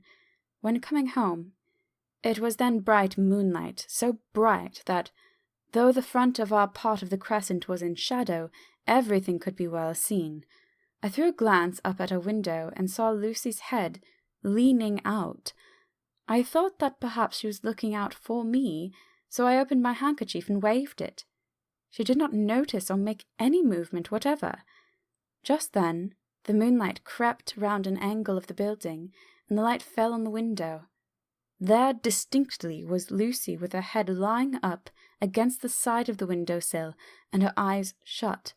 She was fast asleep, and by her, seated on the window-sill, was something that looked like a good-sized bird.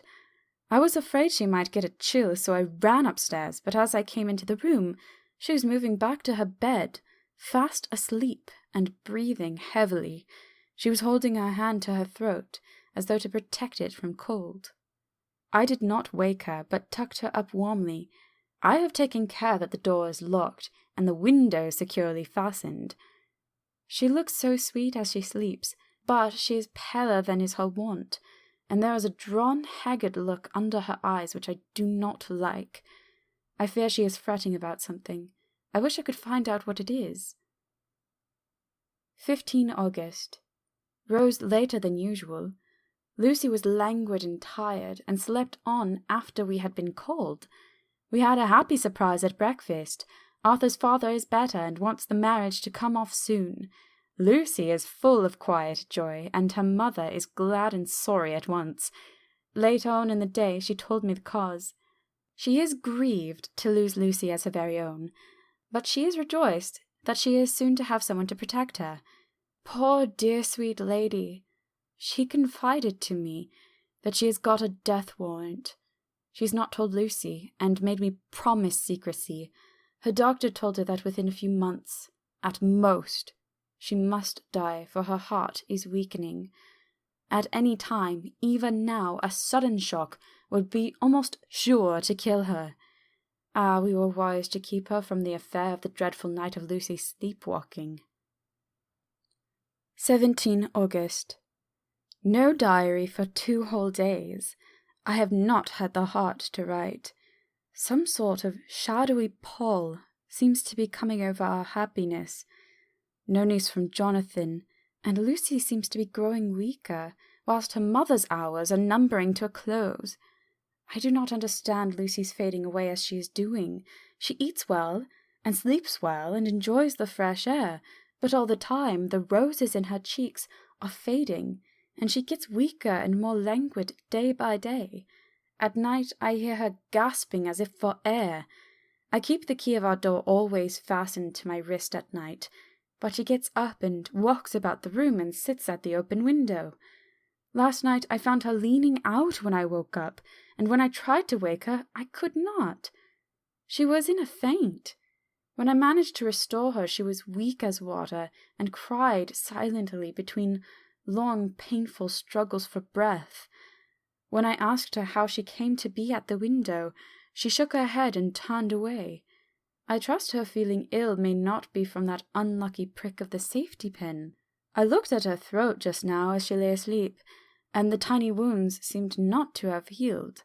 They are still open, and if anything, larger than before, and the edges of them are faintly white.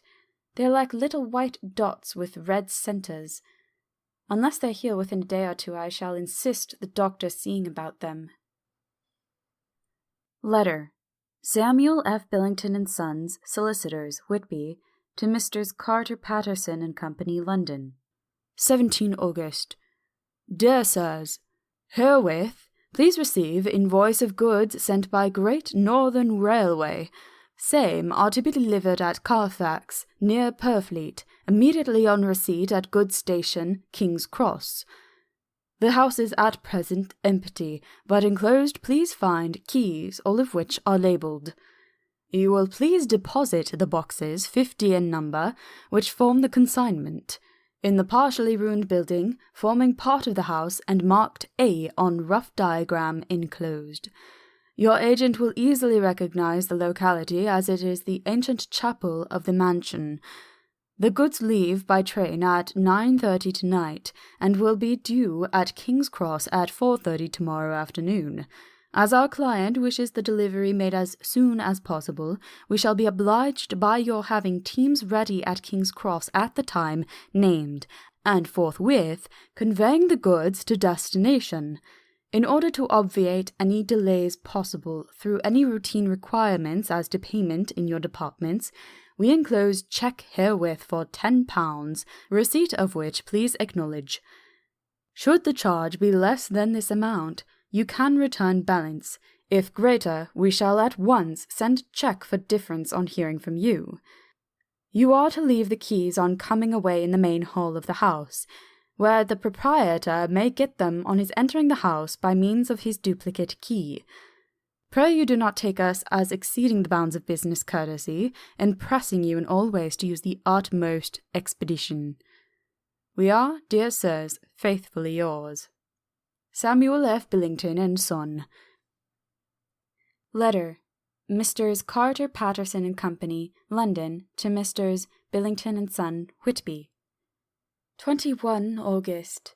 Dear Sirs, we beg to acknowledge £10 received, and to return cheque £1 17 shillings 9 pennies, amount of overplus as shown in receipted account herewith. Goods are delivered in exact accordance with instructions, and keys left in parcel in main hall as directed. We are, dear sirs, yours respectfully, Pro Carter Patterson and Company. Mina Murray's Journal. 18 August. I am happy today, and right sitting on the seat in the churchyard. Lucy is ever so much better. Last night she slept well all night and did not disturb me once. The roses seem to be coming back already to her cheeks, though she is still sadly pale and wan-looking. If she were in any way anemic, I could understand it, but she is not. She is in gay spirits and full of life and cheerfulness.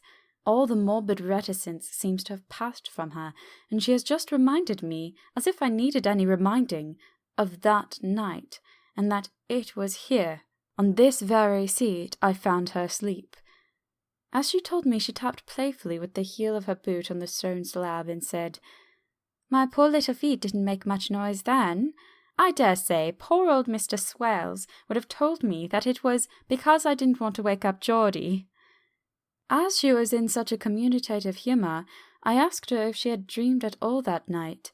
Before she answered, that sweet puckered look came into her forehead which Arthur, I call him Arthur from her habit, says he loves, and indeed I don't wonder that he does. Then she went on in a half-dreaming kind of way, as if trying to recall it to herself. I didn't quite dream, but it all seemed to be real. I only wanted to be here, in this spot. I don't know why, for I was afraid of something. I don't know what. I remember, though I suppose I was asleep, passing through the streets and over the bridge. A fish leapt as it went by, and I leaned over to look at it, and I heard a lot of dogs howling. The whole town seemed as if it must be full of dogs all howling at once, as I went up the steps. Then I had a vague memory of something long and dark with red eyes, just as we saw in the sunset, and something very sweet and very bitter all around me at once. And then I seemed to be sinking into deep green water, and there was a singing in my ears, as I have heard there is to drowning men. And then everything seemed passing away from me. My soul seemed to go out from my body and float about the air. I seem to remember that once the West Lighthouse was right under me, and then there was a sort of agonizing feeling, as if I were in an earthquake, and I came back and found you shaking my body. I saw you do it before I felt you. Then she began to laugh. It seemed quite a little uncanny to me, and I listened to her breathlessly. I did not quite like it, and thought it better not to keep her mind on the subject, so we drifted on to other subjects, and Lucy was like her old self again. When we got home, the fresh breeze had braced her up, and her pale cheeks were really more rosy. Her mother rejoiced when she saw her, and we all spent a very happy evening together. 19 August. Joy, joy, joy! Although not all joy. At last, news of Jonathan. The dear fellow has been ill. That is why he did not write. I am not afraid to think or say it, now that I know. Mr. Hawkins sent me on the letter, and wrote himself oh so kindly. I am to leave in the morning, and go over to Jonathan, and to help to nurse him if necessary, and to bring him home. Mr. Hawkins says that it would not be a bad thing if we were to be married out there. I have cried over the good sister's letter till I can feel it wet against my bosom, where it lies. It is of Jonathan, and must be next my heart, for he is in my heart. My journey is all mapped out, and my luggage ready. I am only taking one change of dress. Lucy will bring my trunk to London, and keep it till I send for it, for it may be that I must write no more. I must keep it to say to Jonathan, my husband. The letter that he has seen and touched must comfort me till we meet. Letter, Sister Agatha, Hospital of St. Joseph and St. Mary, Budapest, to Miss Wilhelmina Murray. 12 August. Dear Madame, I write by desire of Mr. Jonathan Harker, who is himself not strong enough to write, though progressing well, thanks to God and St. Joseph and St. Mary. He has been under our care for nearly 6 weeks, suffering from a violent brain fever. He wishes me to convey his love, and to say that by this post I write for him to Mr. Peter Hawkins, Exeter, to say, with his dutiful respects, that he is sorry for his delay, and that all of his work is completed. He will require some few weeks' rest in our sanatorium in the hills, but will then return. He wishes me to say that he has not sufficient money with him, and that he would like to pay for his staying here, so that others who need shall not be wanting for help. Believe me, yours with sympathy and all blessings, Sister Agatha. P.S. My patient being asleep, I open this to let you know something more. He has told me all about you, and that you are shortly to be his wife. All blessings to you both. He has had some fearful shock, so says our doctor, and in his delirium his ravings have been dreadful, of wolves and poison and blood, of ghosts and demons, and I fear to say of what. Be careful with him always, that there be nothing to excite him of this kind for a long time to come. The traces of such an illness as his do not lightly die away. We should have written long ago, but we knew nothing of his friends, and there was on him nothing that anyone could understand. He came in the train from Klausenberg, and the guard was told by the station master there that he rushed on to the station shouting for a ticket for home. Seeing from his violent demeanour that he was English, they gave him a ticket for the furthest station on the way thither that the train reached. Be assured that he is well cared for. He has won all hearts by his sweetness and gentleness. He is truly getting on well, and I have no doubt will in a few weeks be all himself. But be careful of him for safety's sake.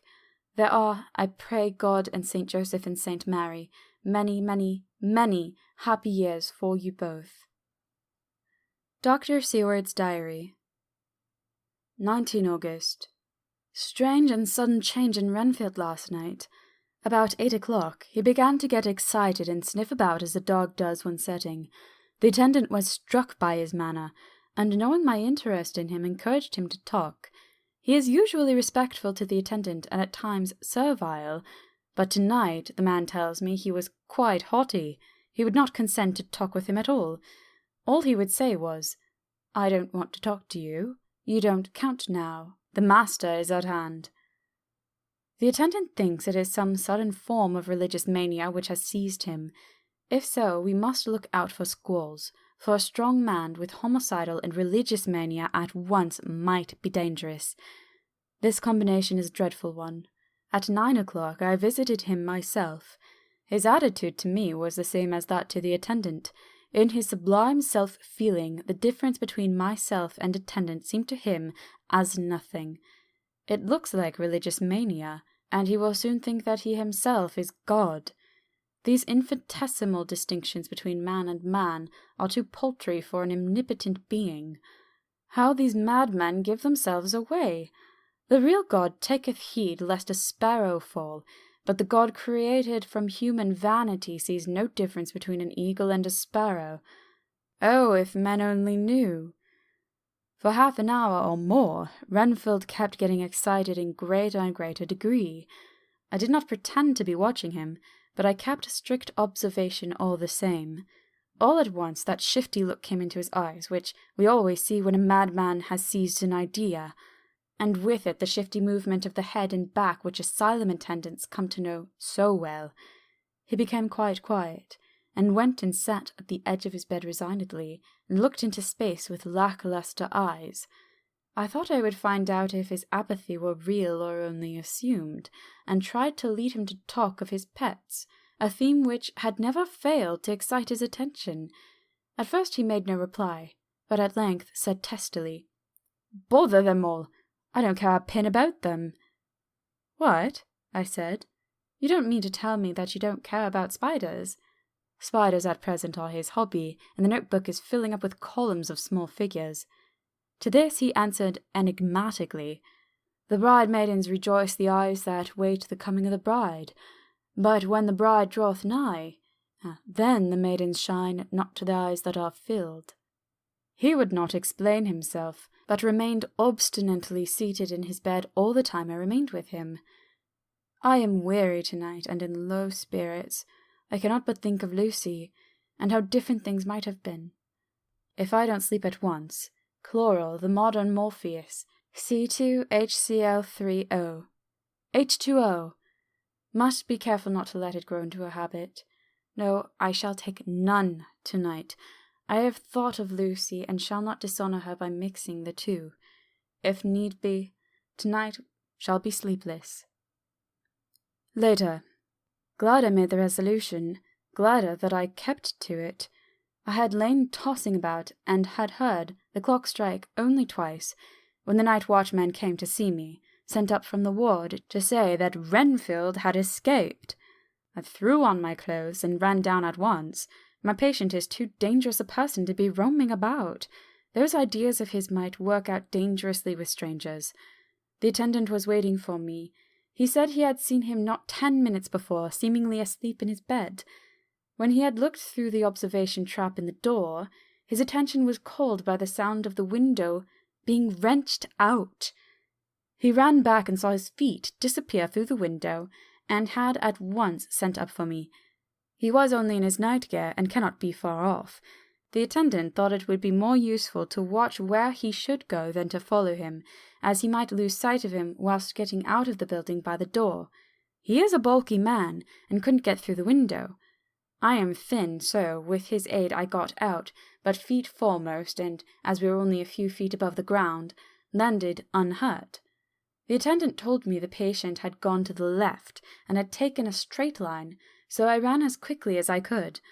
As I got through the belt of the trees, I saw a white figure scale the high wall which separates our grounds from those of the deserted house.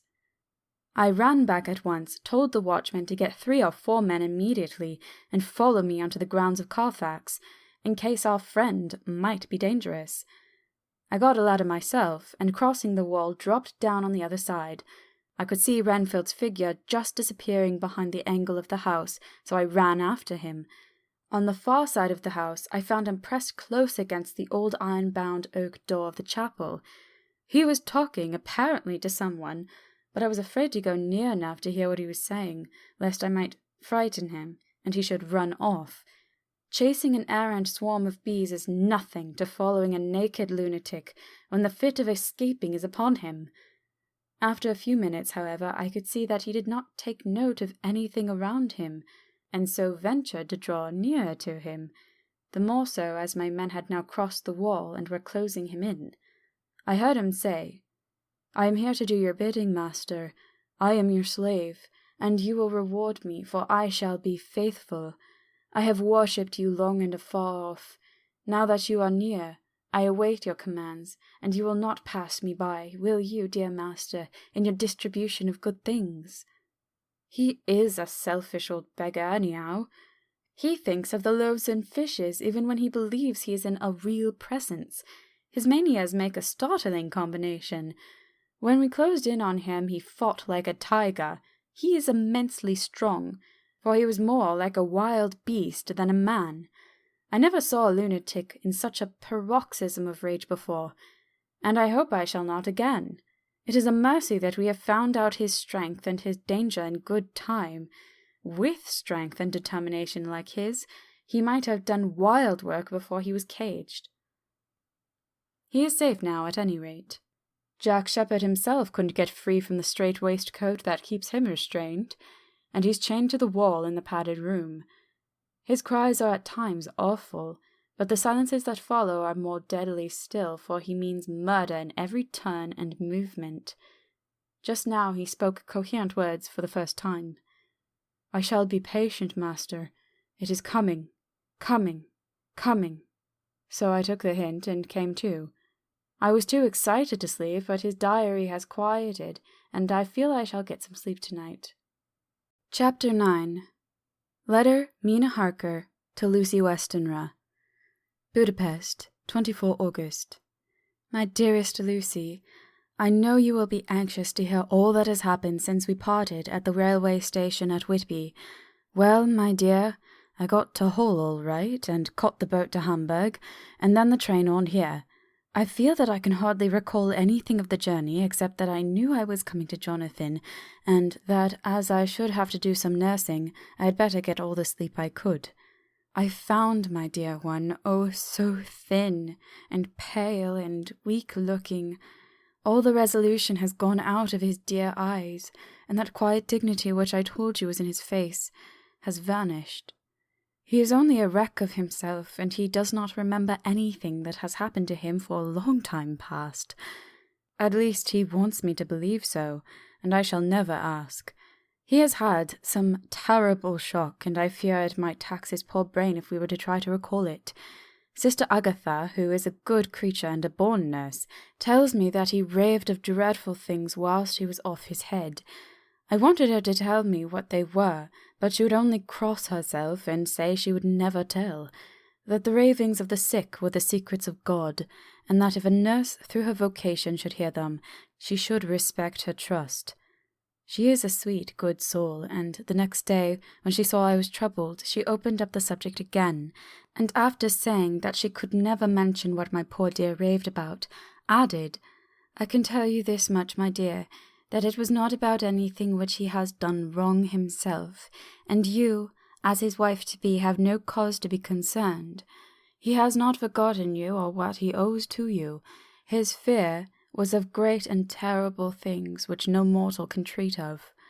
I do believe the dear soul thought I might be jealous, lest my poor dear should have fallen in love with any other girl. The idea of my being jealous about Jonathan! And yet, my dear, let me whisper, I felt a thrill of joy through me when I knew no other woman was the cause of trouble. I am now sitting by his bedside, where I can see his face while he sleeps. He is waking. When he woke, he asked me for his coat, as he wanted to get something from the pocket. I asked Sister Agatha, and she brought all his things. I saw that amongst them was his notebook, and was going to ask him to let me look at it, for I knew then that I might find some clue to his trouble. But I suppose he must have seen my wish in my eyes, for he sent me over to the window, saying he wanted to be quite alone for a moment. Then he called me back, and when I came, he had his hand over the notebook, and he said to me very solemnly, "Wilhelmina, I knew then that he was in deadly earnest, for he has never called me by that name since he asked me to marry him. You know, my dear, my ideas of the trust between husband and wife. There should be no secret, no concealment.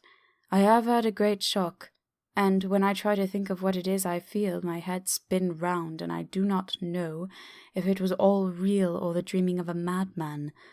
You know I have had brain fever, and that is to be mad. The secret is here, and I do not want to know it. I want to take up my life here, with our marriage. For, my dear, we had decided to be married as soon as the formalities are complete. Are you willing, Wilhelmina, to share my ignorance? Here is the book. Take it and keep it. Read it if you will, but never let me know unless, indeed, some solemn duty should come upon me to go back to the bitter hours, asleep or awake, sane or mad, recorded here. He fell back exhausted, and I put the book under his pillow and kissed him. I have asked Sister Agatha to beg the Superior to let our wedding be this afternoon, and am waiting her reply. She has come and told me that the chaplain of the English Mission Church has been sent for. We are to be married in an hour, or as soon after as Jonathan wakes. Lucy, the time has come and gone. I feel very solemn, but very, very happy. Jonathan woke a little after the hour, and all was ready, and he sat up in bed propped up with pillows. He answered his "I will" firmly and strongly. I could hardly speak. My heart was so full that even those words seemed to choke me. My dear sisters were so kind.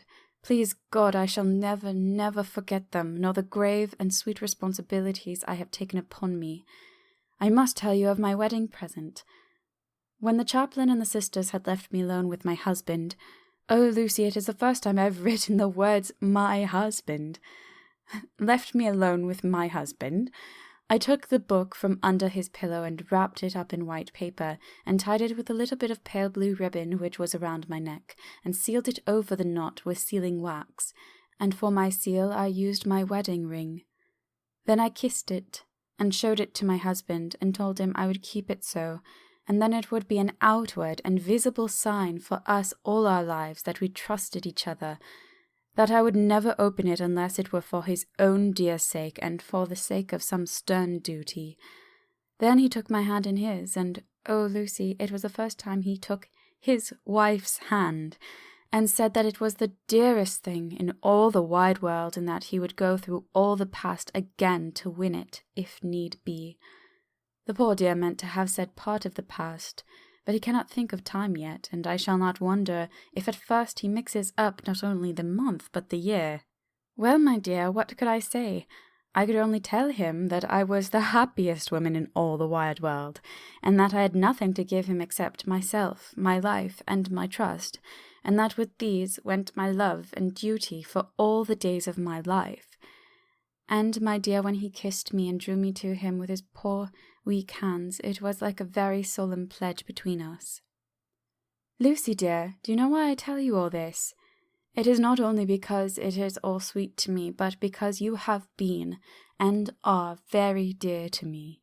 It was my privilege to be your friend and guide when you came from the schoolroom to prepare for the world of life. I want you to see now, with the eyes of a very happy wife, whither duty has led me, so that in your own married life you too may be all happy as I am.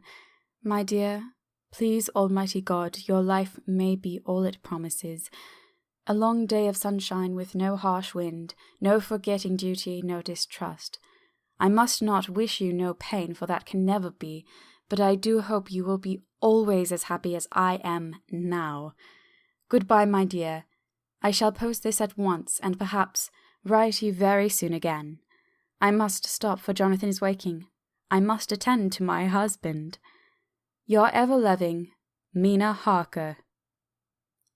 Letter, Lucy Westenra to Mina Harker. Whitby, 30 August. My dearest Mina, oceans of love and millions of kisses, and may you soon be in your own home with your husband. I wish you could be coming home soon enough to stay with us here. The strong air would soon restore Jonathan. It has quite restored me. I have an appetite like a cormorant, am full of life, and sleep well. You will be glad to know that I have quite given up walking in my sleep. I think I have not stirred out of my bed for a week. That is, once I got into it at night. Arthur says I am getting fat. By the way, I forgot to tell you that Arthur is here. We have such walks and drives and rides and rowing and tennis and fishing together, and I love him more than ever. He tells me that he loves me more, but I doubt that, for at first he told me that he couldn't love me more than he did just then. But this is nonsense. There he is, calling to me, so no more just at present from your loving, Lucy. P.S. Mother sends her love. She seems better, poor dear. P.P.S.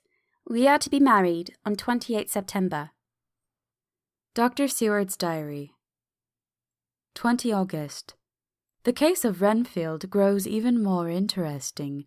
He has now so far quieted that there are spells of cessation from his passion. For the first week after his attack he was perpetually violent. Then one night, just as the moon rose, he grew quiet and kept murmuring to himself, "Now I can wait, now I can wait." The attendant came to tell me, so I ran down at once to have a look at him. He was still in the strait waistcoat and in the padded room, but the sophist look had gone from his face, and his eyes had something of their old pleading, I might almost say cringing softness. I was satisfied with his present condition and directed him to be relieved. The attendants hesitated, but finally carried out my wishes without protest. It was a strange thing that the patient had humour enough to see their distrust, for, coming close to me, he said in a whisper, all the while looking furtively at them, "They think that I could hurt you. Fancy me hurting you, the fools."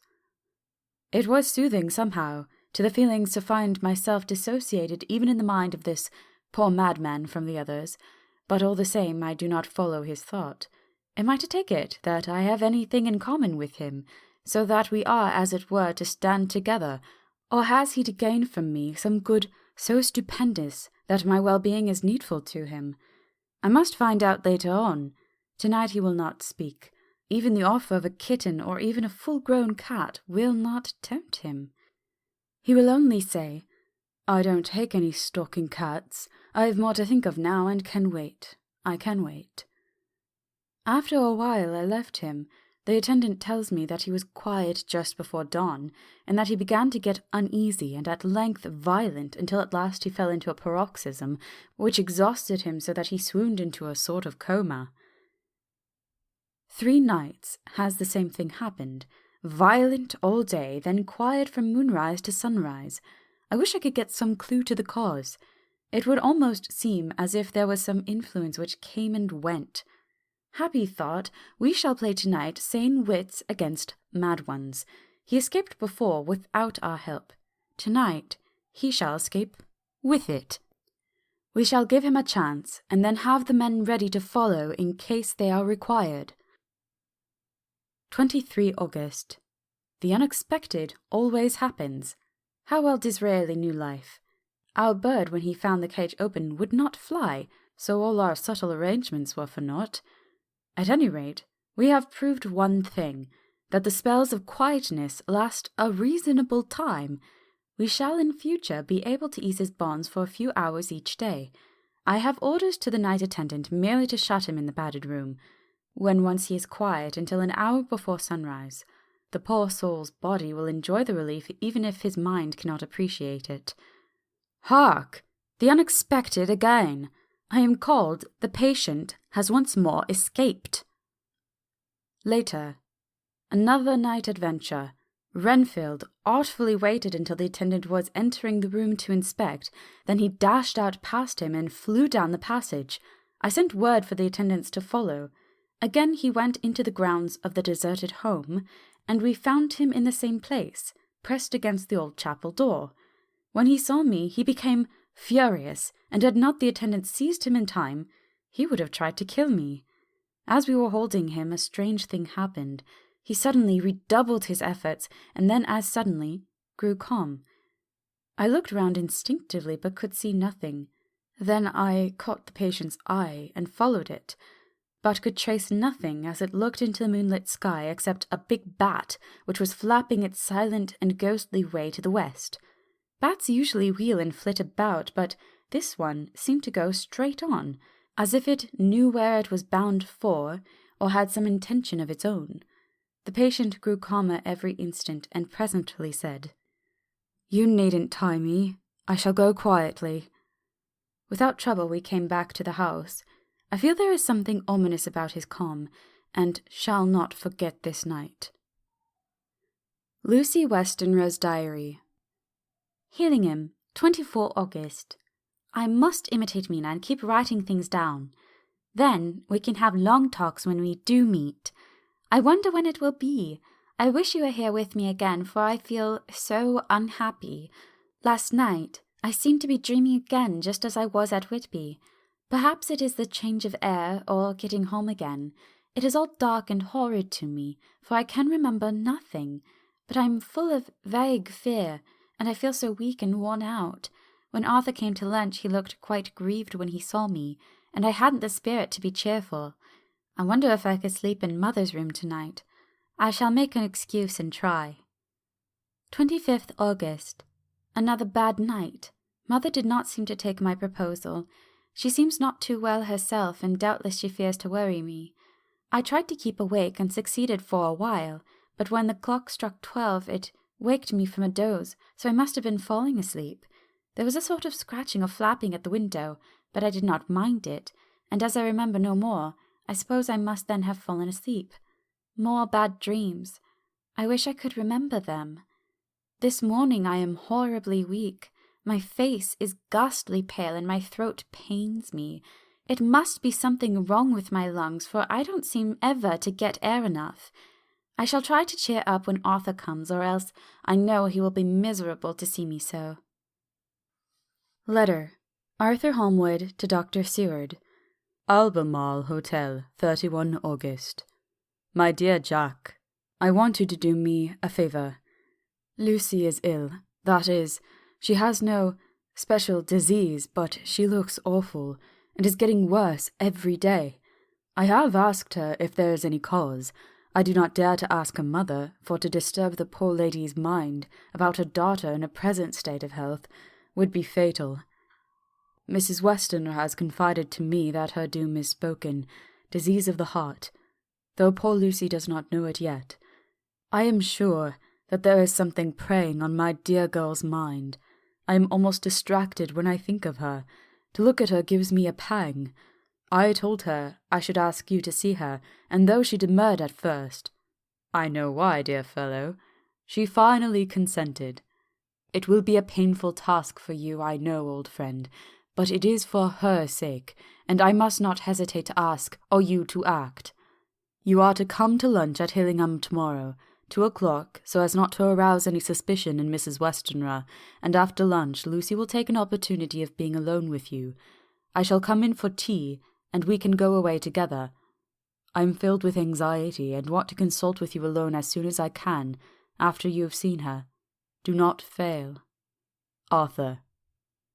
Telegram. Arthur Holmwood to Seward. 1st September. Am summoned to see my father, who is worse. Am writing.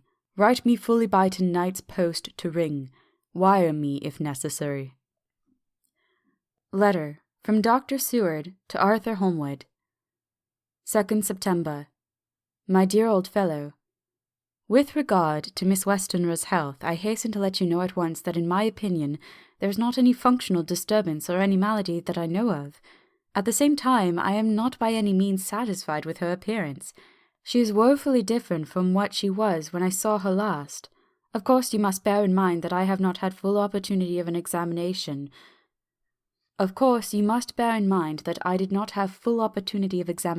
Such as I should wish. Our very friendship makes a little difficulty which not even medical science or custom can bridge over. I had better tell you exactly what happened, leaving you to draw in a measure your own conclusions. I shall then say what I have done and propose doing. I found Miss Westenra in seemingly gay spirits. Her mother was present, and in a few seconds I made up my mind that she was trying all she knew to mislead her mother and prevent her from being anxious. I have no doubt she guesses, if she does not know, what need of caution there is. We lunched alone, and as we all exerted ourselves to be cheerful, we got as some kind of reward for our labours, some real cheerfulness among us. Then Miss Westenra went to lie down, and Lucy was left with me. We went to her boudoir, and till we got there her gaiety remained, for the servants were coming and going. As soon as the door was closed, however, the mask fell from her face, and she sank down into a chair with a great sigh, and hid her eyes with her hand. When I saw that her high spirits had failed, I at once took advantage of her reaction to make a diagnosis. She said to me very sweetly, "I cannot tell you how I loathe talking about myself." I reminded her that a doctor's confidence was sacred, but that you were grievously anxious about her. She caught on to my meaning at once, and settled that matter in a word. "Tell Arthur everything you choose. I do not care for myself, but all for him. So I am quite free." I could easily see that she is somewhat bloodless, but I could not see the usual anemic signs, and by a chance I was actually able to test the quality of her blood, for in opening a window which was stiff, a cord gave way, and she cut her hand slightly with broken glass. It was a slight matter in itself, but it gave me an evident chance, and I secured a few drops of the blood and have analysed them. The qualitative analysis gives a quite normal condition, and shows, I should infer, in itself a vigorous state of health. In other physical matters I was quite satisfied that there is no need for anxiety, but as there must be a cause somewhere, I have come to the conclusion that it must be something mental.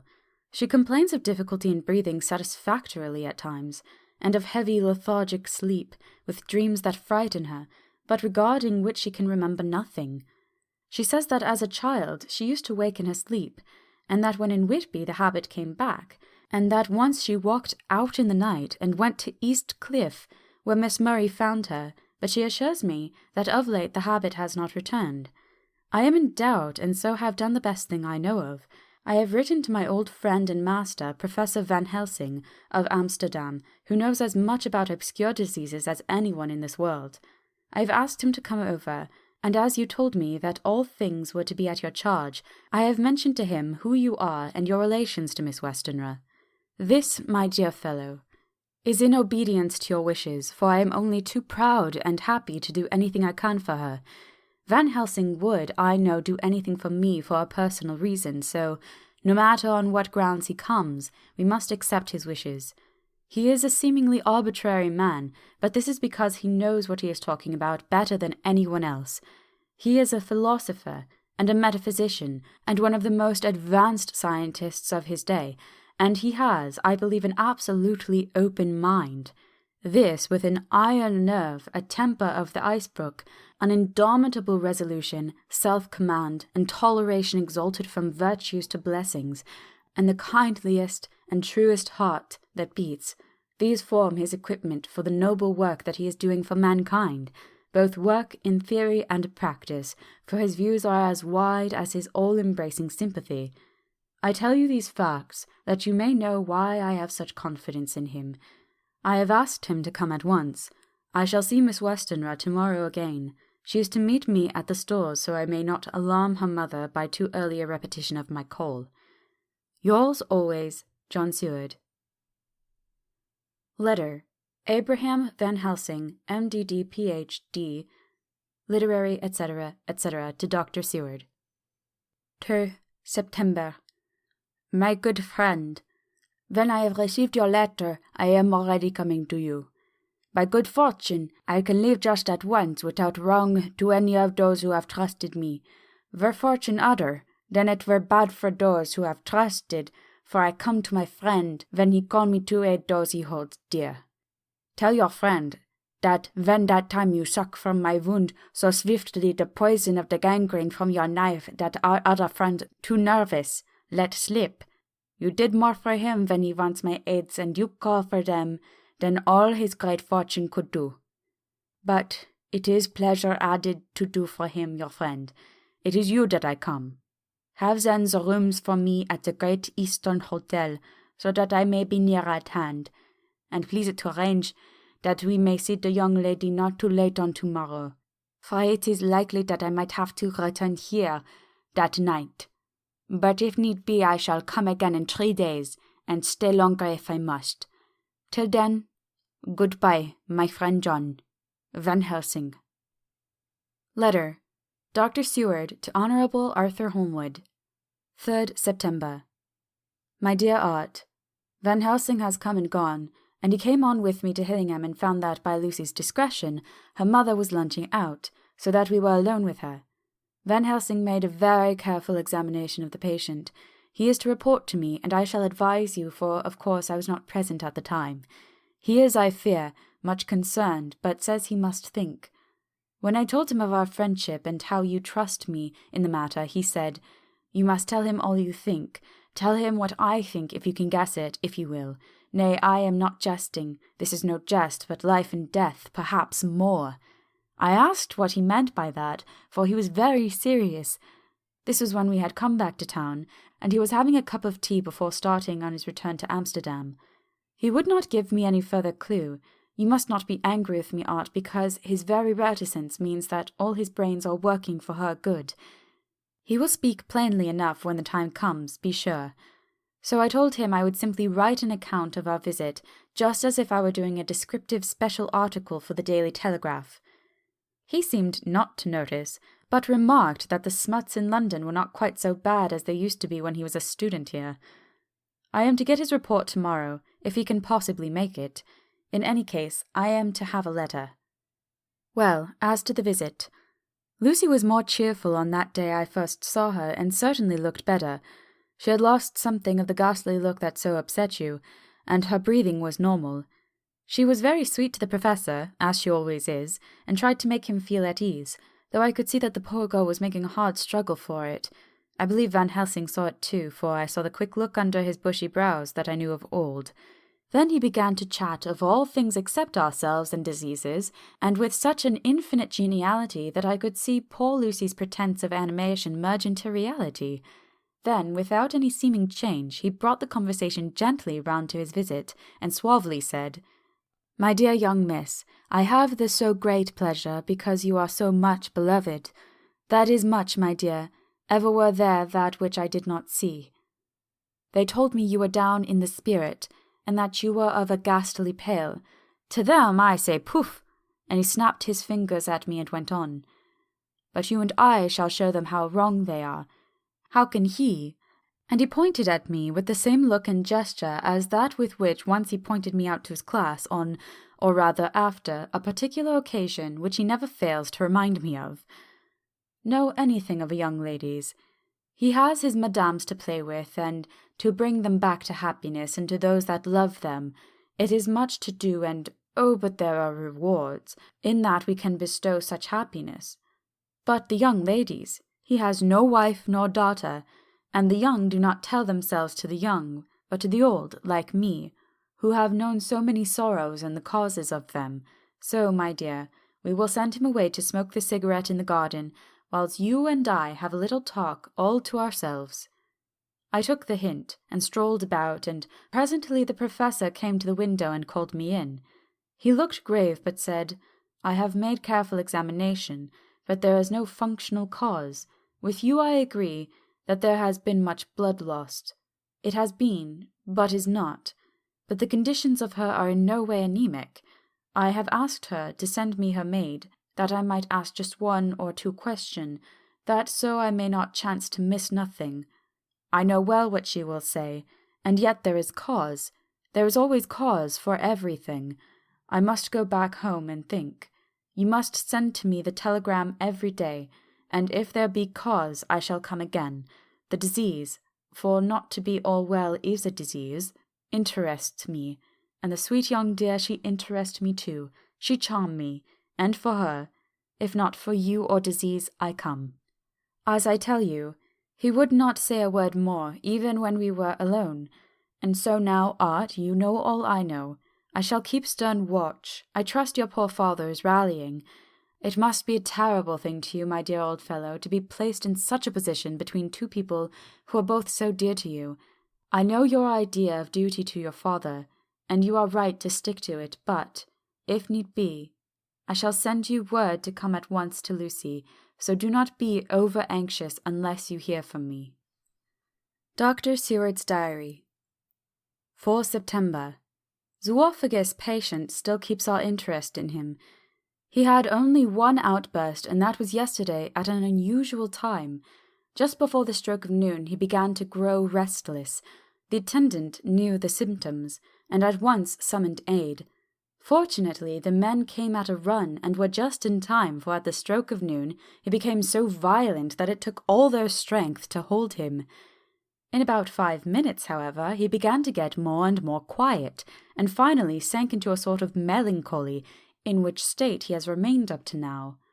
The attendant tells me that his screams whilst in the paroxysm were really appalling. I found my hands full when I got in, attending to some of the other patients who were frightened by him. Indeed, I can quite understand the effect, for the sounds disturbed even me, though I was some distance away. It is now after the dinner hour of the asylum, and as yet my patient sits in a corner brooding, with a dull, sullen, woe-begone look on his face, which seems rather to indicate than to show something directly. I cannot quite understand it. Later. Another change in my patient. At 5 o'clock, I looked in on him and found him seemingly as happy and contented as he used to be. He was catching flies and eating them, and was keeping note of his capture by making nail marks on the edge of the door between the ridges of padding. When he saw me, he came over and apologized for his bad conduct and asked me in a very humble, cringing way to be led back to his own room and to have his notebook again. I thought it well to humour him, so he is now back in his room with the window open. He has the sugar of his tea spread out on the window-sill and is reaping quite a harvest of flies. He is not now eating them, but putting them into a box as of old, and is already examining the corners of his room to find a spider. I tried to get him to talk about the past few days, for any clue to his thoughts would be of immense help to me, but he would not rise. For a moment or two he looked very sad, and said in a sort of far-away voice, as though saying it rather to himself than to me, all over, he has deserted me. No hope for me now unless I do it for myself." Then, suddenly turning to me in a resolute way, he said, "Doctor, won't you be very good to me and let me have a little more sugar? I think it would be good for me." "And the flies?" I asked. "Yes, the flies like it too, and I like the flies, therefore I like it. And there are people who know so little as to think that madmen do not argue. I procured him a double supply and left him as happy a man as, I suppose, any in the world. I wish I could fathom his mind." Midnight. Another change in him. I had been to see Miss Westenra, whom I found much better and had just returned, and was standing at our own gate looking at the sunset, when once more I heard him yelling. As his room is on this side of the house, I could hear it better than in the morning. It was a shock to me to turn from the wonderful smoky beauty of a sunset over London, with its lurid lights and inky shadows and all the marvellous tints that come on foul clouds just as on foul water, and to realize all the grim sternness of my own cold stone building, with its wealth of breathing misery, and my own desolate heart to endure it all. I reached him just as the sun was going down, and from his window saw the red disk sink. As it sank, he became less and less frenzied, and just as it dipped, he slid from the hands that held him an inert mass on the floor. It is wonderful, however, what intellectual recuperative power lunatics have, for within a few minutes he stood up quite calmly and looked around him. I signalled to the attendants not to hold him, for I was anxious to see what he would do. He went straight over to the window and brushed out the crumbs of sugar. Then he took his fly box and emptied it outside and threw away the box. Then he shut the window and, crossing over, sat down on his bed. All this surprised me, so I asked him, "Are you not going to keep flies any more?" "No," said he. "I am sick of all that rubbish. He certainly is a wonderfully interesting study. I wish I could get some glimpse of his mind or the cause of his sudden passion. Stop. There may be a clue after all. If we can find why today his paroxysms came out at high noon and at sunset, can it be that there is a malign influence of the sun at periods which affects certain natures, as at times of the moon does others? We shall see. Telegram. Seward, London, to Van Helsing, Amsterdam. 4 September. Patient still better today. Telegram, Seward, London, to Van Helsing, Amsterdam. 5 September. Patient greatly improved, good appetite, sleeps naturally, good spirits, colour coming back. Telegram, Seward, London, to Van Helsing, Amsterdam. 6 September. Terrible change for the worse. Come at once. Do not lose an hour. I hold over telegram to Holmwood till I have seen you.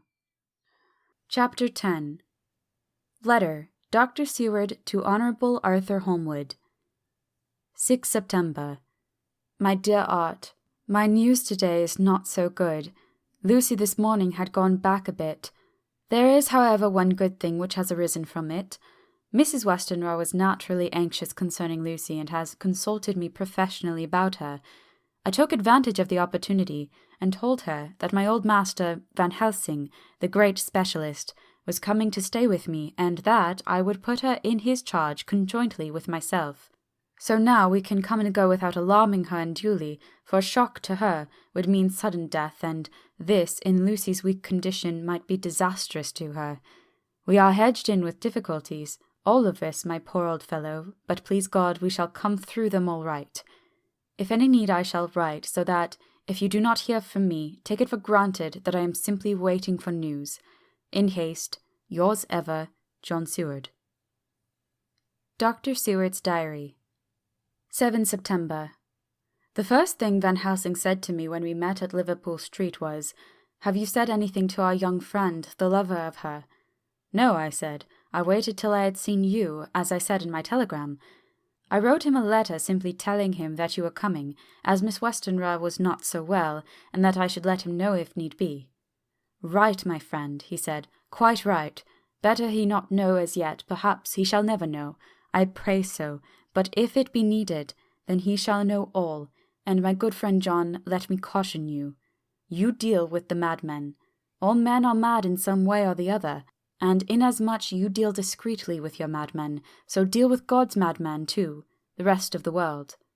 You tell not your madmen what you do nor why you do it. You tell them not what you think, so you shall keep knowledge in its place, where it may rest, where it may gather its kind around it and breed. You and I shall keep as yet what we know here and here." He touched me on the heart and on the forehead, and then touched himself in the same way. "I have for myself thoughts at the present. Later I shall unfold to you." "Why not now?" I asked. "It may do some good. We may arrive at some decision." He stopped and looked at me and said, "My friend John, when the corn is grown, even before it has ripened, while the milk of its mother earth is in him, and the sunshine has not yet begun to paint him with his gold, the husbandman, he pull the ear and rub him between his rough hands, and blow away the green chaff, and say to you, 'Look, he's good corn, he will make a good crop when the time comes.'" I did not see the application, and told him so. For reply he reached over and took my ear in his hand and pulled it playfully, as he used long ago to do at lectures, and said, "The good husbandman tell you, so then because he knows, but not till then.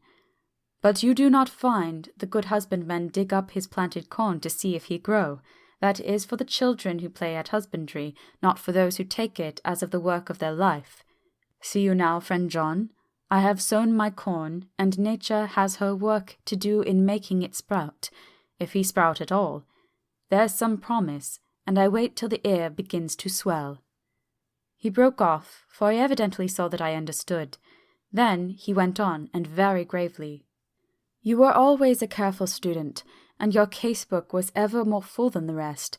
You were only a student then, now you are master, and I trust that good habit have not fail. Remember, my friend, that knowledge is stronger than memory, and we should not trust the weaker.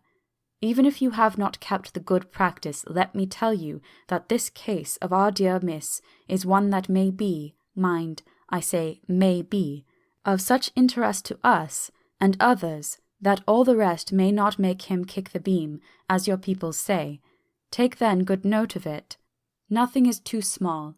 I counsel you, put down in record even your doubts and surmises. Hereafter it may be of interest to you to see how true you guess. We learn from failure, not from success." When I described Lucy's symptoms, The same as before, but infinitely more marked. He looked very grave, but said nothing. He took with him a bag in which were many instruments and drugs. The ghastly paraphernalia of a beneficial trade, as he once called in one of his lectures the equipment of a professor of the healing craft. When we were shown in, Mrs. Westenra met us. She was alarmed, but not nearly so much as I expected to find her. Nature, in one of her beneficent moods, has ordained that even death has some antidote to its own terrors. Here, in a case where any shock may prove fatal, matters are so ordered that from some cause or other, the things not personal, even the terrible change in her daughter to whom she is so attached, do not seem to reach her. It is something like the way Dame Nature gathers round a foreign body an envelope of some insensitive tissue, which can protect from evil that which it would otherwise harm by contact. If this be an ordered selfishness, then we should pause before we condemn anyone for the vice of egoism, for there may be deeper root for its causes than we have knowledge of. I used my knowledge of this phase of spiritual pathology and laid down a rule that she should not be present with Lucy or think of her illness more than was absolutely required. She assented readily, so readily that I saw again the hand of nature fighting for life. Van Helsing and I were shown up to Lucy's room. If I was shocked when I saw her yesterday, I was horrified when I saw her today. She was ghastly chalky pale. The red seemed to have gone even from her lips and gums, and the bones of her face stood out prominently. Her breathing was painful to see or hear. Van Helsing's face grew set as marble, and his eyebrows converged till they almost touched over his nose. Lucy lay motionless, and did not seem to have strength to speak, so for a while we were all silent. Then Van Helsing beckoned to me, and we went gently out of the room. The instant we had closed the door, he stepped quickly along the passage to the next door, which was open. Then he pulled me quickly in with him and closed the door. "My God," he said, "this is dreadful. There is no time to be lost. She will die for sheer want of blood to keep the heart's action as it should be. There must be transfusion of blood at once. Is it you or me?" "I am younger and stronger, Professor. It must be me." "Then get ready at once. I will bring up my bag. I am prepared." I went downstairs with him, and as we were going there was a knock on the hall door. When we reached the hall, the maid had just opened the door, and Arthur was stepping quickly in. He rushed up to me, saying in an eager whisper, "Jack, I was so anxious. I read between the lines of your letter, and have been in an agony. The dad was better, so I ran down here to see for myself. Is not that the gentleman, Dr. Van Helsing? I am so thankful to you, sir, for coming." When first the professor's eye had lit upon him, he had been angry at his interruption at such a time, but now, as he took in his stalwart proportions and recognized the strong young manhood which seemed to emanate from him, his eyes gleamed. Without a pause, he said to him gravely as he held out his hand, "Sir, you have come in time. You are the lover of our dear miss. She is bad, very, very bad. Nay, my child, do not go like that." For he suddenly grew pale and sat down in a chair almost fainting. "You are to help her. You can do more than any that live, and your courage is your best help." "What can I do?" asked Arthur hoarsely. "Tell me, and I shall do it. My life is hers, and I would give the last drop of my blood in my body for her." The professor has a strongly humorous side, and I could from the old knowledge detect a trace of its origin in his answer. "My young sir, I do not ask so much as that. Not the last." "What shall I do?" There was a fire in his eyes, and his open nostril quivered with intent. Van Helsing slapped him on the shoulder. "Come," he said, "you are a man, and it is a man we want. You are better than me, better than my friend John." Arthur looked bewildered, and the professor went on by explaining in a kindly way. "Young miss is bad, very bad. She wants blood, and blood she must have or die. My friend John and I have consulted, and we were about to perform what we call transfusion of blood, to transfer from full veins of one to the empty veins which pine for him. John was to give his blood, as he is the more young and strong than me." Here Arthur took my hand and wrung it hard in silence. "But now you are here. You are more good than us, old or young, who toil much in the world of thought. Our nerves are not so calm, and our blood not so bright as yours." Arthur turned to him and said, "If you only knew how glad I would die for her, you would understand." He stopped with a sort of choke in his voice. "Good boy," said Van Helsing. "They're not so far off. You will be happy that you have done all for her you love. Come now and be silent. You shall kiss her once before it is done, but then you must go, and you must leave at my sign. No word to Madame. You must know how it is with her. There must be no shock. Any knowledge of this would be one. Come." We all went up to Lucy's room. Arthur, by direction, remained outside. Lucy turned her head and looked at us, but said nothing. She was not asleep, but she was simply too weak to make the effort. Her eyes spoke to us, that was all. Van Helsing took some things out of his bag and laid them out on a little table out of sight. Then he mixed a narcotic, and coming over to the bed, said cheerily, "Now, little miss, here is your medicine. Drink it off like a good child. See, I lift you so that to swallow is easy. Yes." She had made the effort with success. It astonished me how long the drug took to act. This, in fact, marked the extent of her weakness. The time seemed endless until sleep began to flicker in her eyelids. At last, however, the narcotic began to manifest its potency, and she fell into a deep sleep. When the professor was satisfied, he called Arthur into the room and bade him strip off his coat. Then he added, "You may take that one little kiss whilst I bring over the table. Friend John, help to me." So neither of us looked whilst he bent over her. Van Helsing, turning to me, said, "He is so young and strong and of blood so pure that we need not defibrinate it." Then with swiftness, but with absolute method, Van Helsing performed the operation. As the transfusion went on, something like life seemed to come back to poor Lucy's cheeks, and through Arthur's growing pallor the joy of his face seemed absolutely to shine. For a bit I began to grow anxious, for the loss of blood was telling on Arthur, strong man as he was. It gave me an idea of what a terrible strain Lucy's system must have undergone, that what weakened Arthur only partially restored her. But the professor's face was set, and he stood, watch in hand, and with his eyes fixed now on the patient and now on Arthur. I could hear my own heart beat.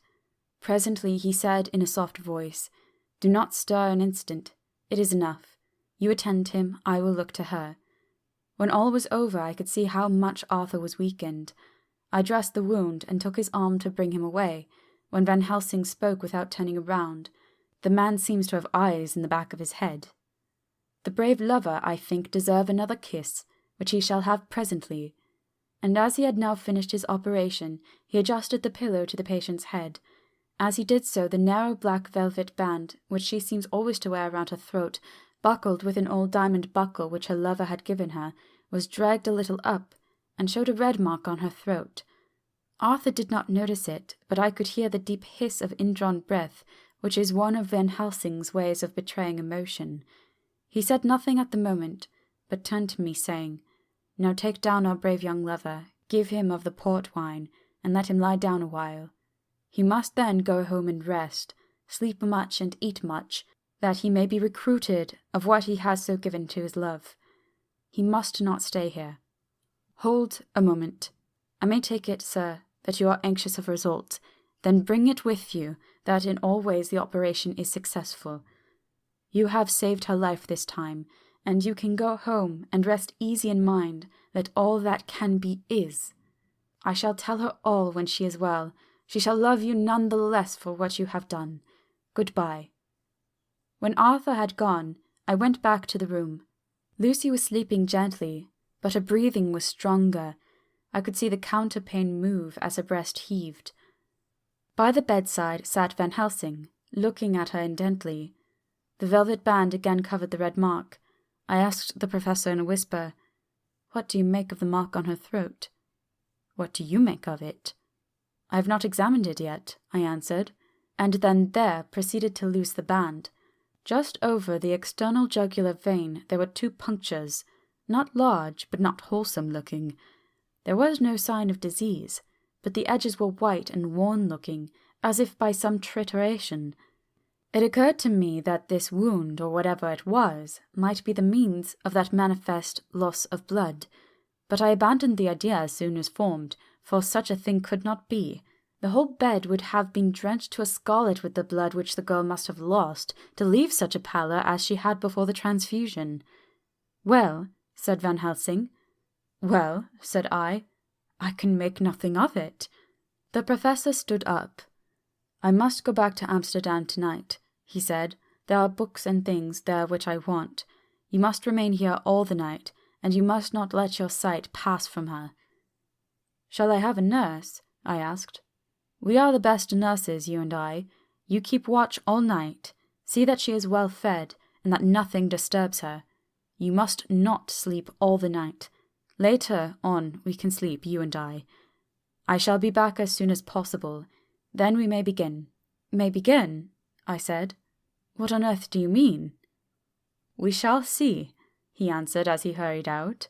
He came back a moment later and put his head inside the door and said with a warning finger held up, "Remember, she is in your charge. If you leave her, and harm befall, you shall not sleep easy hereafter." Dr. Seward's diary continued. 8 September. I sat up all night with Lucy. The opiate worked itself off towards dusk, and she waked naturally. She looked a different being from what she had been before the operation. Her spirits even were good, and she was full of a happy vivacity, but I could see evidences of the absolute prostration which she had undergone. When I told Mrs. Westenra that Dr. Van Helsing had directed that I should sit up with her, she almost pooh-poohed the idea, pointing out her daughter's renewed strength and excellent spirits. I was firm, however, and made preparations for my long vigil. When her maid had prepared her for the night, I came in, having in the meantime had supper, and took a seat by the bedside. She did not in any way make objection, but looked at me gratefully whenever I caught her eye. After a long spell she seemed sinking off to sleep, but with an effort seemed to pull herself together and shook it off. This was repeated several times, with greater effort and with shorter pauses as time moved on. It was apparent that she did not want to sleep, so I tackled the subject at once. "You do not want to go to sleep?" "No, I am afraid." "Afraid to go to sleep? Why so? It is the boon we all crave for." "Ah, not if you were like me. If sleep was to you a presage of horror." "A presage of horror? What on earth do you mean?" "I don't know. Oh, I don't know. And that is what is so terrible. All this weakness comes to me in sleep, until I dread the very thought." "But, my dear, you may sleep tonight. I am here watching you, and I can promise that nothing will happen." "Ah, I can trust you." I seized the opportunity and said, "I promise you that if I see any evidence of bad dreams, I will wake you at once." "You will? Oh, will you really? How good you are to me. Then I will sleep." And almost at the word, she gave a deep sigh of relief and sank back asleep. All night long I watched by her. She never stirred, but slept on in a deep, tranquil, life-giving, health-giving sleep. Her lips were slightly parted, and her breast rose and fell with the regularity of a pendulum. There was a smile on her face, and it was evident that no bad dreams had come to disturb her peace of mind. In the early morning her maid came, and I left her in her care and took myself back home, for I was anxious about many things. I sent short wire to Van Helsing and to Arthur, telling them the excellent result of the operation. My own work, with its manifold arrears, took me all day to clear off. It was dark when I was able to inquire about my zoophagus patient. The report was good. He had been quite quiet for the past day and night. A telegram came from Van Helsing at Amsterdam whilst I was at dinner, suggesting that I should be at Hillingham tonight, as it might be well to be at hand, and stating that he was leaving by the night mail and would join me early in the morning. 9 September. I was pretty tired and worn out when I got to Hillingham. For 2 nights I had hardly a wink of sleep, and my brain was beginning to feel that numbness which marks cerebral exhaustion. Lucy was up and in cheerful spirits. When she shook hands with me, she looked sharply in my face and said, "No sitting up tonight for you. You are worn out, and I am quite well again. Indeed I am. And if there is to be any sitting up, it is I who will sit up with you." I would not argue the point, but went and had my supper.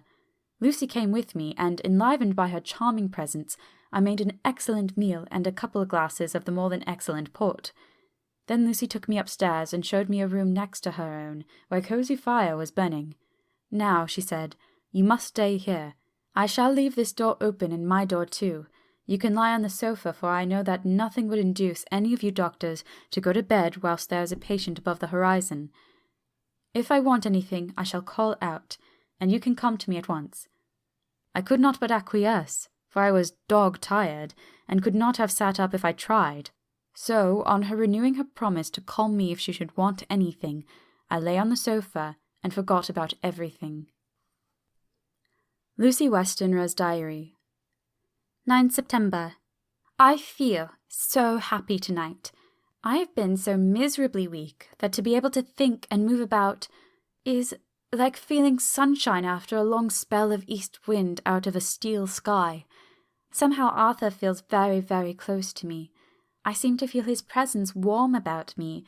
I suppose it is that sickness and weakness are selfish things and turn our inner eyes and sympathy on ourselves, whilst health and strength give love rein, and in thought and feeling he can wander where he wills. I know where my thoughts are. If Arthur only knew. My dear, your ears must tingle as you sleep, as mine do waking. Oh, the blissful rest of last night!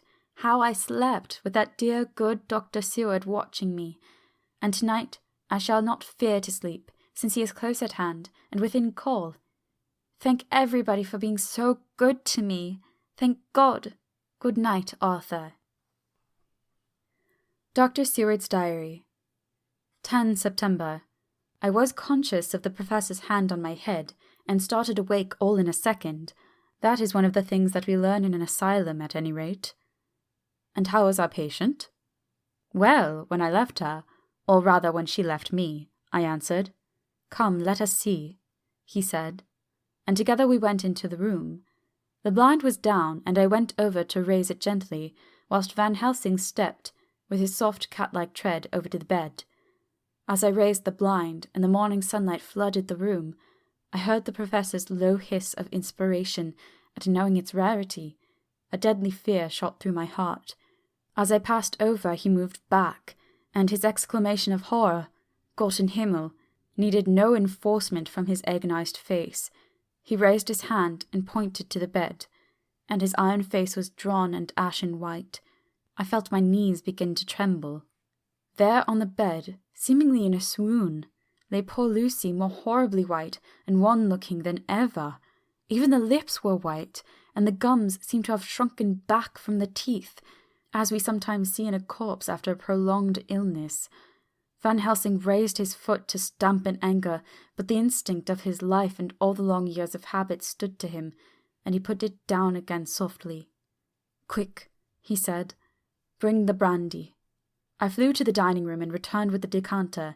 He wetted the poor white lips with it, and together we rubbed the palm and wrist and heart. He felt her heart, and after a few moments of agonizing suspense, said, "It is not too late. It beats, though but feebly. All our work is undone. We must begin again. There is no Arthur here now. I have to call on you yourself this time, friend John." As he spoke, he was dipping into his bag and producing the instruments for transfusion. I had taken off my coat and rolled up my shirt sleeve. There was no possibility of an opiate just at present, and no need of one, and so, without a moment's delay, we began the operation. After a time, it did not seem a short time either, for the draining away of one's blood, no matter how willingly it be given, is a terrible feeling. Van Helsing held up a warning finger. "Do not stir," he said, "but I fear that with growing strength she may wake, and that would make danger, oh, so much danger. But I shall precaution take. I shall give hypodermic injection of morphia." He proceeded then swiftly and deftly to carry out his intent. The effect on Lucy was not bad, for the faint seemed to merge subtly into the narcotic sleep. It was with a feeling of personal pride that I could see a faint tinge of colour steal back into the pallid cheeks and lips. No man knows, till he experiences it, what it is to feel his own lifeblood drawn away into the veins of the woman he loves. The professor watched me critically. "That will do," he said. "Already," I remonstrated, "you took a great deal more from art." To which he smiled, a sad sort of smile, as he replied, "He is her lover, her fiancé. You have work, much work to do for her and for others, and the present will suffice. When we stopped the operation, he attended to Lucy, whilst I applied digital pressure to my own incision. I laid down whilst I awaited his leisure to attend me, for I felt faint and a little sick. By and by he bound up my wound, and sent me downstairs to get a glass of wine for myself. As I was leaving the room, he came after me, and half whispered, "Mind, nothing must be said of this. If our young lover should turn up unexpected as before, no word to him. It would at once frighten him and enjealous him too. There must be none. So." When I came back, he looked at me carefully and then said, "You are not much the worse. Go into the room and lie on your sofa and rest a while, then have much breakfast, and come here to me." I followed out his orders, for I knew how right and wise they were. I had done my part, and now my next duty was to keep up my strength. I felt very weak, and in the weakness lost something of the amazement at what had occurred. I fell asleep on the sofa, however, wondering over and over again how Lucy had made such a retrograde movement, and how she could have been drained of so much blood, with no sign anywhere to show for it. I think I must have continued my wonder in my dreams, for, sleeping and waking, my thoughts always came back to the little punctures in her throat and the ragged, exhausted appearance of their edges, tiny though they were. Lucy slept well into the day, and when she woke she was fairly well and strong, though not nearly so much as the day before. When Van Helsing had seen her, he went out for a walk, leaving me in charge with strict injunctions that I was not to leave her for a moment. I could hear his voice in the hall asking the way to the nearest telegraph office. Lucy chatted with me freely and seemed quite unconscious that anything had happened. I tried to keep her amused and interested. When her mother came up to see her, she did not seem to notice any change whatever, but said to me gratefully, "We owe you so much, Dr. Seward, for all you have done, but you really must now take care not to overwork yourself. You are looking pale yourself. You want a wife to nurse and to look after you a bit. That you do." As she spoke, Lucy turned crimson, though it was only momentarily, for her poor, wasted veins could not stand for long such an unwanted drain to the head. The reaction came in excessive pallor as she turned imploring eyes to me. I smiled and nodded, and laid my finger on my lips. With a sigh, she sank back amid her pillows.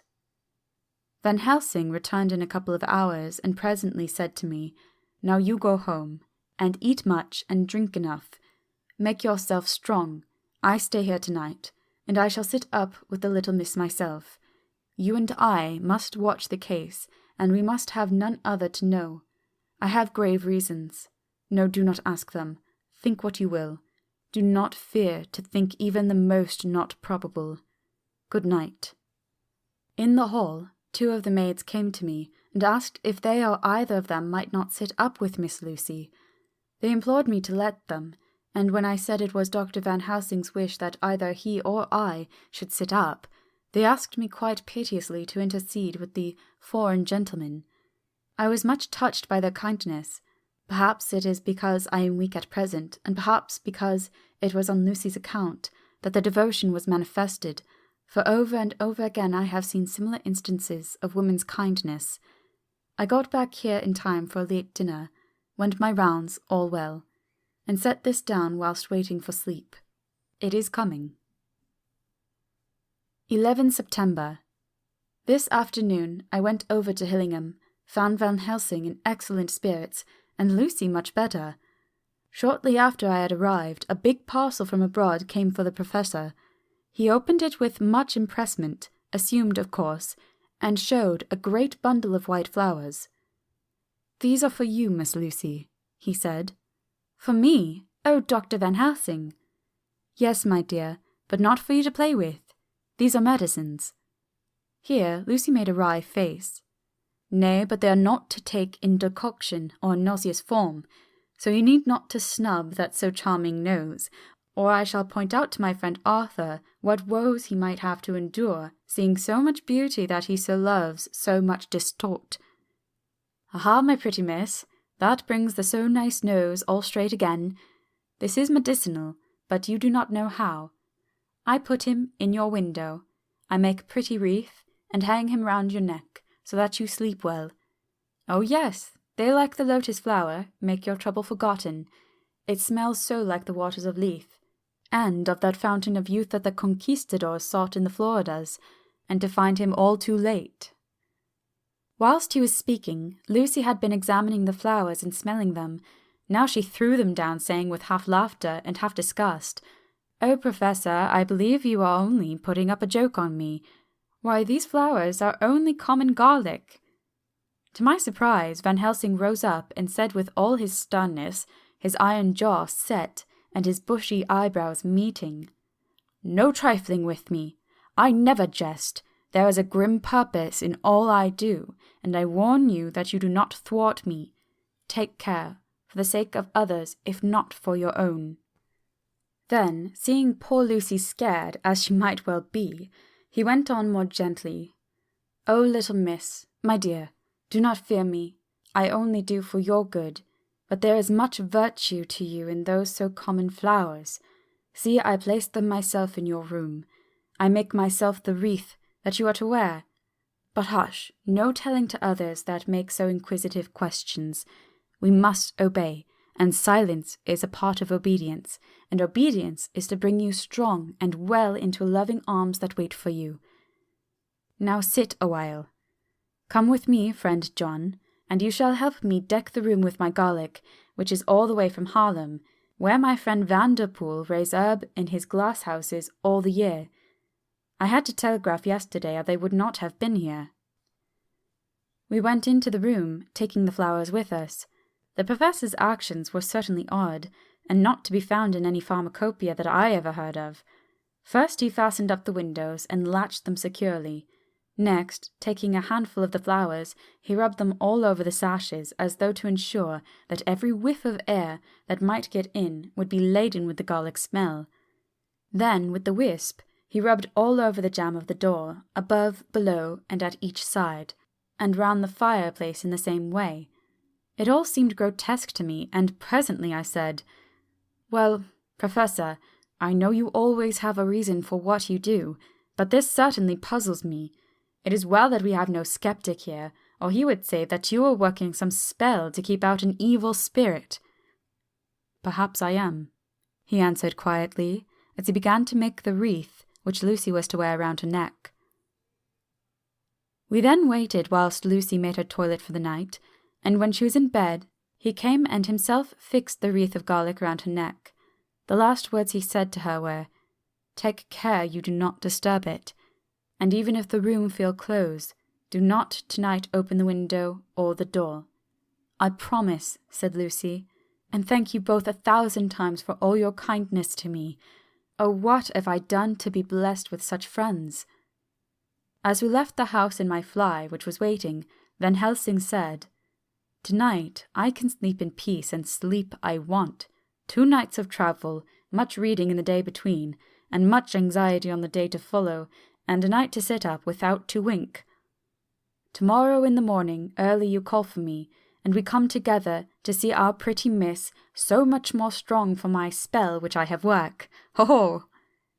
He seemed so confident that I, remembering my own confidence 2 nights before, and with the baneful result, felt awe and vague terror.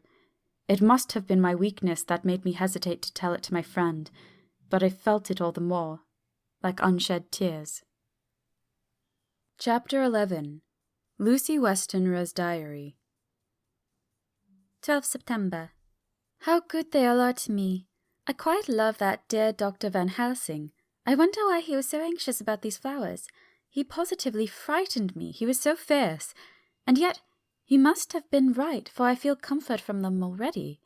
Somehow I do not dread being alone tonight, and I can go to sleep without fear. I shall not mind any flapping outside the window. Oh, the terrible struggle that I have had against sleep so often of late. The pain of the sleeplessness, or the pain of the fear of sleep, with such unknown horrors as it has for me. How blessed are some people whose lives have no fears, no dreads, to whom sleep is a blessing that comes nightly and brings nothing but sweet dreams. Well, here I am tonight, hoping for sleep, and lying like Ophelia in the play with virgin crants and maid instruments. I never liked garlic before, but tonight it is delightful. There is peace in its smell. I feel sleep coming already. Good night, everybody. Dr. Seward's Diary 13 September. Called at the Berkeley and found Van Helsing, as usual, up to time. The carriage ordered from the hotel was waiting. The professor took his bag, which he always brings with him now. Let's all be put down exactly. Van Helsing and I arrived at Hillingham at 8 o'clock. It was a lovely morning. The bright sunshine and the fresh feeling of early autumn seemed like a completion of nature's annual work. The leaves were turning to all kinds of beautiful colours, but had not yet begun to drop from the trees. When we entered, we met Mrs. Westenra coming out of the morning room. She is always an early riser. She greeted us warmly and said, "You'll be glad to know that Lucy is better. The dear child is still asleep. I looked into her room and saw her, but did not go in lest I should disturb her." The professor smiled and looked quite jubilant. He rubbed his hands together and said, "Aha, I thought I had diagnosed the case. My treatment is working." To which she answered, "You must not take all the credit to yourself, doctor. Lucy's state this morning is due in part to me." "How do you mean, ma'am?" asked the professor. "Well, I was anxious about the dear child in the night, and went into her room. She was sleeping soundly, so soundly that even my coming did not wake her. But the room was awfully stuffy. There were a lot of those horrible strong-smelling flowers about everywhere, and she had actually a bunch of them around her neck. I feared that the heavy odour would be too much for the dear child in her weak state, so I took them all away and opened a bit of the window to let in a little fresh air. You would be pleased with her, I am sure." She moved off into her boudoir, where she usually breakfasted early. As she had spoken, I watched the professor's face and saw it turn ashen grey. He had been able to restrain his self-command whilst the poor lady was present, for he knew her state and how mischievous a shock would be. He actually smiled on her as he held the door open for her to pass into her room, but the instant she had disappeared he pulled me suddenly and forcibly into the dining room and closed the door. Then, for the first time in my life, I saw Van Helsing break down. He raised his hands over his head in some sort of mute despair and then beat his palms together in a helpless way. Finally he sat down on a chair and, putting his hands before his face, began to sob with loud, dry sobs that seemed to come from the very racking of his heart. Then he raised his arms again, as though appealing to the whole universe. "God, God, God," he said, "what have we done? What has this poor thing done, that we are so sore beset? Is there fate among us still sent down from the pagan world of old that such things must be, and in such a way? This poor mother, all unknowing and all for the best as she think, does such thing as lose her daughter body and soul. We must not tell her.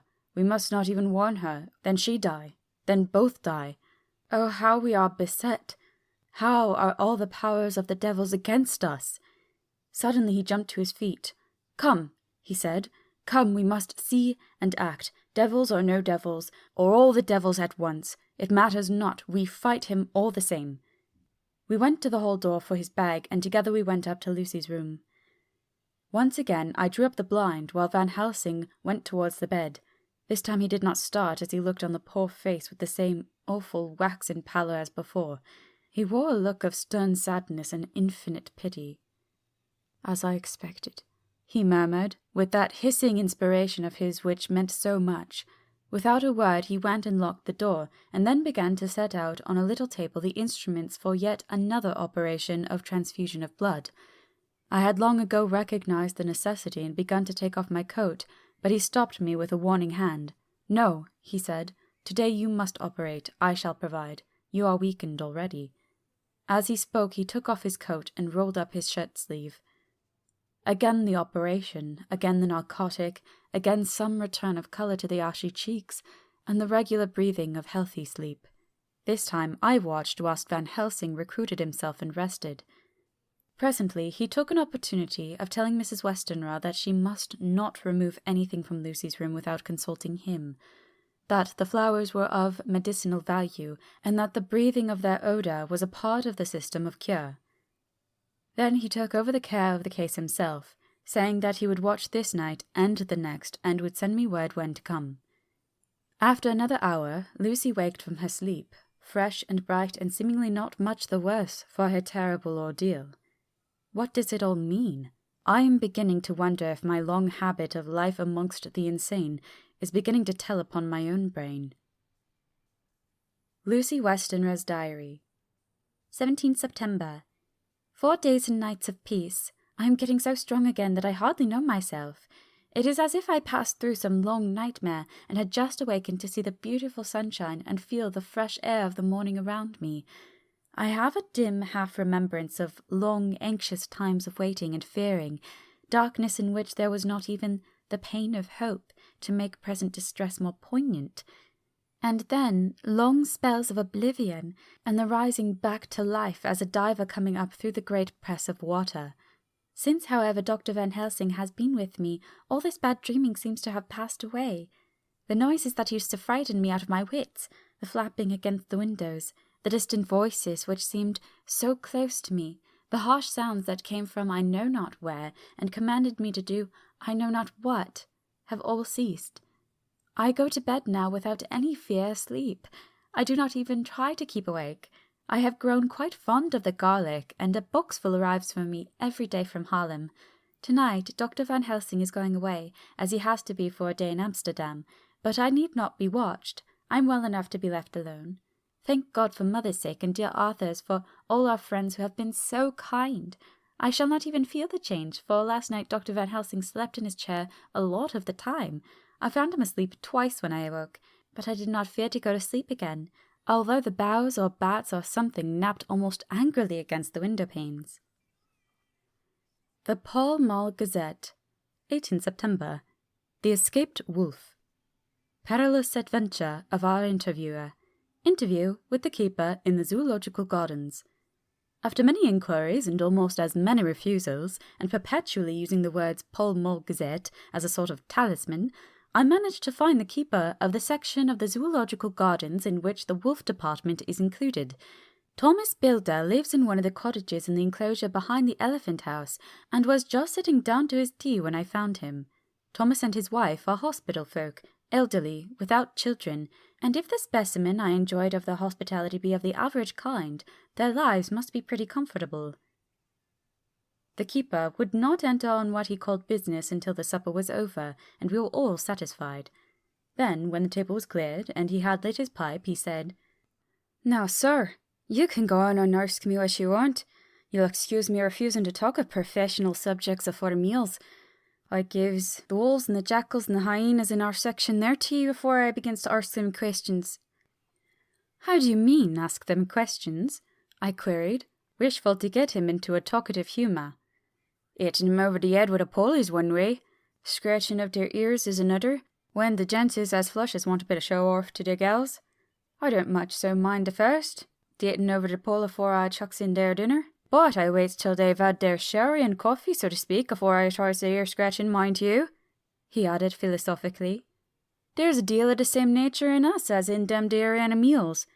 Here's you coming and arsking me a questions about my business, and I that grumpy like that only for your bloomin' £1 I'd a seen you blowed first afore I answer. Not even when you asked me sarcastic like if I'd like you to ask the superintendent if you might ask me questions. Without offence, did I tell you to go to well?" "You did."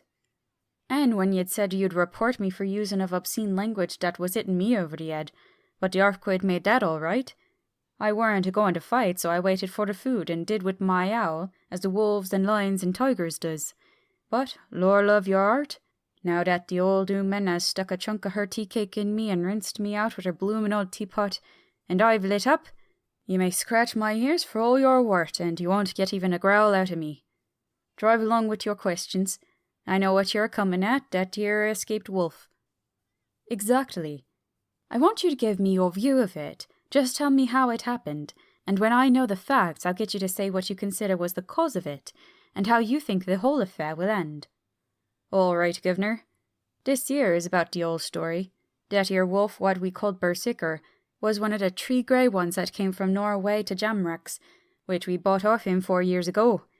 He was a nice, well-behaved wolf, that never gave no trouble to talk of. I'm more surprised at him wanting to get out, nor any other enemy in the place. But there, you can't trust wolves no more, nor women." "Don't you mind him, sir?" broke in Mrs. Tom with a cheery laugh. He's got minding the animals so long that bless if he ain't like no wolf hisself. But there ain't no harm in him. Well, sir, it was about 2 hours after feeding yesterday when I first hear my disturbance. I was making up a litter in a monkey house for a young puma which is ill, but when I heard the yelping and howling, I came away straight. Terror-wise berserker a tearing like a mad thing at the bars as if he wanted to get out. There wasn't much people about today, and close at hand there was only one man, a tall, thin chap with a hook nose and a pointed beard, with a few white hairs running through it. He had a hard cold look and red eyes, and I took a sort of mislike to him, for it seemed as if it was him, as they was irritated at. He had white kid gloves on his hands, and he pointed out the animals to me and says, "Keeper, these wolves seem upset at something." "Maybe it's you," says I, for I did not like the airs as he give himself. He didn't get angry as I hoped he would, but he smiled a kind of insolent smile, with a mouth full of white sharp teeth. "Oh no, they wouldn't like me," he says. "Oh yes they would," says I, imitating of him. "They always likes a bone or two to clean their teeth about tea time, which you was a begful." Well, it was an odd thing, but when the animals see us a-talking, they laid down, and when I went over to Berserker, he let me stroke his ears same as ever. That there man came over, and bless, but if he didn't put his hand and stroke old Wolf's ears too. "Take care," says I. "Berserker is quick." "Never mind," he says, "I'm used to him."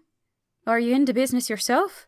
I says, taking up my hat, for a man who trades in wolves and etc. is a good friend to keepers. "No," says he, "not exactly in the business, but I have made pets of several." And with that he lifts his hat as polite as a lord, and walks away. Old Berserker kept a looking arter him after he was well out of sight, and then went to lay down in a corner, and wouldn't come out the whole evening. Well, last night, as soon as the moon was up, the wolves here all became howling. There weren't nothing for them to howl at. There weren't no one near, except someone that was evidently a-culling a dog somewheres out back the gardens on the park road. Once or twice I went out to see that all was right, and it was, and then the howling stopped. Just before 12 o'clock I just took a look around afore turning in, and bust me, but when I came opposite to old Berserker's cage I see the rails broken and twisted about and the cage empty. And that's all I know for certain. Did anyone else see anything? One of our gardeners was a-coming home about that time from Harmony, when he sees a big grey dog coming out through the garden edges. Heartily so he says, but I don't give much for it myself, for if he did, he never said a word about it to his missus when he got home, and it was only after the escape of the wolf was made known, and we had been up all night a-hunting at the park for Berserker, that he had remembered seeing anything. My own belief is that the Harmony had got into his head. Now, Mr. Builder, can you account in any way for the escape of the wolf? Well, sir, he said, with a suspicious sort of modesty, I think I can, but I don't know as how you'd be satisfied with the theory. Certainly I shall. If a man like you, who knows the animals from experience, can't hazard a good guess at any rate, who is even to try? Well then, sir, I accounts for it this way. It seems to me that here wolf escaped, simply because he wanted to get out.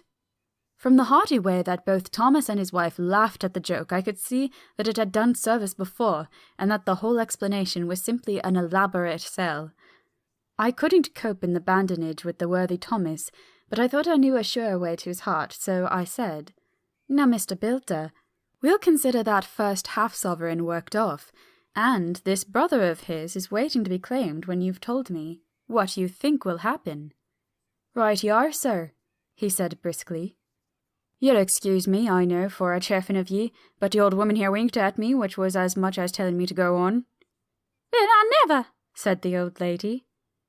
My opinion is this, that here wolf is a-riding of somewheres.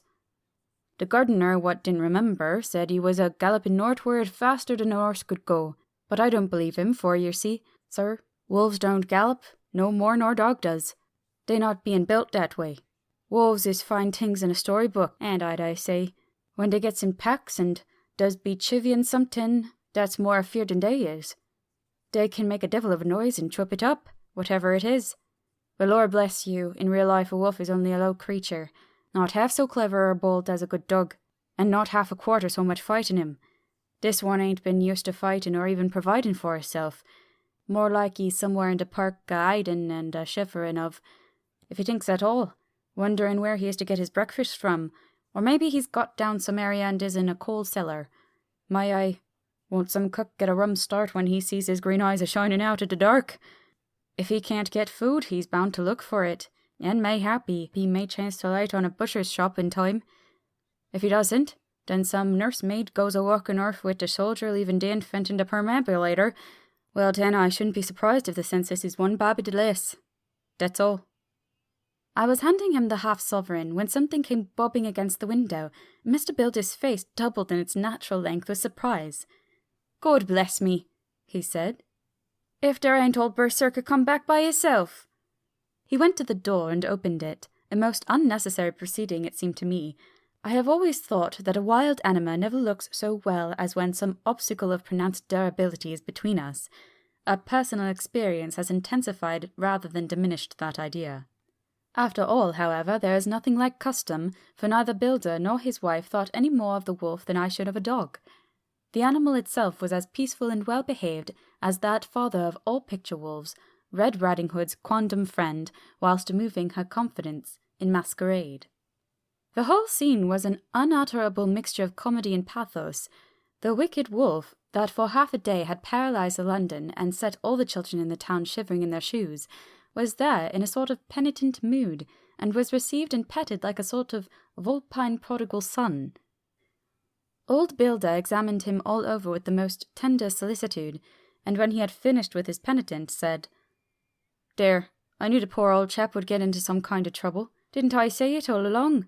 Here's his head all cut and full of broken glass. He's been a-getting over some bloomin' wall or other. It's a shame that people are allowed to top their walls with broken bottles. This here's what comes of it. Come along, Berserker." He took the wolf and locked him up in a cage with a piece of meat that satisfied, in quantity at any rate, the elementary conditions of the fattened calf, and went off to report. I came off too, to report the only exclusive information that is given today regarding the strange escapade at the zoo. Dr. Seward's Diary, 17 September.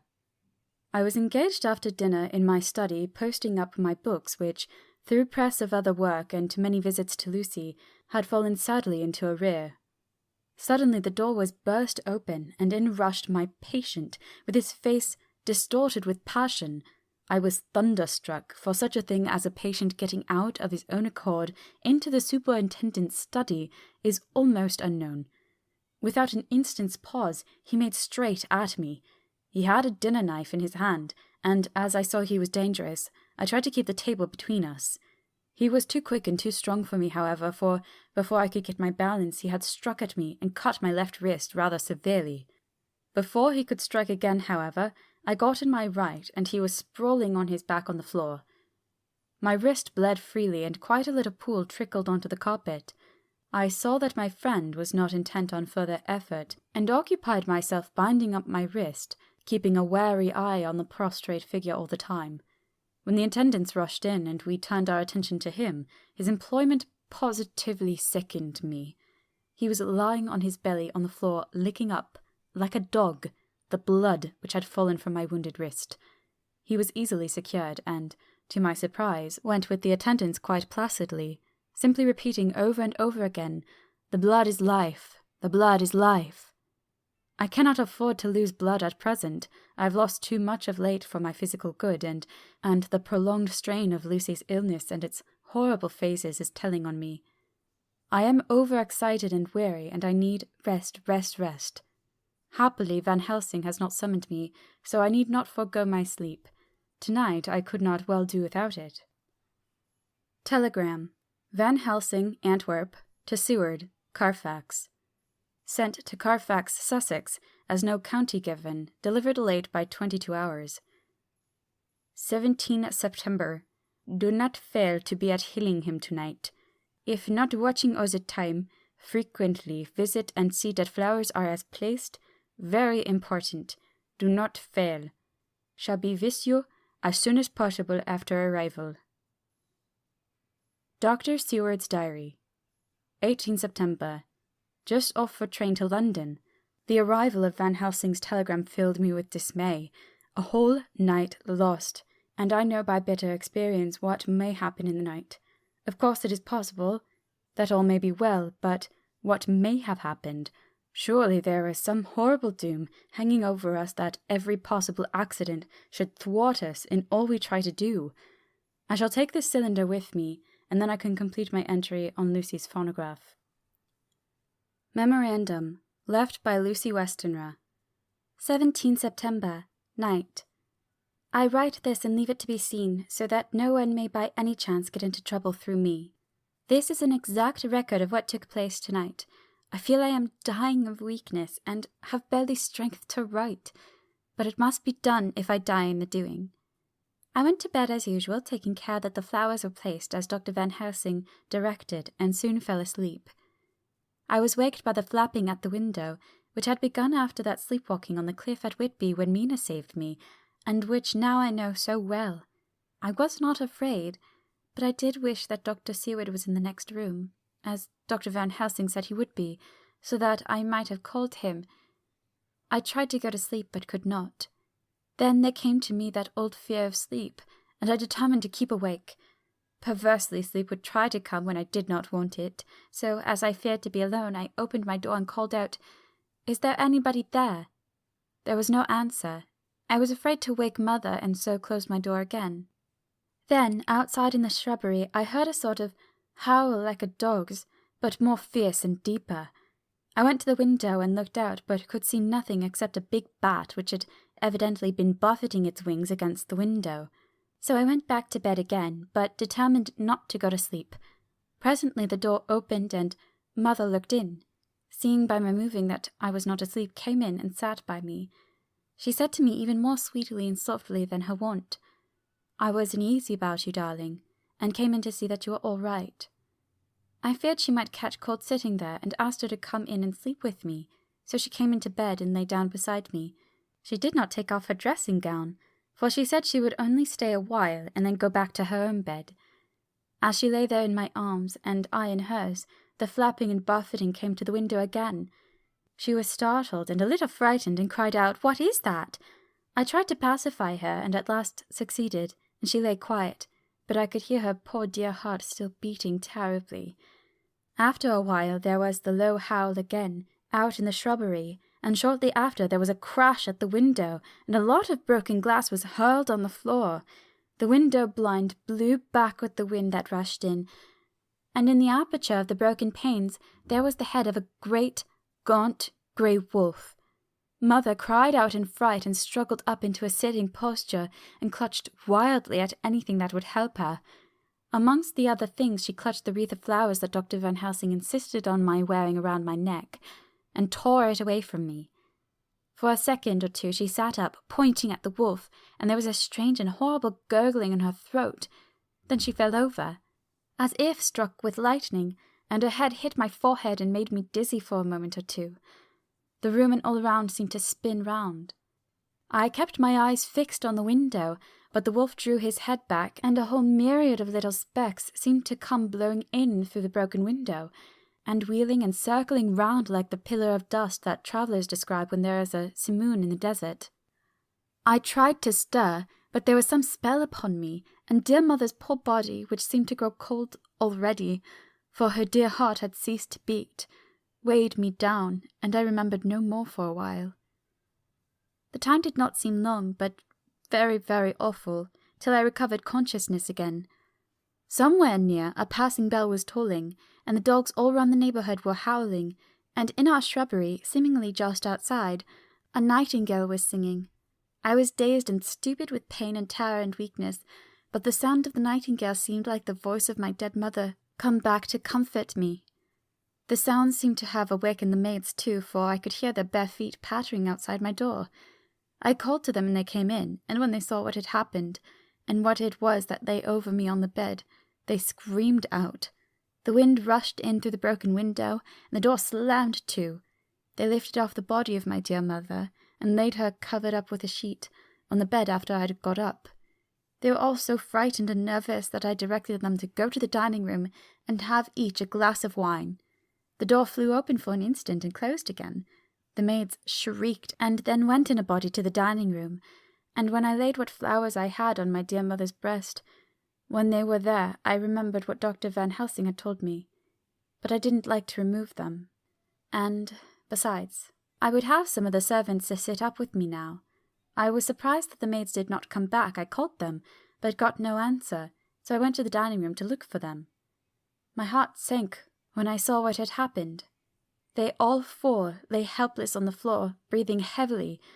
The decanter of sherry was on the table half full, but there was a queer acrid smell about. I was suspicious and examined the decanter. It smelt of laudanum, and looking on the sideboard I found that bottle which Mother's doctor uses for her— was empty. What am I to do? What am I to do? I am back in the room with Mother.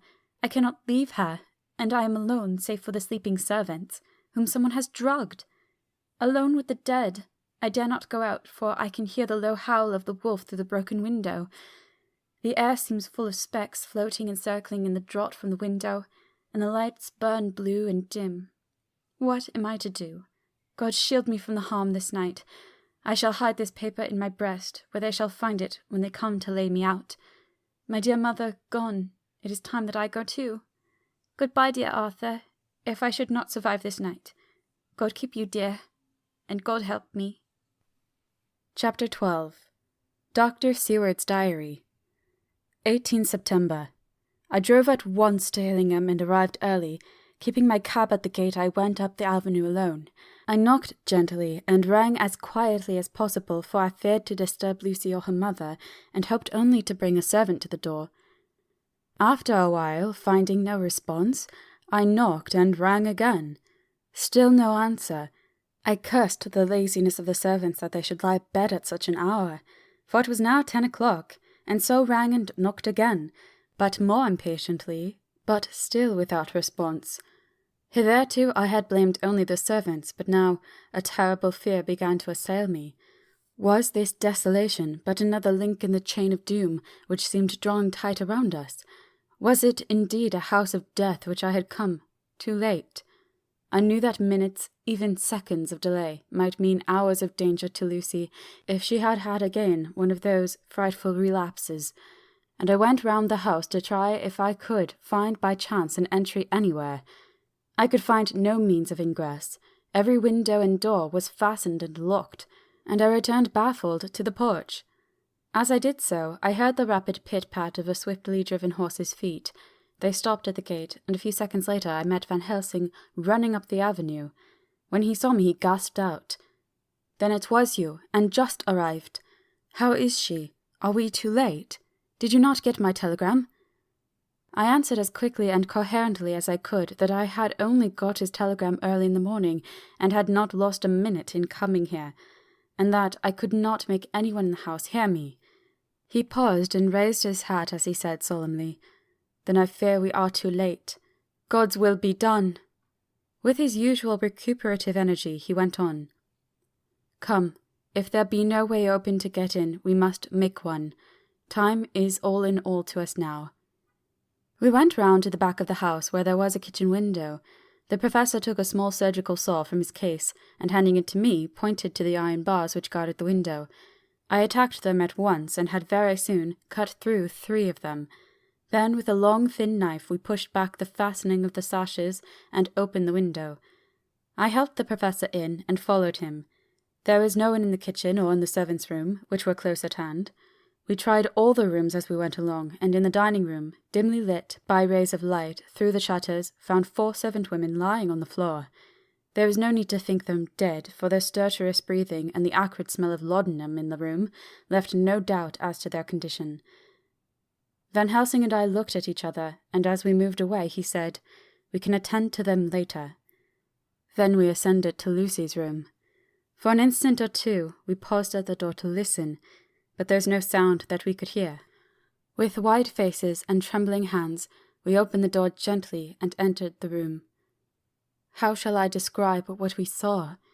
On the bed lay 2 women, Lucy and her mother. The latter lay farthest in, and she was covered with a white sheet, the edge of which had been blown back by the draught through the broken window, showing the drawn, white face with a look of terror fixed upon it. By her side lay Lucy, with face white and still more drawn.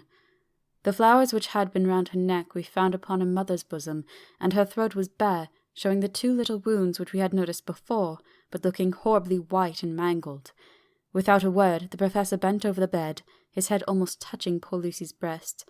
Then he gave a quick turn of his head, as of one who listens, and leaping to his feet he cried out to me, "It is not yet too late! Quick, quick, bring the brandy!"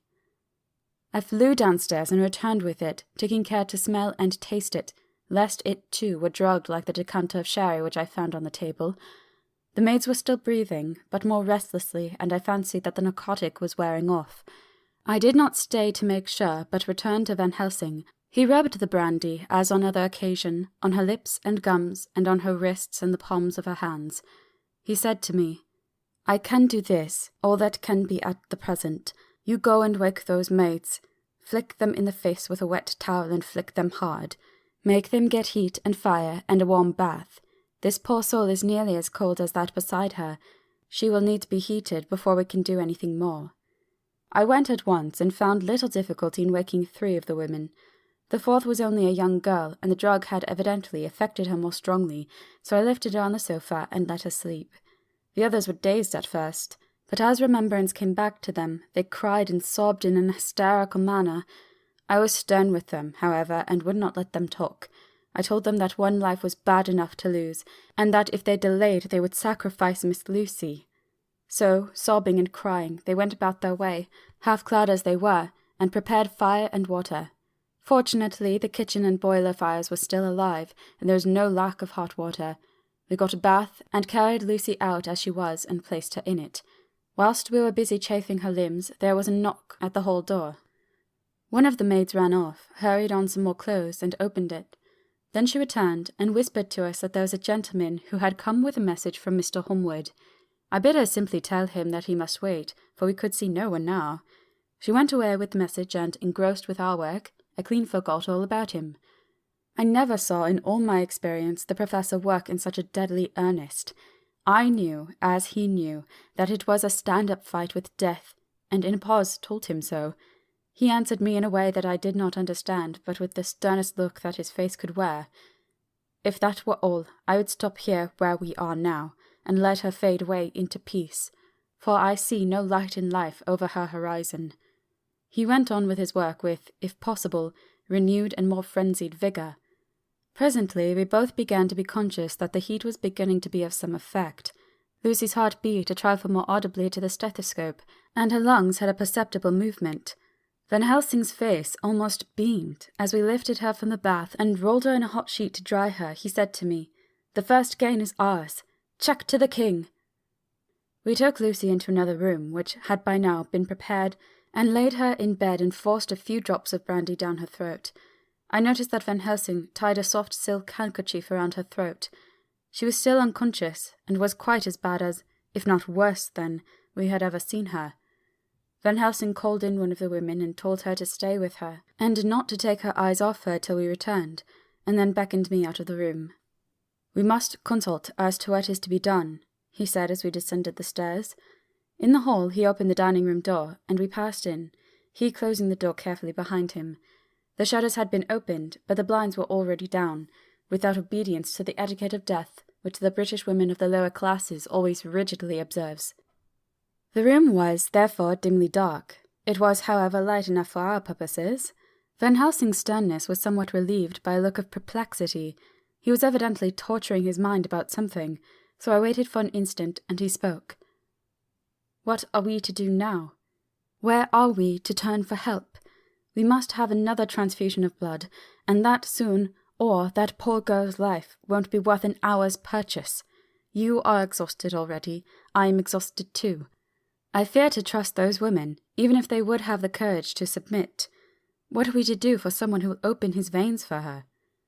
"What's the matter with me, anyhow?" The voice came from a sofa across the room, and its tones brought relief and joy to my heart, for they were those of Quincy Morris. Van Helsing started angrily at the first sound, but his face softened, and a glad look came into his eyes as I cried out, "Quincy Morris!" and rushed towards him with outstretched hands. "What brought you here?" I cried as our hands met. "I guess art's the cause." He handed me a telegram. "Have not heard from Seward for 3 days, and am terribly anxious. Cannot leave. Father still in same condition. Send me word how Lucy is. Do not delay. Holmwood. I think I came just in the nick of time. You know you only have to tell me what to do. Van Helsing strode forward and took his hand, looking him straight in the eyes as he said, A brave man's blood is the best thing on earth when a woman is in trouble. You're a man, and no mistake. Well, the devil may work against us for all he's worth, but God sends us men when we want them. Once again, we went through that ghastly operation. I have not the heart to go through with the details. Lucy had got a terrible shock, and it told on her more than before. For though plenty of blood went to her veins, her body did not respond to the treatment as well as the other occasions. Her struggle back to life was something frightful to see and hear. However, the action of both heart and lungs improved, and Van Helsing made a subcutaneous injection of morphia as before, and with good effect. Her faint became a profound slumber. The professor watched whilst I went downstairs with Quincy Morris, and sent one of the maids to pay off one of the cabmen who were waiting. I left Quincy lying down after having a glass of wine, and told the cook to get ready a good breakfast. Then a thought struck me, and I went back to the room where Lucy now was. When I came softly in, I found Van Helsing with a sheet or two of notepaper in his hand. He had evidently read it, and was thinking it over when he sat with his hand to his brow. There was a look of grim satisfaction in his face, as of one who has had a doubt solved. He handed me the paper, saying only, It dropped from Lucy's breast when we carried her to the bath. When I had read it, I stood looking at the professor, and after a pause asked him, In God's name, what does it all mean? Was she, or is she mad? Or what sort of terrible danger is it? I was so bewildered that I did not know what to say more. Van Helsing put out his hand and took the paper, saying, Do not trouble about it now.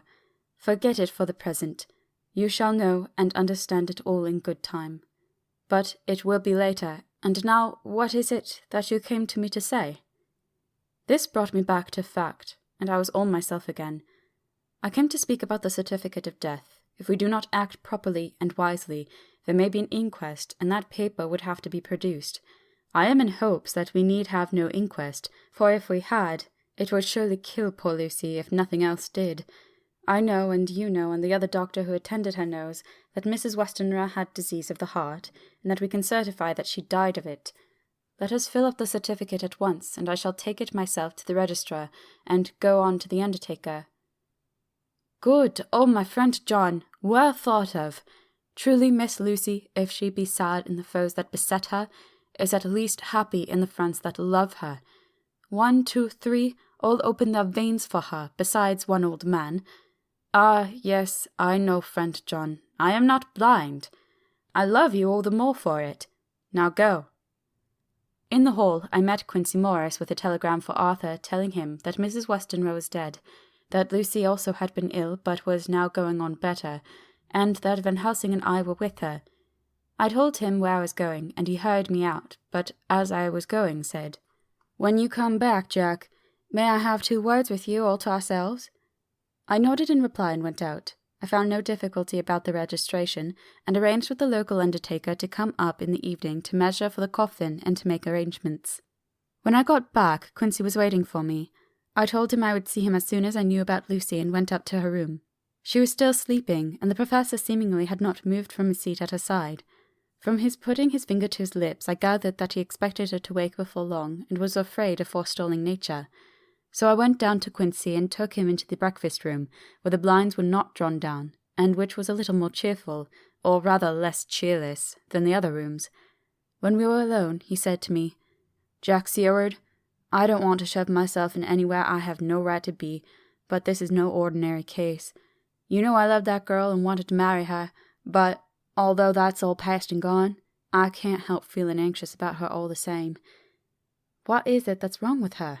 The Dutchman, and a fine fellow he is, I can see that, said that time you 2 came into the room that you must have another transfusion of blood, and that both you and he were exhausted.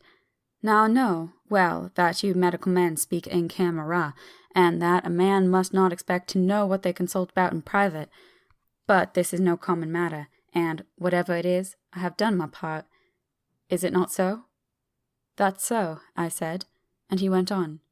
I take it that both you and Van Helsing had done already what I did today, is that not so? That's so. And I guess Art was in it too. When I saw him 4 days ago, down at his own place, he looked queer. I've not seen anything pulled down so quick since I was on the pampas and had a mare that I was fond of go to grass all in the night. One of those big bats that they call vampires had got her in the night, and, what with this gorge and the vein left open, there wasn't enough blood in her to let her stand up, and I had to put a bullet through her as she lay. Jack, if you may tell me without betraying confidence, Arthur was the first. Is not that so?" As he spoke, the poor fellow looked terribly anxious. He was in a torture of suspense regarding the woman he loved, and his utter ignorance of the terrible mystery which seemed to surround her intensified his pain. His very heart was bleeding, and it took all the manhood of him, and there was a royal lot of it too, to keep him from breaking down. I paused before answering, for I felt that I must not betray anything which the professor wished kept secret, but already he knew so much, and guessed so much that there could be no reason for not answering, so I answered in the same phrase. "That's so. And how long has this been going on?" "About 10 days. 10 days! Then I guess, Jack Seward, that poor pretty creature that we all love has had put into her veins within that time the blood of 4 strong men. Man alive, her whole body wouldn't hold it." Then, coming close to me, he spoke in a fierce half-whisper. "What took it out?" I shook my head. "That," I said, "is the crux. Van Helsing is simply frantic about it, and I am at my wits' end. I can't even hazard a guess. There has been a series of little circumstances which have thrown out all our calculations as to Lucy being properly watched. But these shall not occur again. Here we stay until all be well, or ill." Quincy held out his hand. "Count me in," he said. "You and the Dutchman will tell me what to do and I'll do it." When she woke late in the afternoon, Lucy's first movement was to feel in her breast, and to my surprise produced the paper which Van Helsing had given me to read. The careful professor had replaced it where it had come from, lest on waking she should be alarmed. Her eye then lit on Van Helsing and on me too, and gladdened. Then she looked round the room, and seeing where she was, shuddered. She gave a loud cry, and put her poor thin hands before her pale face. We both understood what that meant, that she had realized to the full of her mother's death. So we tried what we could to comfort her. Doubtless sympathy eased her somewhat, but she was very low in thought and spirit and wept silently and weakly for a long time. We told her that either or both of us would now remain with her all the time, and that seemed to comfort her. Towards dusk she fell into a doze. Here a very odd thing occurred. Whilst still asleep, she took the paper from her breast and tore it in two. Van Helsing stepped over and took the pieces from her. All the same, however, she went on with the action of tearing, as though the material was still in her hands. Finally she lifted her hands and opened them as though scattering the fragments. Van Helsing seemed surprised, and his brows gathered as if in thought, but he said nothing. 19 September. All last night she slept fitfully, being always afraid to sleep, and something weaker when she woke from it. The professor and I took it in turns to watch, and we never left her for a moment unattended. Quincy Morris said nothing about his intention, but I knew that all night long he patrolled round and round the house. When the day came, its searching light showed the ravages in poor Lucy's strength. She was hardly able to turn her head, and the little nourishment which she could take seemed to do her no good. At times she slept, and both Van Helsing and I noticed the difference in her between sleeping and waking. Whilst asleep, she looked stronger, although more haggard, and her breathing was softer.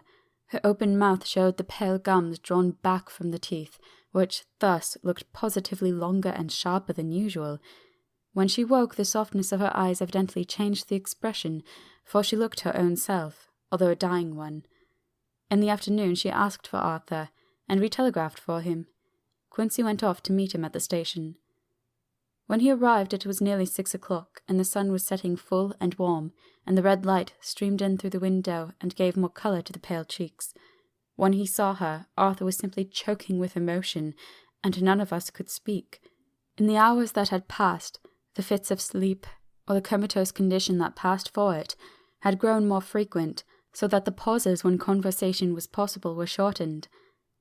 Arthur's presence, however, seemed to act as a stimulant.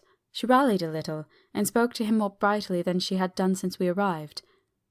He, too, pulled himself together, and spoke as cheerily as he could, so that the best was made of everything. It was now nearly 1 o'clock, and he and Van Helsing are sitting with her. I am to relieve them in a quarter of an hour, and I am entering this on Lucy's phonograph. Until 6 o'clock they are to try to rest. I fear that tomorrow will end our watching, for the shock has been too great, and the poor child cannot rally. God help us all. Letter. Mina Harker to Lucy Westenra, unopened by her. 17 September. My dearest Lucy, it seems an age since I heard from you, or indeed since I wrote. You will pardon me, I know, for all my faults when you have read all my budget of news. Well, I got my husband back all right. When we arrived at Exeter there was a carriage waiting for us, and in it, though he had an attack of gout, Mr. Hawkins. He took us to his house, where there were rooms for us all nice and comfortable, and we dined together. After dinner, Mr. Hawkins said, My dears, I want to drink your health and prosperity, and may every blessing attend you both. I know you both from children, and have with love and pride seen you grow up. Now I want you to make your home here with me. I have left to me neither chick nor child. All are gone, and in my will I have left you everything. I cried, Lucy dear, as Jonathan and the old man clasped hands. Our evening was a very, very happy one.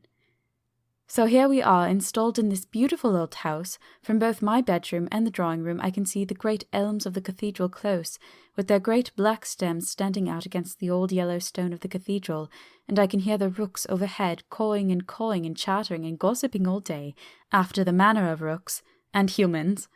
I am busy, I need not tell you, arranging things and housekeeping. Jonathan and Mr. Hawkins are busy all day, for, now that Jonathan is a partner, Mr. Hawkins wants to tell him all about the clients. How is your dear mother getting on?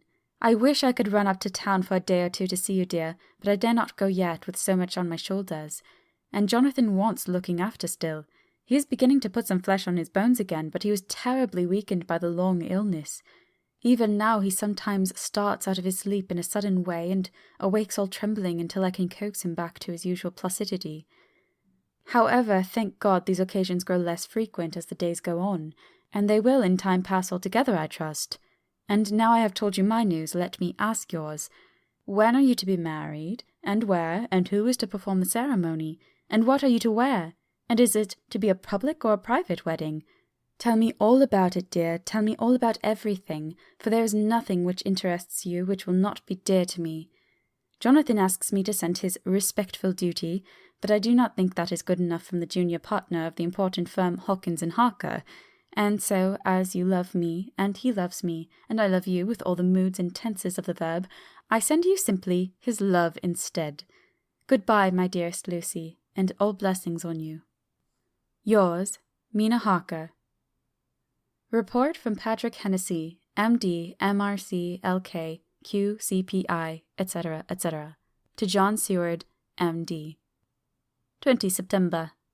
My dear Sir, in accordance with your wishes, I enclose report of the conditions of everything left in my charge. With regard to patient Renfield, there is more to say. He has had another outbreak, which might have had a dreadful ending, but which, as it fortunately happened, was unattended with any unhappy results. This afternoon, a carrier's cart with 2 men made a call at the empty house whose grounds abut on ours. The house to which, you will remember, the patient twice ran away. The men stopped at our gate to ask the porter their way, as they were strangers. I was myself looking out the study window, having a smoke after dinner, and saw one of them come up to the house. As he passed the window of Renfield's room, the patient began to rate him from within, and called him all the foul names he could lay his tongue to. The man, who seemed a decent fellow enough, contented himself by telling him to shut up for a foul-mouthed beggar, whereon our man accused him of robbing him and wanting to murder him, and said that he would hinder him if he were to swing for it. I opened the window and signed to the man not to notice. So he contented himself, after looking the place over and making up his mind as to what kind of place he had got to, by saying, "Lor bless you, sir, I wouldn't mind what was said to me in a bloomin' madhouse. I pity ye and the governor for having to live in the house with a wild beast like that." Then he asked his way civilly enough, and I told him where the gate of the empty house was. He went away, followed by threats and curses and revilings from our man. I went down to see if I could make out any cause for his anger, since he is usually such a well-behaved man, and except his violent fits nothing of the kind had ever occurred. I found him, to my astonishment, quite composed and most genial in his manner. I tried to get him to talk of the incident, but he blandly asked me questions as to what I meant, and led me to believe that he was completely oblivious of the affair. It was, I am sorry to say, however, only another instance of his cunning, for within half an hour I heard of him again. This time he had broken out through the window of his room and was running down the avenue. I called to the attendants to follow me and ran after him, for I feared he was intent on some mischief. My fear was justified when I saw the same cart which had passed before coming down the road, having on it some great wooden boxes. The men were wiping their foreheads and were flushed in the face, as if with violent exercise. Before I could get up to him, the patient rushed at them, and pulling one of them off the cart, began to knock his head against the ground. If I had not seized him just at the moment, I believe he would have killed the man there and then. The other fellow jumped down and struck him over the head with the butt end of his heavy whip. It was a terrible blow, but he did not seem to mind it, but seized him also, and struggled with the three of us, pulling us to and fro as if we were kittens. You know I am no lightweight, and the others were both burly men. At first he was silent in his fighting, but as we began to master him, and the attendants were putting a strait waistcoat on him, he began to shout, "I'll frustrate them! They shan't rob me! I'll frustrate them! They shan't murder me by inches! I'll fight for my lord and master!" and all sorts of similar incoherent ravings. It was with very considerable difficulty that they got him back to the house and put him in the powdered room. One of the attendants, Hardy, had a finger broken. However, I set it all right, and he is going on well. The two carriers were at first loud in their threats of actions for damages, and promised to rain all the penalties of the law on us.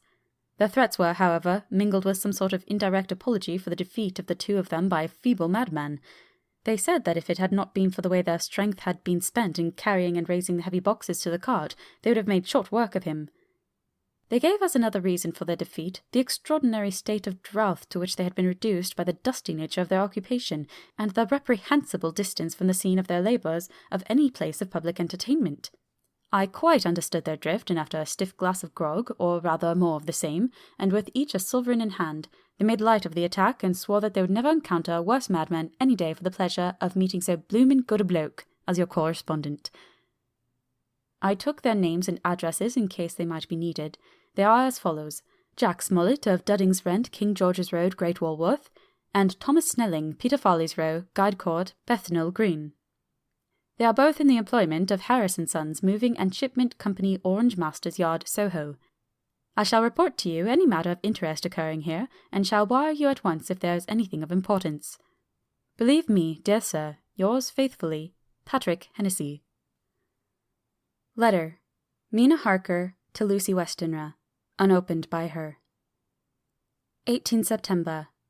My dearest Lucy, such a sad blow has befallen us. Mr. Hawkins has died very suddenly. Some may not think it is so sad for us, but we had both come to so love him that it really seems as though we had lost a father. I never knew either father or mother, so that the dear old man's death is a real blow to me. Jonathan is greatly distressed. It is not only that he feels sorrow, deep sorrow, for the dear good man who has befriended him all his life, and now at the end has treated him like his own son and left him a fortune to which people of our modest bringing up is wealth beyond the dream of avarice. But Jonathan feels it on another account. He says the amount of responsibility which it puts on him makes him very nervous. He begins to doubt himself. I try to cheer him up, and my belief in him helps him to have belief in himself. But it is here that the grave shock that he experienced tells upon him the most. Oh, it is too hard that a sweet, simple, noble, strong nature such as his, a nature which enabled him by our dear good friend's aid to rise from clerk to master in a few years, should be so injured that the very essence of its strength is gone. Forgive me, dear, if I worry you with my troubles in the midst of your own happiness, but, Lucy dear, I must tell someone, for the strain of keeping up a brave and cheerful appearance to Jonathan tries me, and I have no one here that I can confide in. I dread coming up to London, as we must do the day after tomorrow, for poor Mr. Hawkins left in his will that he was to be buried in the grave with his father. As there are no relations at all, Jonathan will have to be the chief mourner. I shall try to run over to see you, dearest, if only for a few minutes. Forgive me for troubling you, with all blessings. Your loving, Mina Harker. Dr. Seward's Diary. 20 September. Only resolution and habit can make me make an entry tonight.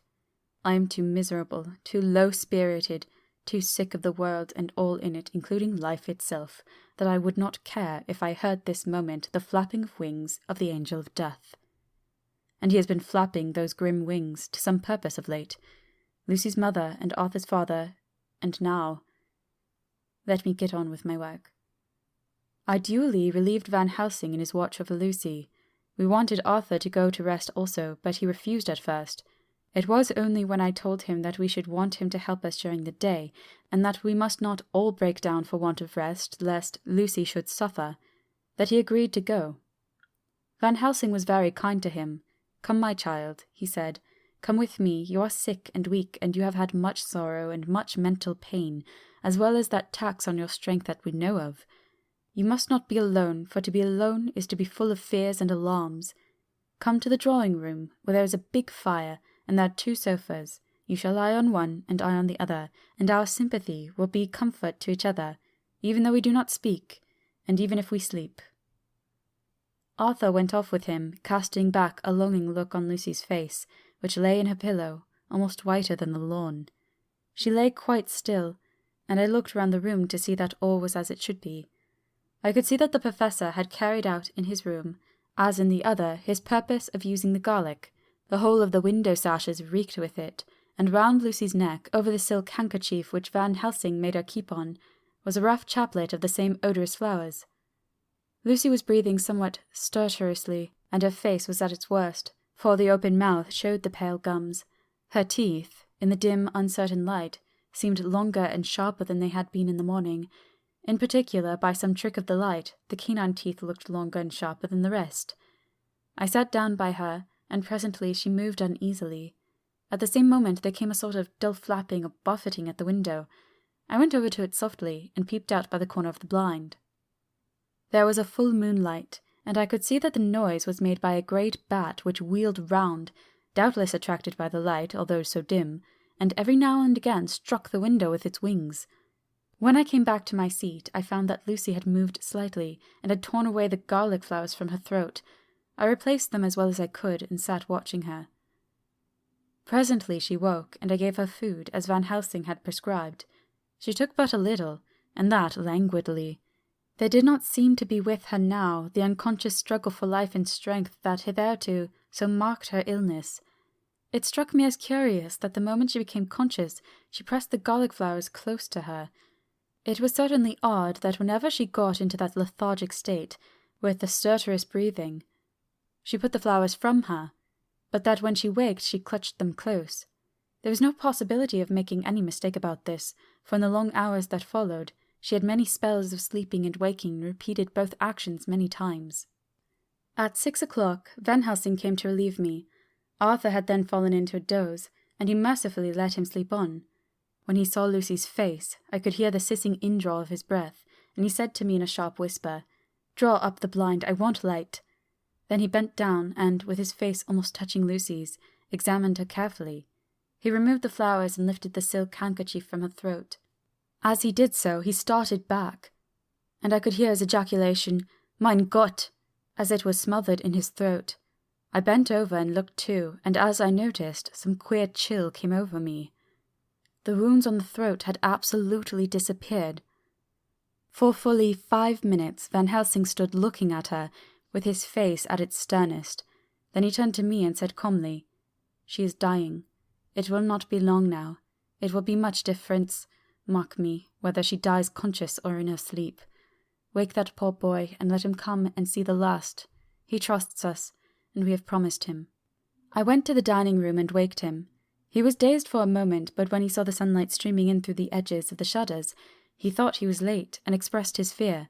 I assured him that Lucy was still asleep, but told him as gently as I could that both Van Helsing and I feared that the end was near. He covered his face with his hands and slid down on his knees by the sofa, where he remained perhaps a minute, with his head buried, praying, whilst his shoulders shook with grief. I took him by the hand and raised him up. "Come," I said, "my dear old fellow, summon all your fortitude. It will be best and easiest for her." When we came to Lucy's room, I could see that Van Helsing had, with his usual forethought, been putting matters straight and making everything look as pleasing as possible. He had even brushed Lucy's hair so that it lay on the pillow in its usual sunny ripples. When we came into the room, she opened her eyes and, seeing him, whispered softly, "Arthur, oh my love, I'm so glad you have come." He was stooping to kiss her when Van Helsing motioned him back. "No," he whispered, "not yet. Hold her hand, it will comfort her more." So Arthur took her hand and knelt beside her, and she looked her best, with all the soft lines matching the angelic beauty of her eyes. Then gradually her eyes closed, and she sank to sleep. For a little bit her breast heaved softly, and a breath came and went like a tired child's. And then insensibly there came the strange change which I had noticed in the night. Her breathing grew stertorous. The mouth opened, and the pale gums drawn back made the teeth look longer and sharper than ever. In a sort of sleep-waking, vague, unconscious way she opened her eyes, which were now dull and hard at once, and she said in a soft, voluptuous voice, such as I had never heard from her lips, "Arthur, oh my love, I am so glad you have come. Kiss me." Arthur bent eagerly over to kiss her, but at an instant Van Helsing, who, like me, had been startled by her voice, swooped upon him, and catching him by the neck with both hands, dragged him back with a fury of strength which I had never thought he could have possessed, and actually hurled him across the room. "Not for your life," he said, "not for your living souls and hers," and he stood between them like a lion at bay. Arthur was so taken aback that he did not for a moment know what to do or say, and before any impulse of violence could seize him, he realized the place and the occasion, and stood silent, waiting. I kept my eyes fixed on Lucy, as did Van Helsing, and we saw a spasm as of rage flit like a shadow over her face, and the sharp teeth champed together. Then her eyes closed, and she breathed heavily. Very short after she opened her eyes in all their softness, and putting out her poor, pale, thin hand, took Van Helsing's great brown one, drawing it to her. She kissed it. "My true friend," she said, in a faint voice, but with untellable pathos. "My true friend, and his. Oh, guard him and give me peace." "I swear it," he said solemnly, kneeling beside her and holding up his hand, as one who registers an oath. Then he turned to Arthur and said to him, "Come, my child, take her hand in yours, and kiss her on the forehead, and only once." Their eyes met instead of their lips, and so they parted. Lucy's eyes closed, and Van Helsing, who had been watching closely, took Arthur's arm and drew him away. And then Lucy's breathing became stertorous again, and all at once it ceased. "It is all over," said Van Helsing. "She is dead." I took Arthur by the arm and led him away to the drawing-room, where he sat down and covered his face with his hands, sobbing in a way that nearly broke me down to see. I went back to the room and found Van Helsing looking at poor Lucy, and his face was sterner than ever. Some change had come over her body. Death had given back a part of her beauty, for her brow and cheeks had recovered some of their flowing lines. Even the lips had lost their deadly pallor. It was as if the blood, no longer needed for the working of the heart, had gone to make the harshness of death as little rude as might be. We thought her dying whilst she slept, and sleeping when she died. I stood beside Van Helsing and said, "Ah, well, poor girl, there is peace for her at last. It is the end." He turned to me and said with grave solemnity, "Not so, alas, not so. It is only the beginning." When I asked him what he meant, he only shook his head and answered, "We can do nothing as yet. Wait and see." Chapter 13. Dr. Seward's Diary, continued. The funeral was arranged for the next succeeding day, so that Lucy and her mother might be buried together. I attended to all the ghastly formalities, and the urbane undertaker proved that his staff were afflicted, or blessed, with something of his own obsequious suavity. Even the woman who performed the last offices for the dead remarked to me, in a confidential brother-professional way, when she had come out from the death-chamber, "She makes a very beautiful corpse, sir. It is quite a privilege to attend on her. It's not too much to say that she will do credit to our establishment."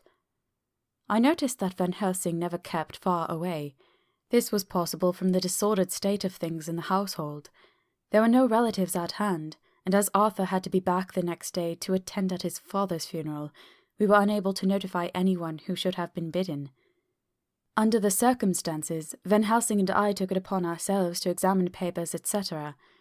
He insisted on looking over Lucy's papers himself. I asked him why, for I feared that he, being a foreigner, might not be quite aware of English legal requirements, and so might in ignorance take some unnecessary trouble. He answered me, I know. You forget that I am a lawyer as well as a doctor, but this is not altogether for the law. You knew that when you avoided the coroner. I have more than him to avoid. There may be papers more, such as this." As he spoke, he took from his pocket-book the memorandum which had been in Lucy's breast, which she had torn in her sleep. "When you find anything of the solicitor who is for the late Mrs. Westenra, seal all her papers, and write him tonight. For me, I watch here in the room and in Miss Lucy's old room all night, and I myself search for what may be. It is not well that her very thoughts go into the hands of strangers." I went on with my part of the work, and in another half-hour had found the name and address of Mrs. Westenra's solicitor, and had written to him. All the poor lady's papers were in order. Explicit directions regarding the place of burial were given. I had hardly sealed the letter when, to my surprise, Van Helsing walked into the room, saying, "Can I help you, friend John? I am free, and if I may, my service is to you." "Have you got what you looked for?" I asked, to which he replied, "I did not look for any specific thing. I only hoped to find, and find I have, all that there was, only some letters and a few memoranda, and a diary new begun. But I have them here, and we shall for the present say nothing of them. I shall see that poor lad tomorrow evening, and, with his sanction, I shall use some." When we had finished the work in hand, he said to me, "And now, friend John, I think we may to bed. We want sleep, both you and I, and rest to recuperate. Tomorrow we shall have much to do, but for the tonight there is no need of us, alas." Before turning in, we went to look at poor Lucy. The undertaker had certainly done his work well, for the room was turned into a small chapelle ardente. There was a wilderness of beautiful white flowers, and death was made as little repulsive as might be. The end of the winding sheet was laid over the face. When the professor bent over and turned it gently back, we both started at the beauty before us, the tall wax candles showing a sufficient light to note it well. All Lucy's loveliness had come back to her in death, and the hours that had passed, instead of leaving traces of decay's effacing fingers, had but restored the beauty of life, till positively I could not believe my eyes that I was looking at a corpse. The professor looked sternly grave. He had not loved her as I had, and there was no need for tears in his eyes.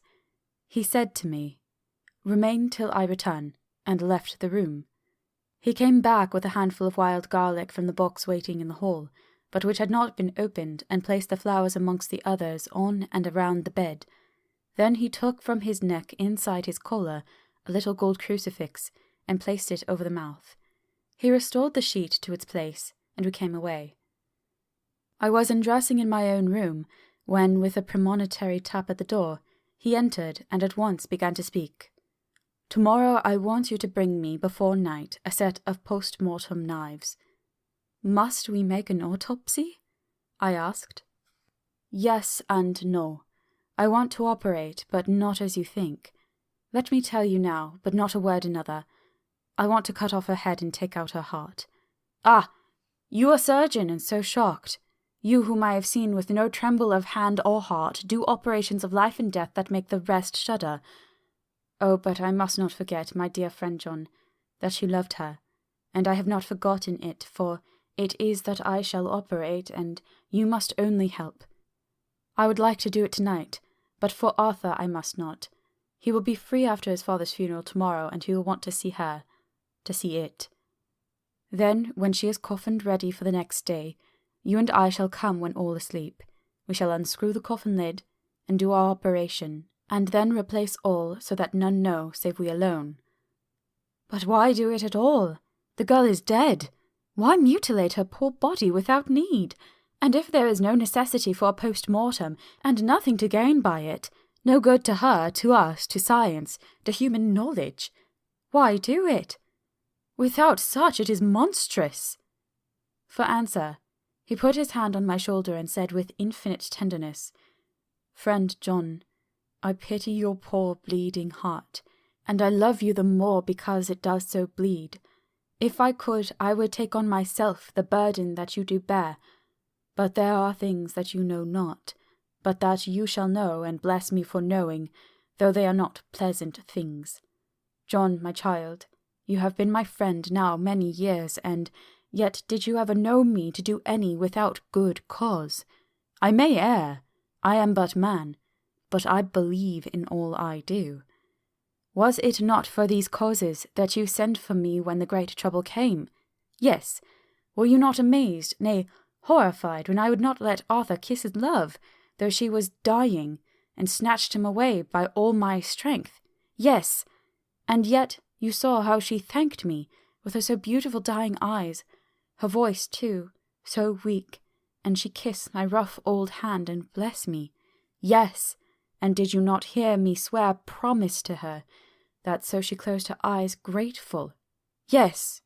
Well, I have good reason now for all I want to do. You have for many years trust me. You have believed me weeks past, when there be things so strange that you might have well doubt. Believe me yet a little, friend John. If you trust me not, then I must tell what I think, and that is not perhaps well.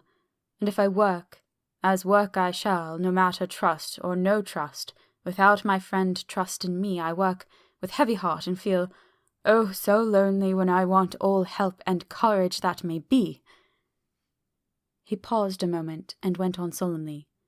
Friend John, there are strange and terrible days before us. Let us not be two, but one, that so we work to a good end. Will you not have faith in me? I took his hand and promised him. I held my door open as he went away and watched him go into his room and close the door. As I stood without moving, I saw one of the maids pass silently along the passage. She had her back towards me, so did not see me, and go into the room where Lucy lay. The sight touched me. Devotion is so rare, and we are so grateful to those who show it unasked to those we love. Here was a poor girl putting aside the terrors which she naturally had of death, to go watch alone by the bier of the mistress whom she loved, so that the poor clay may not be lonely till laid to eternal rest. I must have slept long and soundly, for it was broad daylight when Van Helsing waked me by coming into my room. He came over to my bedside and said, "You need not trouble about the knives. We shall not do it." "Why not?" I asked, for his solemnity of the night before had greatly impressed me. "Because," he said sternly, "it is too late, or too early. See." Here he held up the little golden crucifix.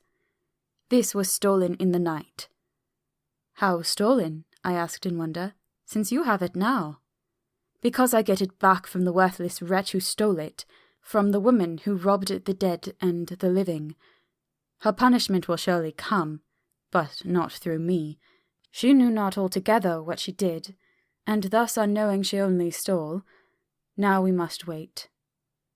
He went away on the word, leaving me with a new mystery to think of, a new puzzle to grapple with. The forenoon was a dreary time, but at noon the solicitor came, Mr. Markand of Holman, Sons, Markand and Lidderdale. He was very genial and very appreciative of what we had done, and took off our hands all cares as to details. During lunch, he told us that Mrs. Westenra had for some time expected sudden death from her heart, and had put her affairs in absolute order. He informed us that, with the exception of a certain entailed property of Lucy's father's, which now, in default of direct issue, went back to a distant branch of the family, the whole estate, real and personal, was left absolutely to Arthur Holmwood. When he had told us so much, he went on.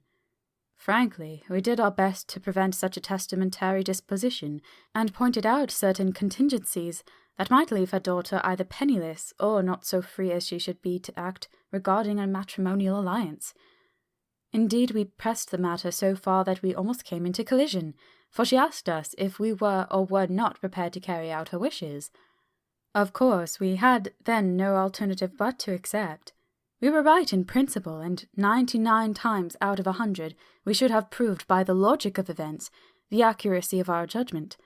Frankly, however, I must admit that in this case any other form of disposition would have rendered impossible the carrying out of her wishes, for by her predeceasing her daughter, the latter would have come into possession of the property, and even had she only survived her mother by 5 minutes, her property would, in case there were no will, and a will was a practical impossibility in such a case, have been treated at her decease as under intestacy, in which case Lord Godalming, though so dear a friend, would have had no claim in the world, and the inheritors, being remote, would not be likely to abandon their just rights for sentimental reasons regarding an entire stranger. I assure you, my dear sirs, I am rejoiced at the result, perfectly rejoiced. He was a good fellow, but in his rejoicing at the one little part, in which he was officially interested, of so great a tragedy was an object lesson in the limitations of sympathetic understanding. He did not remain long, but said he would look in later in the day and see Lord Godalming. His coming, however, had been a certain comfort to us, since it assured us that we should not have to dread hostile criticism as to any of our acts. Arthur was expected at 5 o'clock, so a little before that time we visited the death chamber. It was so in very truth, for now both mother and daughter lay in it. The undertaker, true to his craft, had made the best display he could of his goods, and there was a mortuary air about the place that lowered our spirits at once. Van Helsing ordered the former arrangement to be adhered to, explaining that, as Lord Godalming was coming very soon, it would be less harrowing to his feelings to see all that was left of his fiancée quite alone. The undertaker seemed shocked at his own stupidity and exerted himself to restore things to the condition which we left them the night before, so that when Arthur came such shocks to his feelings as we could avoid were saved. Poor fellow! He looked desperately sad and broken. Even his stalwart manhood seemed to have shrunk somewhat under the strain of his much-tried emotions. He had, I knew, been very genuinely and devotedly attached to his father, and to lose him, and at such a time, was a bitter blow to him. With me he was as warm as ever, and to Van Helsing he was sweetly courteous, but I could not help seeing that there was some constraint with him. The professor noticed it too, and motioned me to bring him upstairs. I did so, and left him at the door of the room, as I felt he would like to be quite alone with her, but he took my arm and led me in, saying huskily, "You loved her too, old fellow. She told me all about it, and there was no friend had a closer place in her heart than you. I don't know how to thank you for all you have done for her. I can't think yet." Here he suddenly broke down and threw his arms round my shoulders and laid his head on my breast, crying, "Oh, Jack, Jack, what shall I do? The whole of life seems gone from me all at once, and there is nothing in the wide world for me to live for." I comforted him as well as I could. In such cases men do not need much expression. A grip of the hand, the tightening of an arm over the shoulder, a sob in unison, are expressions of sympathy dear to a man's heart. I stood still and silent till his sobs died away, and then I said softly to him, "Come and look at her." Together we moved over to the bed, and I lifted the lawn from her face. God, how beautiful she was! Every hour seemed to be enhancing her loveliness. It frightened and amazed me somewhat, and as for Arthur, he fell a-trembling, and finally was shaken with doubt as with an ague. At last, after a long pause, he said to me in a faint whisper, "Jack, is she really dead?" I assured him sadly that it was so, and went on to suggest, for I felt that such a horrible doubt should not have life for a moment longer that I could help, that it often happened that after death faces became softened, and even resolved into their youthful beauty, that this was especially so when death had been preceded by an acute or prolonged suffering. It seemed to quite do away with any doubt, and after kneeling beside the couch for a while and looking at her lovingly and long, he turned aside. I told him that must be goodbye, and as the coffin had to be prepared, so he went back and took her dead hand in his, and kissed it, and bent over and kissed her forehead. He came away fondly looking back over his shoulder at her as he came.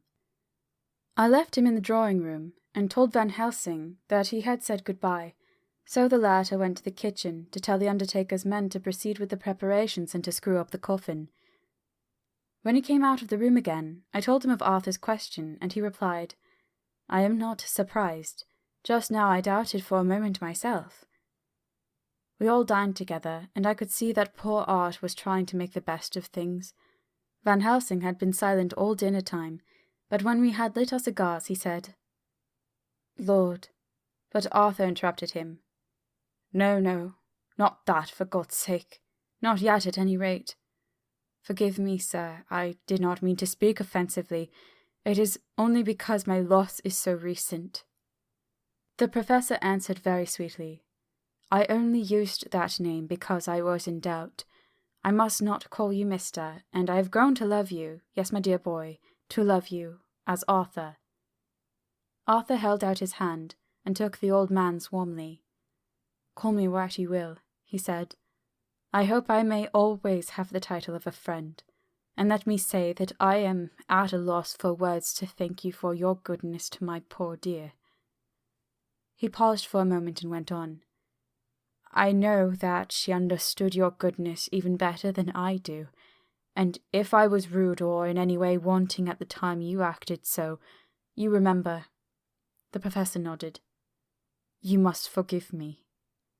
He answered with a grave kindness, "I know it was hard for you to quite trust me then, for to trust such violence needs to understand, and I take it that you do not, that you cannot trust me now, for you do not yet understand, and there may be more times when I shall want you to trust when you cannot, and may not, and must not yet understand.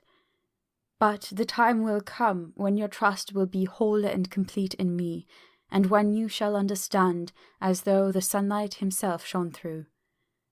Then you shall bless me from first to last for your own sake, and for the sake of others for her dear sake, to whom I swore to protect." "And indeed, sir," said Arthur warmly, "I shall in all ways trust you. I know and believe you have a very noble heart, and you are Jack's friend, and you are hers. You shall do what you like." The professor cleared his throat a couple of times, as though about to speak, and finally said, "May I ask you something now?" "Certainly." "You know that Mrs. Westenra left you all her property?" "No. Poor dear, I never thought of it." "As it is all yours, you have a right to deal with it as you will. I want you to give me permission to read all Miss Lucy's papers and letters. Believe me, it is no idle curiosity. I have a motive of which, be sure, she would have approved. I have them all here. I took them before we knew that all was yours, so that no strange hand might touch them, no strange eye look through words into her soul. I shall keep them if I may. Even you may not see them yet, but I shall keep them safe. No word shall be lost, and in good time I shall give them back to you. It's a hard thing I ask, but you will do it, will you not, for Lucy's sake?" Arthur spoke out heartily like his old self. "Dr. Van Helsing, you may do what you will. I feel that in saying this I am doing what my dear one would have approved. I shall not trouble you with questions till the time comes." The old professor stood up as he said solemnly, "And you are right. There will be pain for us all. But it will not be all pain, nor will this pain be the last. We and you too, you most of all, my dear boy, will have to pass through the bitter water before we reach the sweet. But we must be brave of heart and unselfish and do our duty, and all will be well." I slept on a sofa in Arthur's room last night. Van Helsing did not go to bed at all. He went to and fro as if patrolling the house, and was never out of sight of the room where Lucy lay in her coffin, strewn with the wild garlic flowers which sent, through the odour of lily and rose, a heavy, overpowering smell into the night. Mina Harker's Journal. 22 September. In the train to Exeter. Jonathan sleeping. It seems only yesterday that the last entry was made, and yet how much between then, in Whitby, and all the world before me, Jonathan away and no news of him, and now married to Jonathan a solicitor, a partner, rich, master of his business, Mr. Hawkins dead and buried, and Jonathan with another attack that may harm him. Some day he may ask me about it. Down it all goes. I'm rusty in my shorthand. See what unexpected prosperity does for us. So it may be as well to freshen it up again with an exercise anyhow.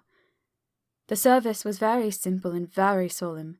There were only ourselves and the servants there, 1 or 2 old friends of his from Exeter, his London agent, and a gentleman representing Sir John Paxton, the president of the Incorporated Law Society. Jonathan and I stood hand in hand, and we felt that our best and dearest friend was gone from us.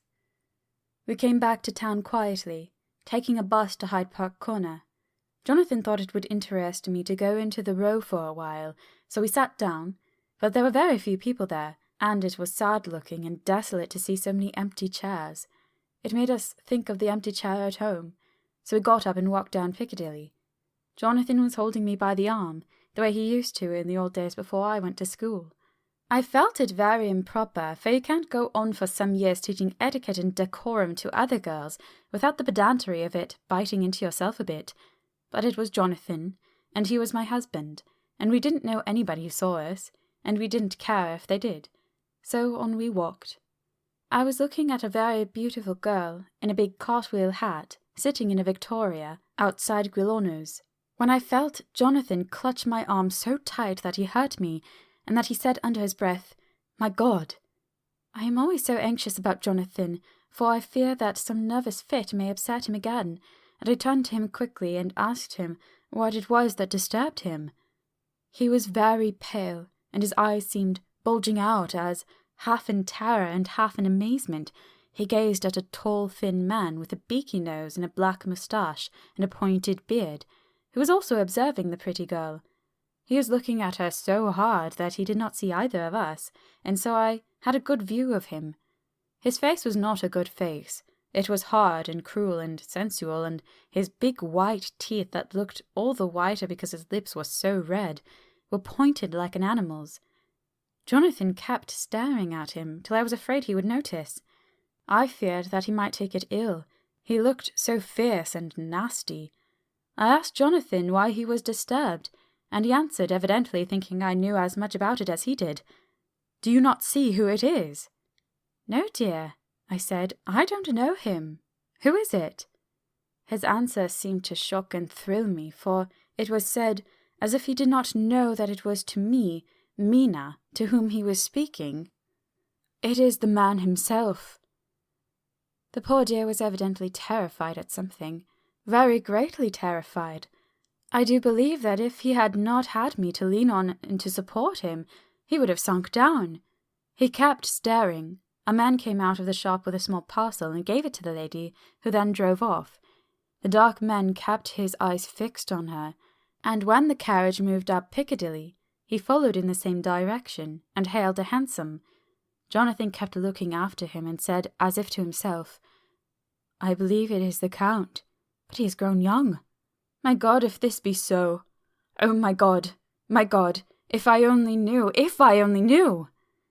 He was distressing himself so much that I feared to keep his mind on the subject by asking him any questions, so I remained silent. I drew him away quietly, and he, holding my arm, came easily. We walked a little further, and then went in and sat for a while in the Green Park. It was a hot day for autumn, and there was a comfortable seat in a shady place. After a few minutes staring at nothing, Jonathan's eyes closed, and he went quietly into a sleep, with his head on my shoulder. I thought it was the best thing for him, so did not disturb him. In about 20 minutes he woke up and said to me quite cheerfully, "Why, Mina, I have been asleep. Oh, do forgive me for being so rude. Come, and we'll have a cup of tea somewhere." He had evidently forgotten all about the dark stranger, as in his illness he had forgotten all that this episode had reminded him of. I don't like this lapsing into forgetfulness. It may make or continue some injury to the brain. I must not ask him for fear I shall do more harm than good, but I must somehow learn the facts of his journey abroad. The time is come, I fear, when I must open that parcel, and know what is written. Oh, Jonathan, you will, I know, forgive me if I do wrong, but it is for your own dear sake. Later. A sad homecoming in every way. The house empty of the dear soul who was so good to us. Jonathan still pale and dizzy under a slight relapse of his malady, and now a telegram from Van Helsing, whoever he may be. You will be grieved to hear that Mrs. Westenra died 5 days ago, and that Lucy died the day before yesterday. They were both buried today. Oh, what a wealth of sorrow in a few words! Poor Mrs. Westenra! Poor Lucy! Gone never to return to us! And poor Arthur, to have lost such sweetness out of his life! God help us all to bear our troubles. Dr. Seward's Diary, 22 September. It is all over. Arthur has gone back to Ring, and has taken Quincy Morris with him. What a fine fellow is Quincy! I believe in my heart of hearts that he suffered as much about Lucy's death as any of us. But he bore himself through it like a moral Viking. If America can go on breeding men like that, she'll be a power in the world indeed. Van Helsing is lying down, having a rest preparatory to his journey. He goes over to Amsterdam tonight, but says he returns tomorrow night, that he only wants to make some arrangements which can only be made personally. He is to stop with me then, if he can. He says he has work to do in London, which may take him some time. Poor old fellow! I fear that the strain in the past week has broken down even his iron strength. All the time of the burial he was, I could see, putting some terrible restraint on himself. When it was all over, we were standing beside Arthur, who, poor fellow, was speaking of his part in the operation where his blood had been transfused to his Lucy's veins. I could see Van Helsing's face grow white and purple by turns. Arthur was saying that he felt since then as if the two had been really married, and that she was his wife in the sight of God. None of us had said a word of the other operations, and none of us ever shall. Arthur and Quincy went away together to the station, and Van Helsing and I came on here. The moment we were alone in the carriage, he gave way to a regular fit of hysterics. He has denied to me since that it was hysterics, and insisted that it was only his sense of humour asserting itself under very terrible conditions. He laughed till he cried, and had to draw down the blinds lest anyone should see us and misjudge. And then he cried till he laughed again, and laughed and cried together, just as a woman does. I tried to be stern with him, as one is to a woman under the circumstances, but it had no effect. Men and women are so different in manifestations of nervous strength or weakness. Then, when his face grew grave and stern again, I asked him why his mirth, and why at such a time. His reply was in a way characteristic of him, for it was logical and forceful and mysterious. He said, "Ah, you don't comprehend, friend John. Do not think that I am not sad though I laugh. See, I have cried even when the laugh did choke me, but no more think that I am all sorry when I cry, for the laugh he come just the same. Keep it always with you, that laughter who knock at your door and say, 'May I come in?' is not the true laughter. No, he is a king, and he come when and how he like. He ask no person, he choose no time of suitability, he say, 'I am here.' Behold, in example, I grieve my heart out for that so sweet young girl.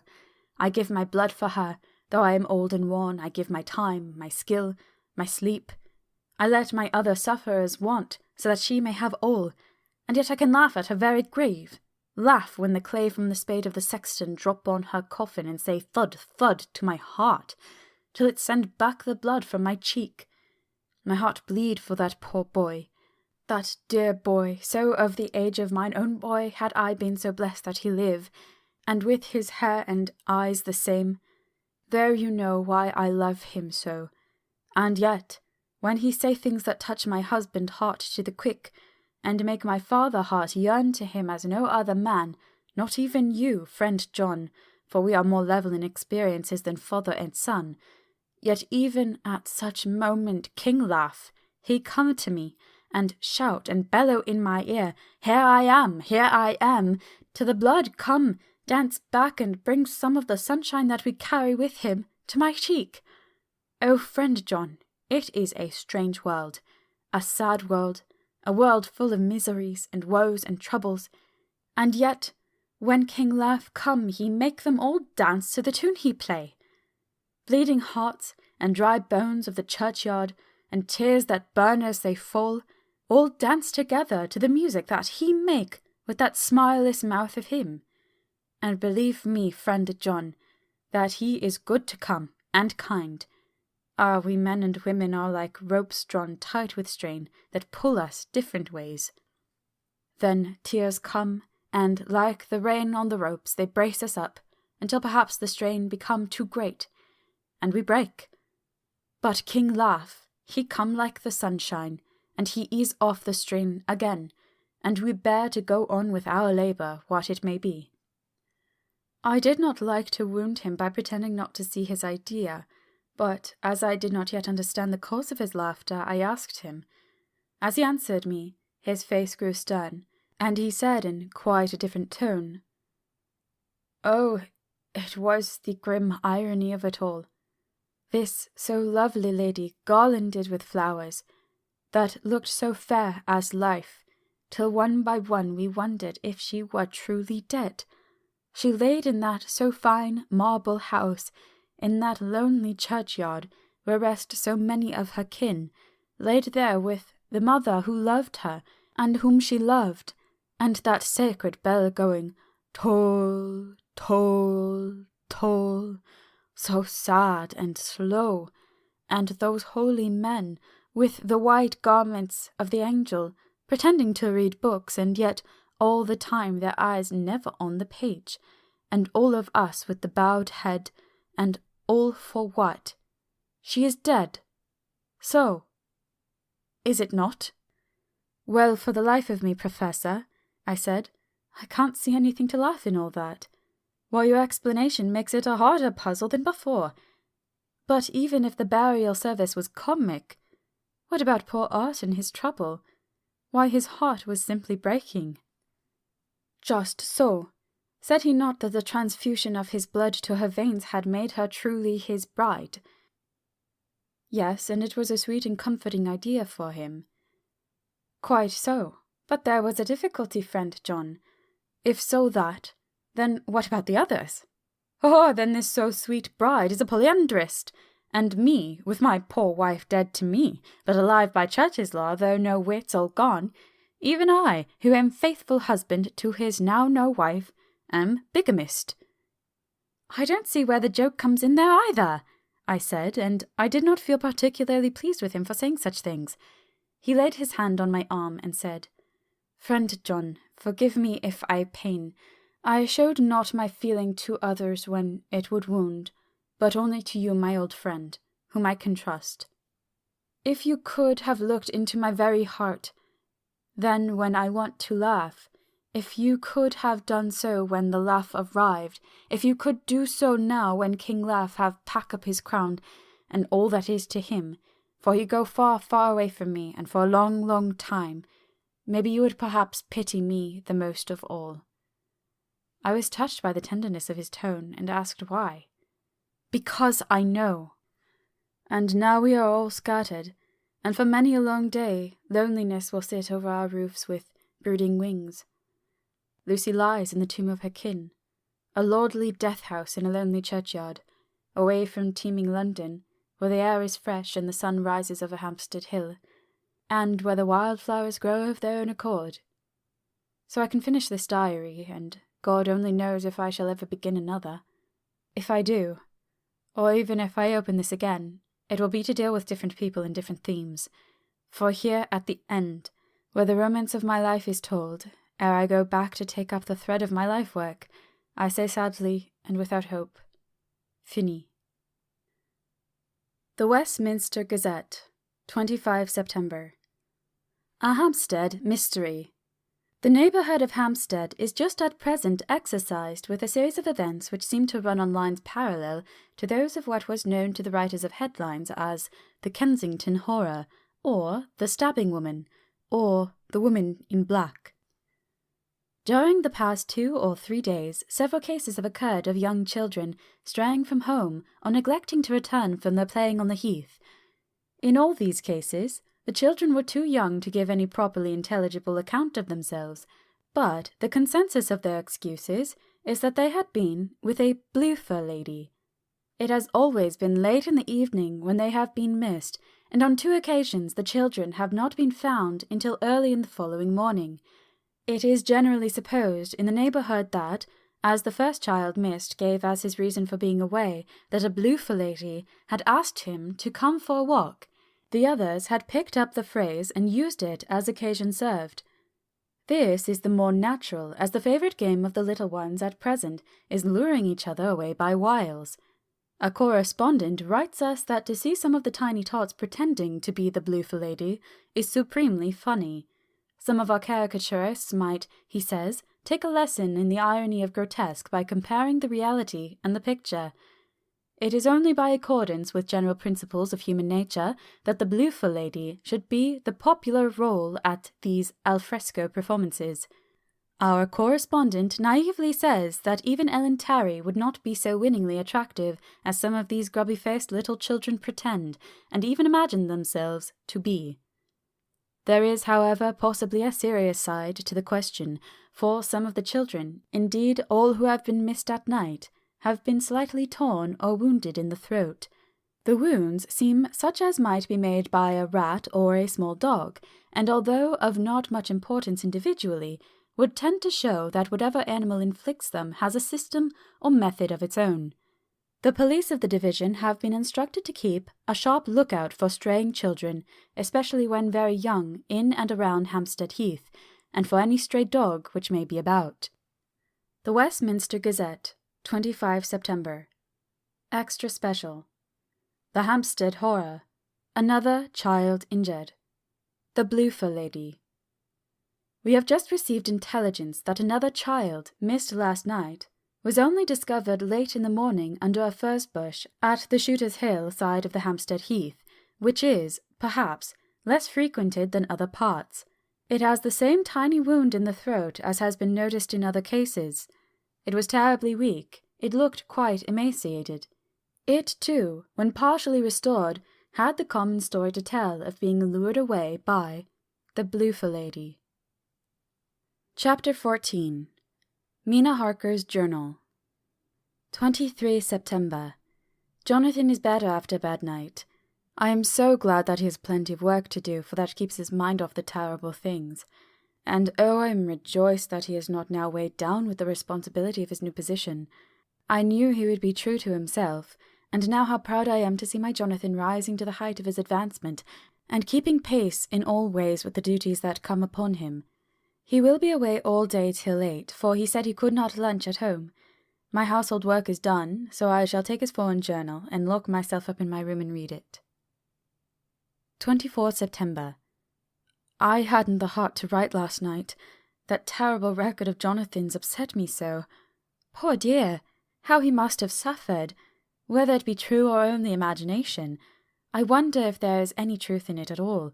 Did he get his brain fever and then write all those terrible things, or had he some cause for it all? I suppose I shall never know, for I dare not open the subject to him. And yet that man we saw yesterday, he seemed quite certain of him. Poor fellow! I suppose it was the funeral upset him and sent his mind back on some train of thought. He believes it all himself.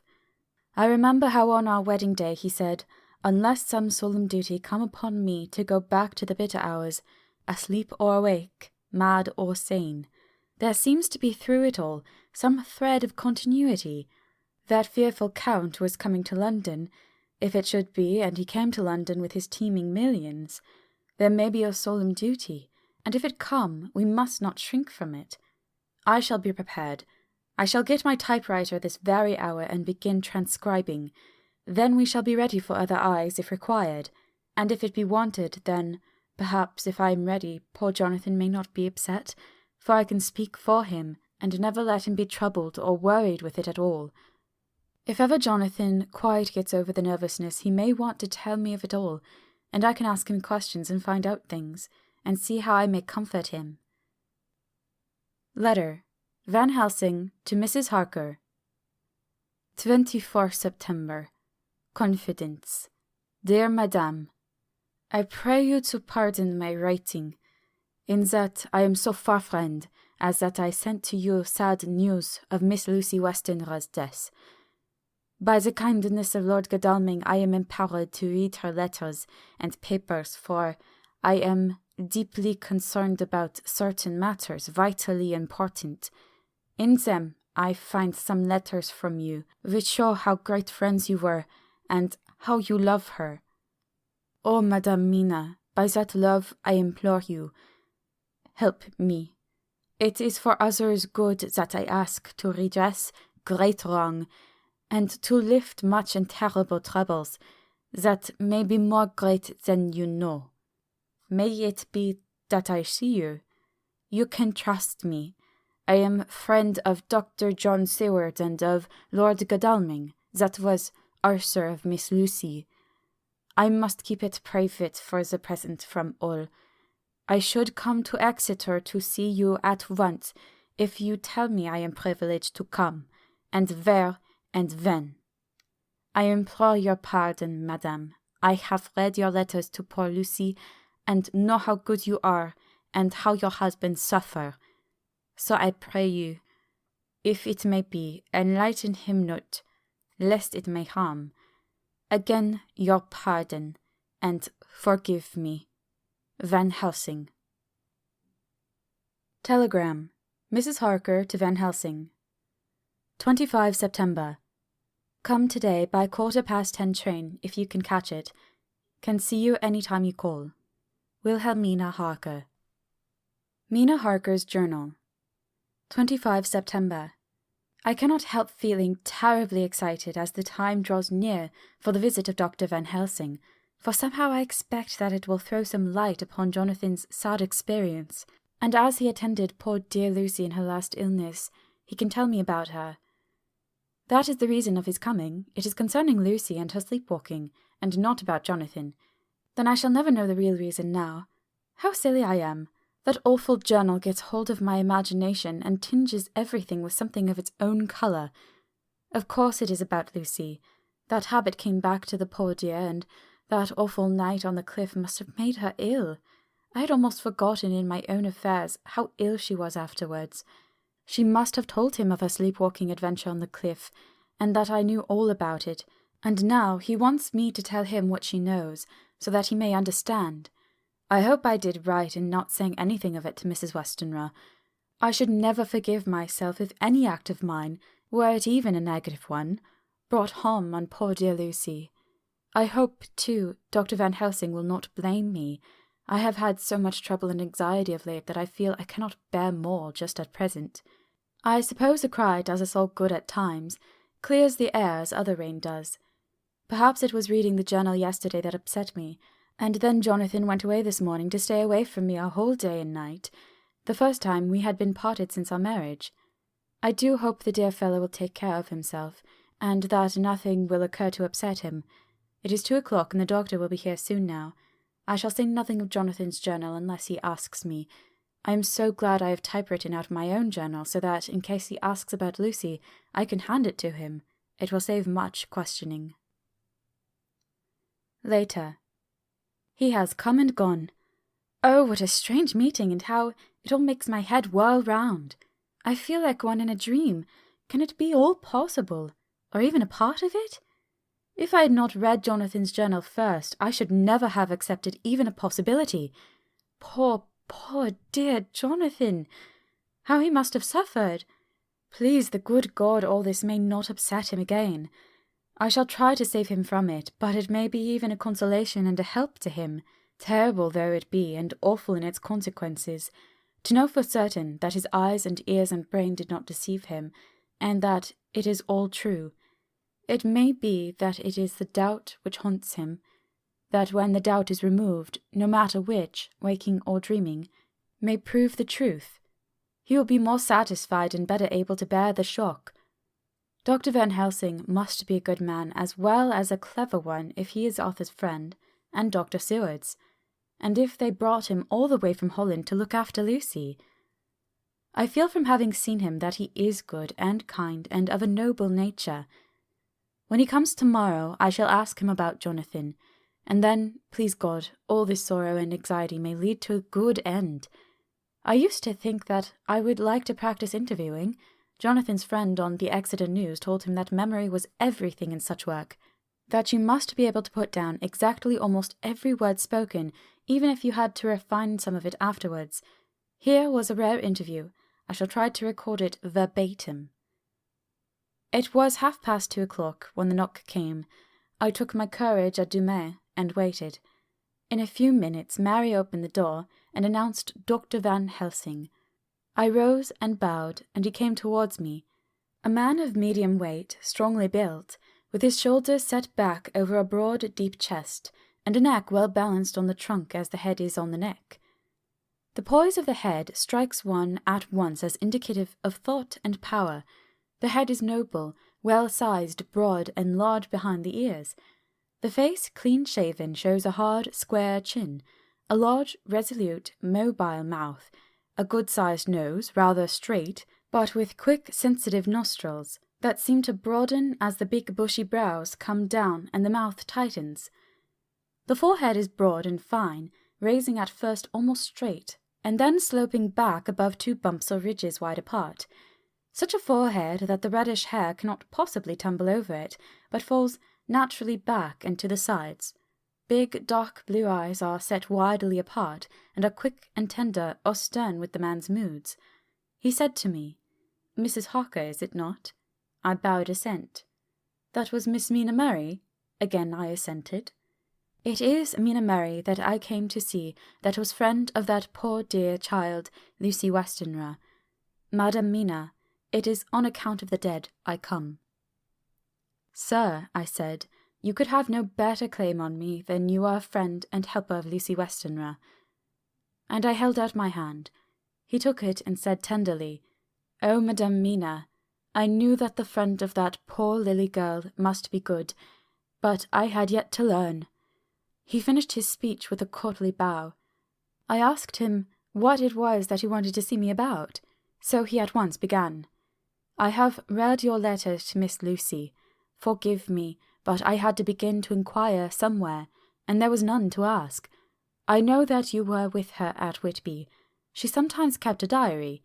You need not look surprised, Madame Mina, it was begun after you had left, and was in imitation of you, and in that diary she traces by inference certain things to sleepwalking in which she puts down that you saved her. In great perplexity, then, I come to you, and ask you out of your so much kindness to tell me all of it that you can remember." "I can tell you, I think, Dr. Van Helsing, all about it." "Ah, then you have good memory for facts, for details. It is not always so with young ladies." "No, doctor, but I wrote it down at the time. I can show it to you if you like." "Oh, Madame Mina, I will be grateful. You will do me much favour." I could not resist the temptation of mystifying him a bit. I suppose it is some of the taste of the original apple that remains still in our mouths, so I handed him the shorthand diary. He took it with a grateful bow and said, "May I read it?" "If you wish," I answered as demurely as I could. He opened it, and for an instant his face fell. Then he stood up and bowed. "Oh, you so clever woman," he said. "I knew long that Mr. Jonathan was a man of much thankfulness, but see his wife have all the good things. And will you not so much honour me, and so help me, as to read it for me? Alas, I know not the shorthand." By this time my little joke was over, and I was almost ashamed, so I took the typewritten copy from my work-basket and handed it to him. "Forgive me," I said. "I could not help it, but I had been thinking that it was of dear Lucy that you wished to ask, and so that you might not have time to wait, not on my account, but because I know your time must be precious, I have written it out on the typewriter for you." He took it and his eyes glistened. "You are so good," he said, "and may I read it now? I may want to ask you some things when I have read." "By all means," I said. "Read it over whilst I order lunch, and then you can ask me questions whilst we eat." He bowed and settled himself in a chair with his back to the light, and became absorbed in the papers. whilst I went to see after lunch, chiefly in order that he might not be disturbed. When I came back, I found him walking hurriedly up and down the room, his face all ablaze with excitement. He rushed up to me and took me by both hands. "Oh, Madame Mina," he said, "how can I say what I owe to you? This paper is as sunshine. It opens the gate to me. I am dazed, I am dazzled, with so much light, and yet clouds roll in behind the light every time. But that you cannot comprehend. Oh, but I am grateful to you, you so clever woman. Madame," he said this very solemnly, "if ever Abraham Van Helsing can do anything for you or yours, I trust you will let me know. It will be pleasure and delight if I may serve you as a friend, but all I have ever learned, all I can ever do, shall be for you and those you love. There are darkness in life, and there are lights. You are one of the lights. You will have happy life and good life, and your husband will be blessed in you." "But, doctor, you praise me too much, and you do not know me." "Not know you? I, who am old, who have studied all my life men and women, I, who have made my specialty the brain and all that belongs to him and all that follow from him, and I have read your diary that you have so goodly written for me, and which breathes out truth in every line. I, who have read your so sweet letter to poor Lucy of your marriage and your trust, not know you? Oh, Madame Mina, good women tell all their lives, and by day and by hour and by minute, such things that angels can read, and we men who wish to know have in us something of angels' eyes. Your husband is noble nature, and you are noble too, for you trust, and trust cannot be where there is mean nature. And your husband, tell me of him, is he quite well? Is all that fever gone, and is he strong and hearty?" I saw here an opening to ask him about Jonathan, so I said, "He was almost recovered, but he has been greatly upset by Mr. Hawkins's death." He interrupted, "Oh, yes, I know. I have read your last 2 letters. I went on, "I suppose this upset him, for when we were in town on Thursday last he had a sort of shock." "A shock? And after brain fever so soon? That was not good. What kind of shock was it?" "He thought he saw someone who recalled something terrible, something which led to his brain fever. And here the whole thing seemed to overwhelm me in a rush, the pity for Jonathan, the horror which he had experienced, the whole fearful mystery of his diary, and the fear that has been brooding over me ever since, all came in a tumult. I suppose I was hysterical, for I threw myself on my knees and held up my hands to him, and implored him to make my husband well again. He took my hands and raised me up, and made me sit on the sofa, and sat by me. He held my hand in his, and said to me with oh such infinite sweetness, 'My life is a barren and lonely one, and so full of work that I have not had much time for friendships. But since I have been summoned to here by my friend John Seward, I have known so many good people and seen such nobility that I feel more than ever, and it has grown with my advancing years, the loneliness of my life. Believe me, then, that I come here full of respect for you, and you have given me hope. Hope not in what I am seeking of, but that there are good women still left to make life happy, good women, whose lives and whose truths may make good lesson for the children that are to be. I am glad that I may be here to be of some use to you, for if your husband suffer, he suffer within the range of my study and experience. I promise you that I will gladly do all for him that I can, as to make his life strong and manly, and your life a happy one. Now you must eat. You are overwrought and perhaps over-anxious. Husband Jonathan would not like to see you so pale, and what he like not where he love is not to his good. Therefore, for his sake you must eat and smile.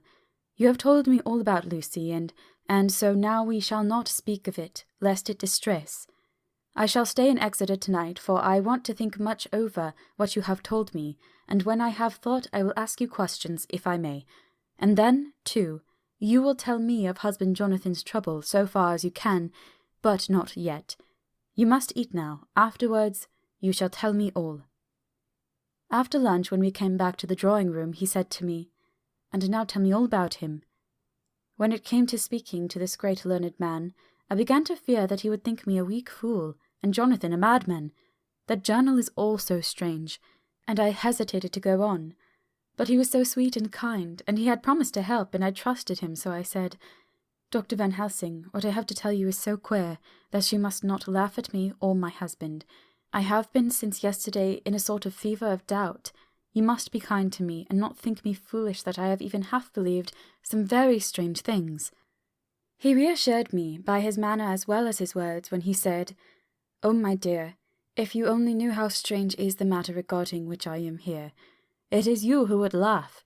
I have learned not to think little of any one's belief, no matter how strange it be. I have tried to keep an open mind, and it is not the ordinary things of life that could close it, but the strange things, the extraordinary things, the things that make one doubt if they be mad or sane. Thank you 1,000 times. You have taken a weight off my mind. If you will let me, I shall give you a paper to read. It is long, but I have typewritten it out. It will tell you my trouble and Jonathan's. It is the copy of his journal when abroad, and all that happened. I dare not say anything of it. You will read it for yourself and judge, and then when I see you, perhaps you will be very kind and tell me what you think. I promise, he said, as I gave him the papers. I shall in the morning, as soon as I can, come and see you and your husband, if I may. Jonathan will be here 11:30, and you must come to lunch with us and see him then. You could catch the quick 3:34 train, which will leave you at Paddington before 8. He was surprised at my knowledge of the trains offhand, but he does not know that I have made up all the trains to and from in Exeter, so that I may help Jonathan in case he is in a hurry. So he took the papers with him and went away, and I sit here thinking I don't know what. Letter, by hand, Van Helsing to Mrs. Harker. 25 September, 6 o'clock. Dear Madame Mina, I have read your husband's wonderful diary. You may sleep without a doubt, strange and terrible as it is true. I will pledge my life on it. It may be worse for others, but for him and you there is no dread. He is a noble fellow, and let me tell you from experience of men, that one who would do as he did in going down that wall into that room, aye, and going a second time, is not one to be injured in permanence by a shock. His brain and his heart are all right, this I swear. Before I have even seen him, so be at rest. I shall have much to ask him of other things. I am blessed that today I come to see you, for I have learned all at once, so much that again I am dazzled more than ever, and I must think. Yours and most faithful, Abraham Van Helsing. Letter, Mrs. Harker to Van Helsing. 25 September, 6:30 p.m. My dear Dr. Van Helsing, 1,000 thanks for your kind letter, which has taken a great weight off my mind. And yet, if it be true, what terrible things there are in the world, and what an awful thing if that man, that monster, be really in London. I fear to think. I have this moment, whilst writing, had a wire from Jonathan saying he leaves by the 6:25 tonight from Launceston, and will be here at 10:18, so that I shall have no fear tonight. Will you, therefore, instead of lunching with us, please come to breakfast at 8 o'clock, if this be not too early for you? You can get away, if you are in a hurry, by the 10:30 train, which will bring you to Paddington by 2:35.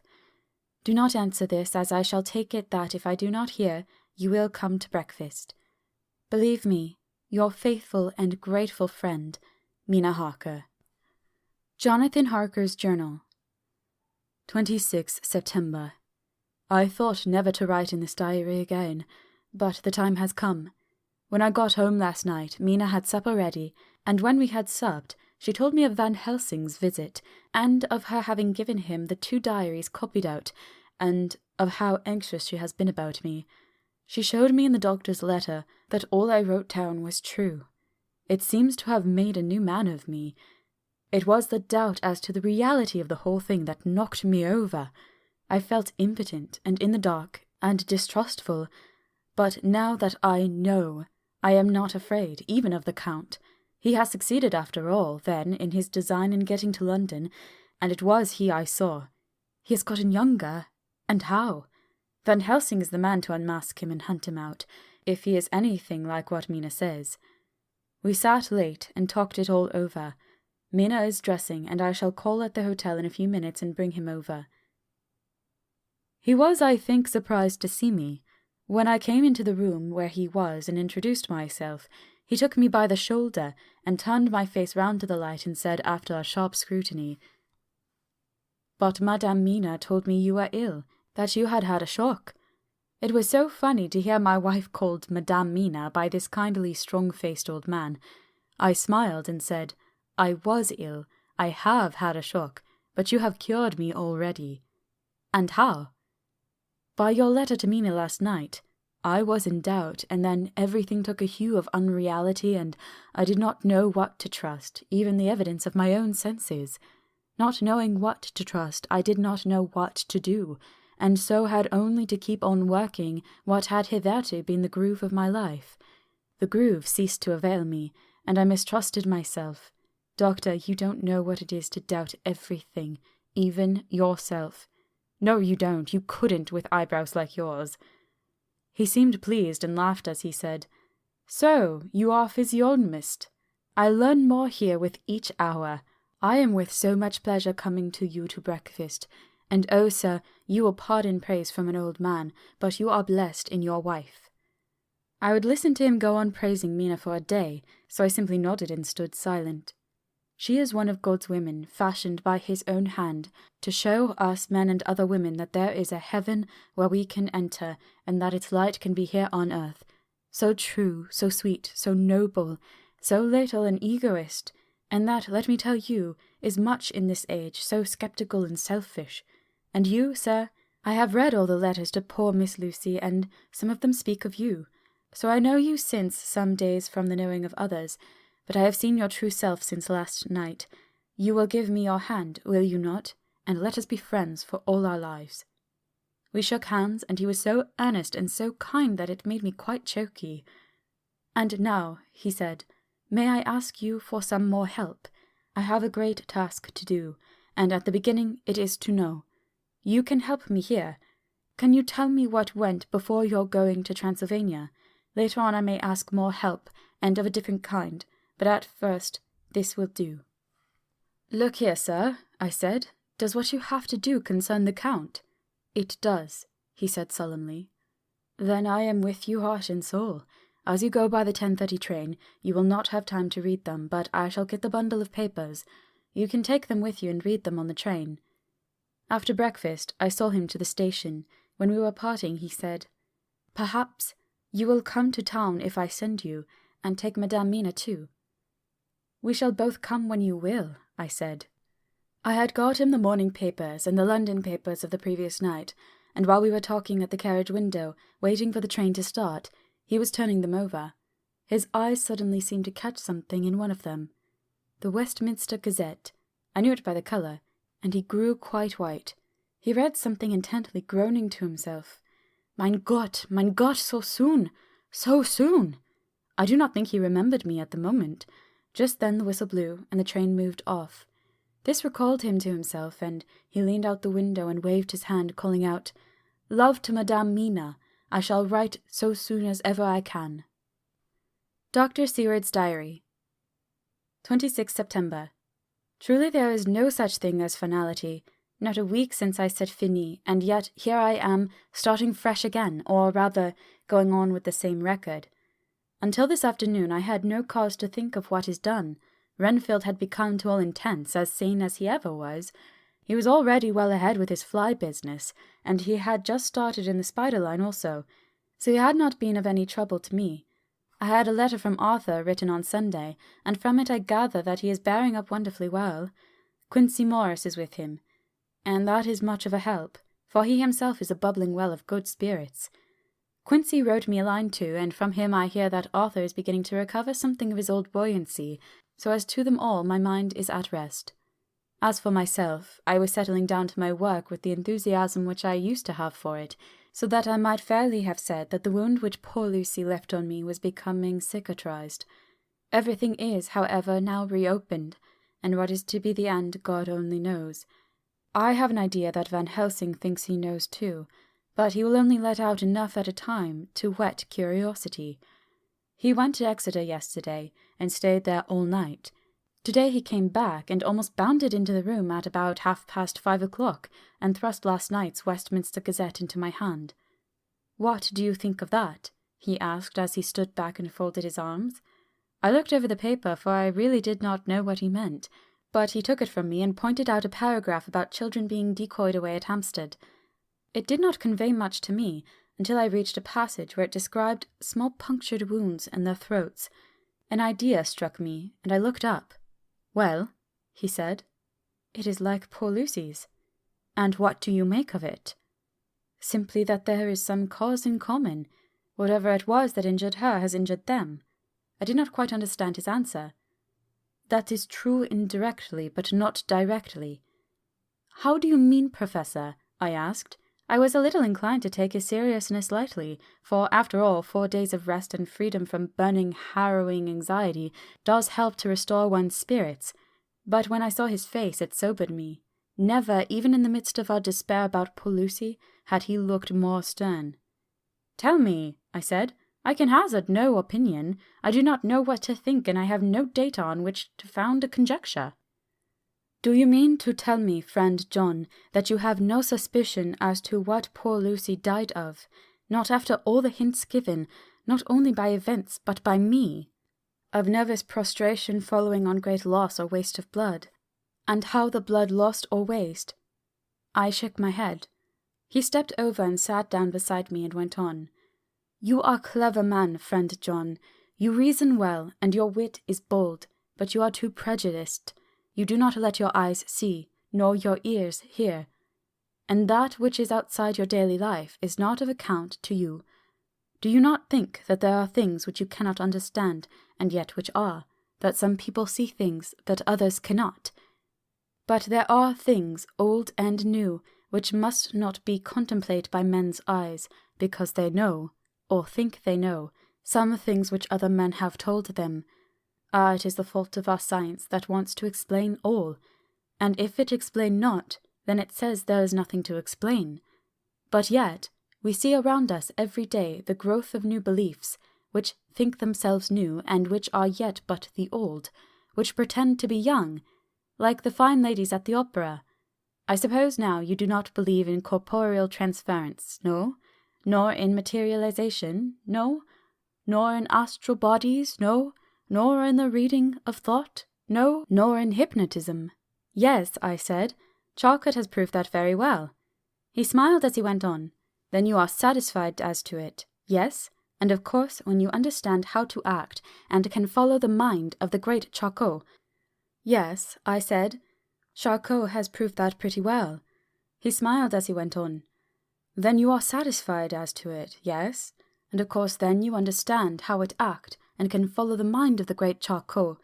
Alas that he is no more, into the very soul of the patient that he influence, no? Then, friend John, am I to take it that you simply accept fact, and are satisfied to let from premise to conclusion be a blank? No?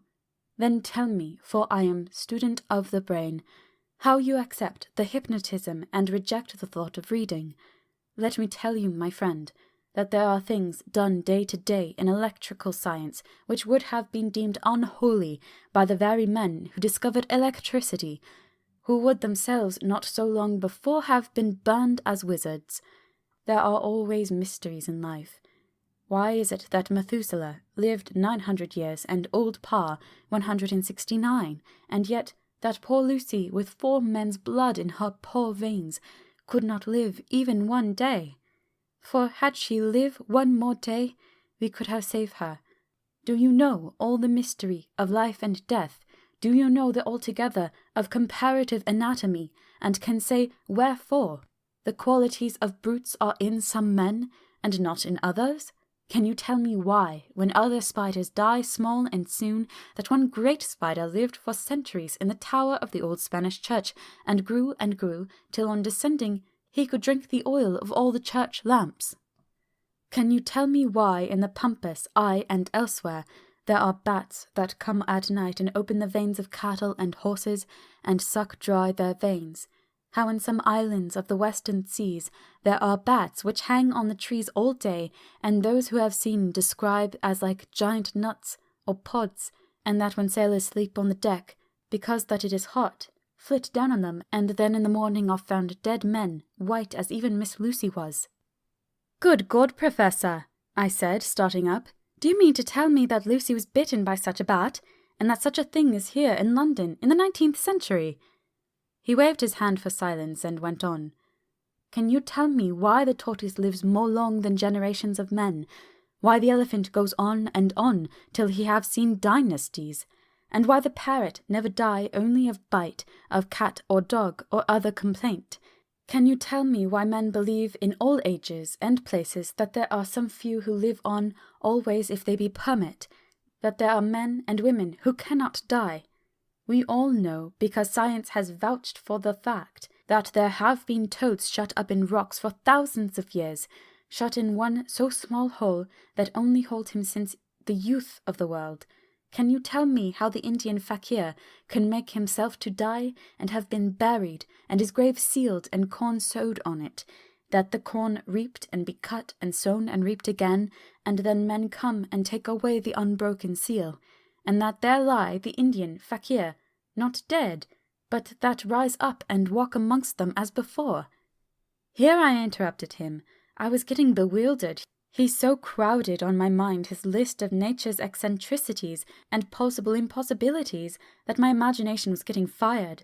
I had a dim idea that he was teaching me some lesson, as long ago he used to do in his study at Amsterdam, but he used to then tell me the thing, so that I could have the object of thought in my mind all the time. But now I was without this help. Yet I wanted to follow him, so I said, "Professor, let me be your student again. Tell me the thesis, so that I may apply your knowledge as you go on. At present I am going in my mind from point to point as a madman, and not a sane one follows an idea.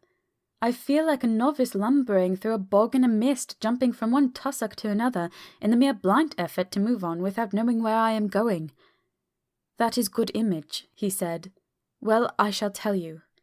My thesis is this. I want you to believe." "To believe what?" "To believe in things that you cannot. Let me illustrate. I heard once of an American who so defined faith, that faculty which enables us to believe things which we know to be untrue. For one, I follow that man. He meant that we shall have an open mind, and not let a little bit of truth check the rush of a big truth, like a small rock does a railway truck. We get the small truth first, good. We keep him, and we value him, but all the same we must not let him think himself all the truth in the universe." "Then you want me not to let some previous conviction injure the receptivity of my mind with regard to some strange matter? Do I read your lesson aright?" "Ah, you are my favourite pupil still. It is worth to teach you, now that you are willing to understand. You have taken the first step to understand. You think, then, that those so small holes in the children's throats were made by the same that made the hole in Miss Lucy?" "I suppose so." He stood up and said solemnly, "Then you are wrong. Oh, would it were so! But alas, no. It is worse. Far, far worse." "In God's name, Professor Van Helsing, what do you mean?" I cried. He threw himself with a despairing gesture into a chair and placed his elbows on the table, covering his face with his hands as he spoke. "They were made by Miss Lucy."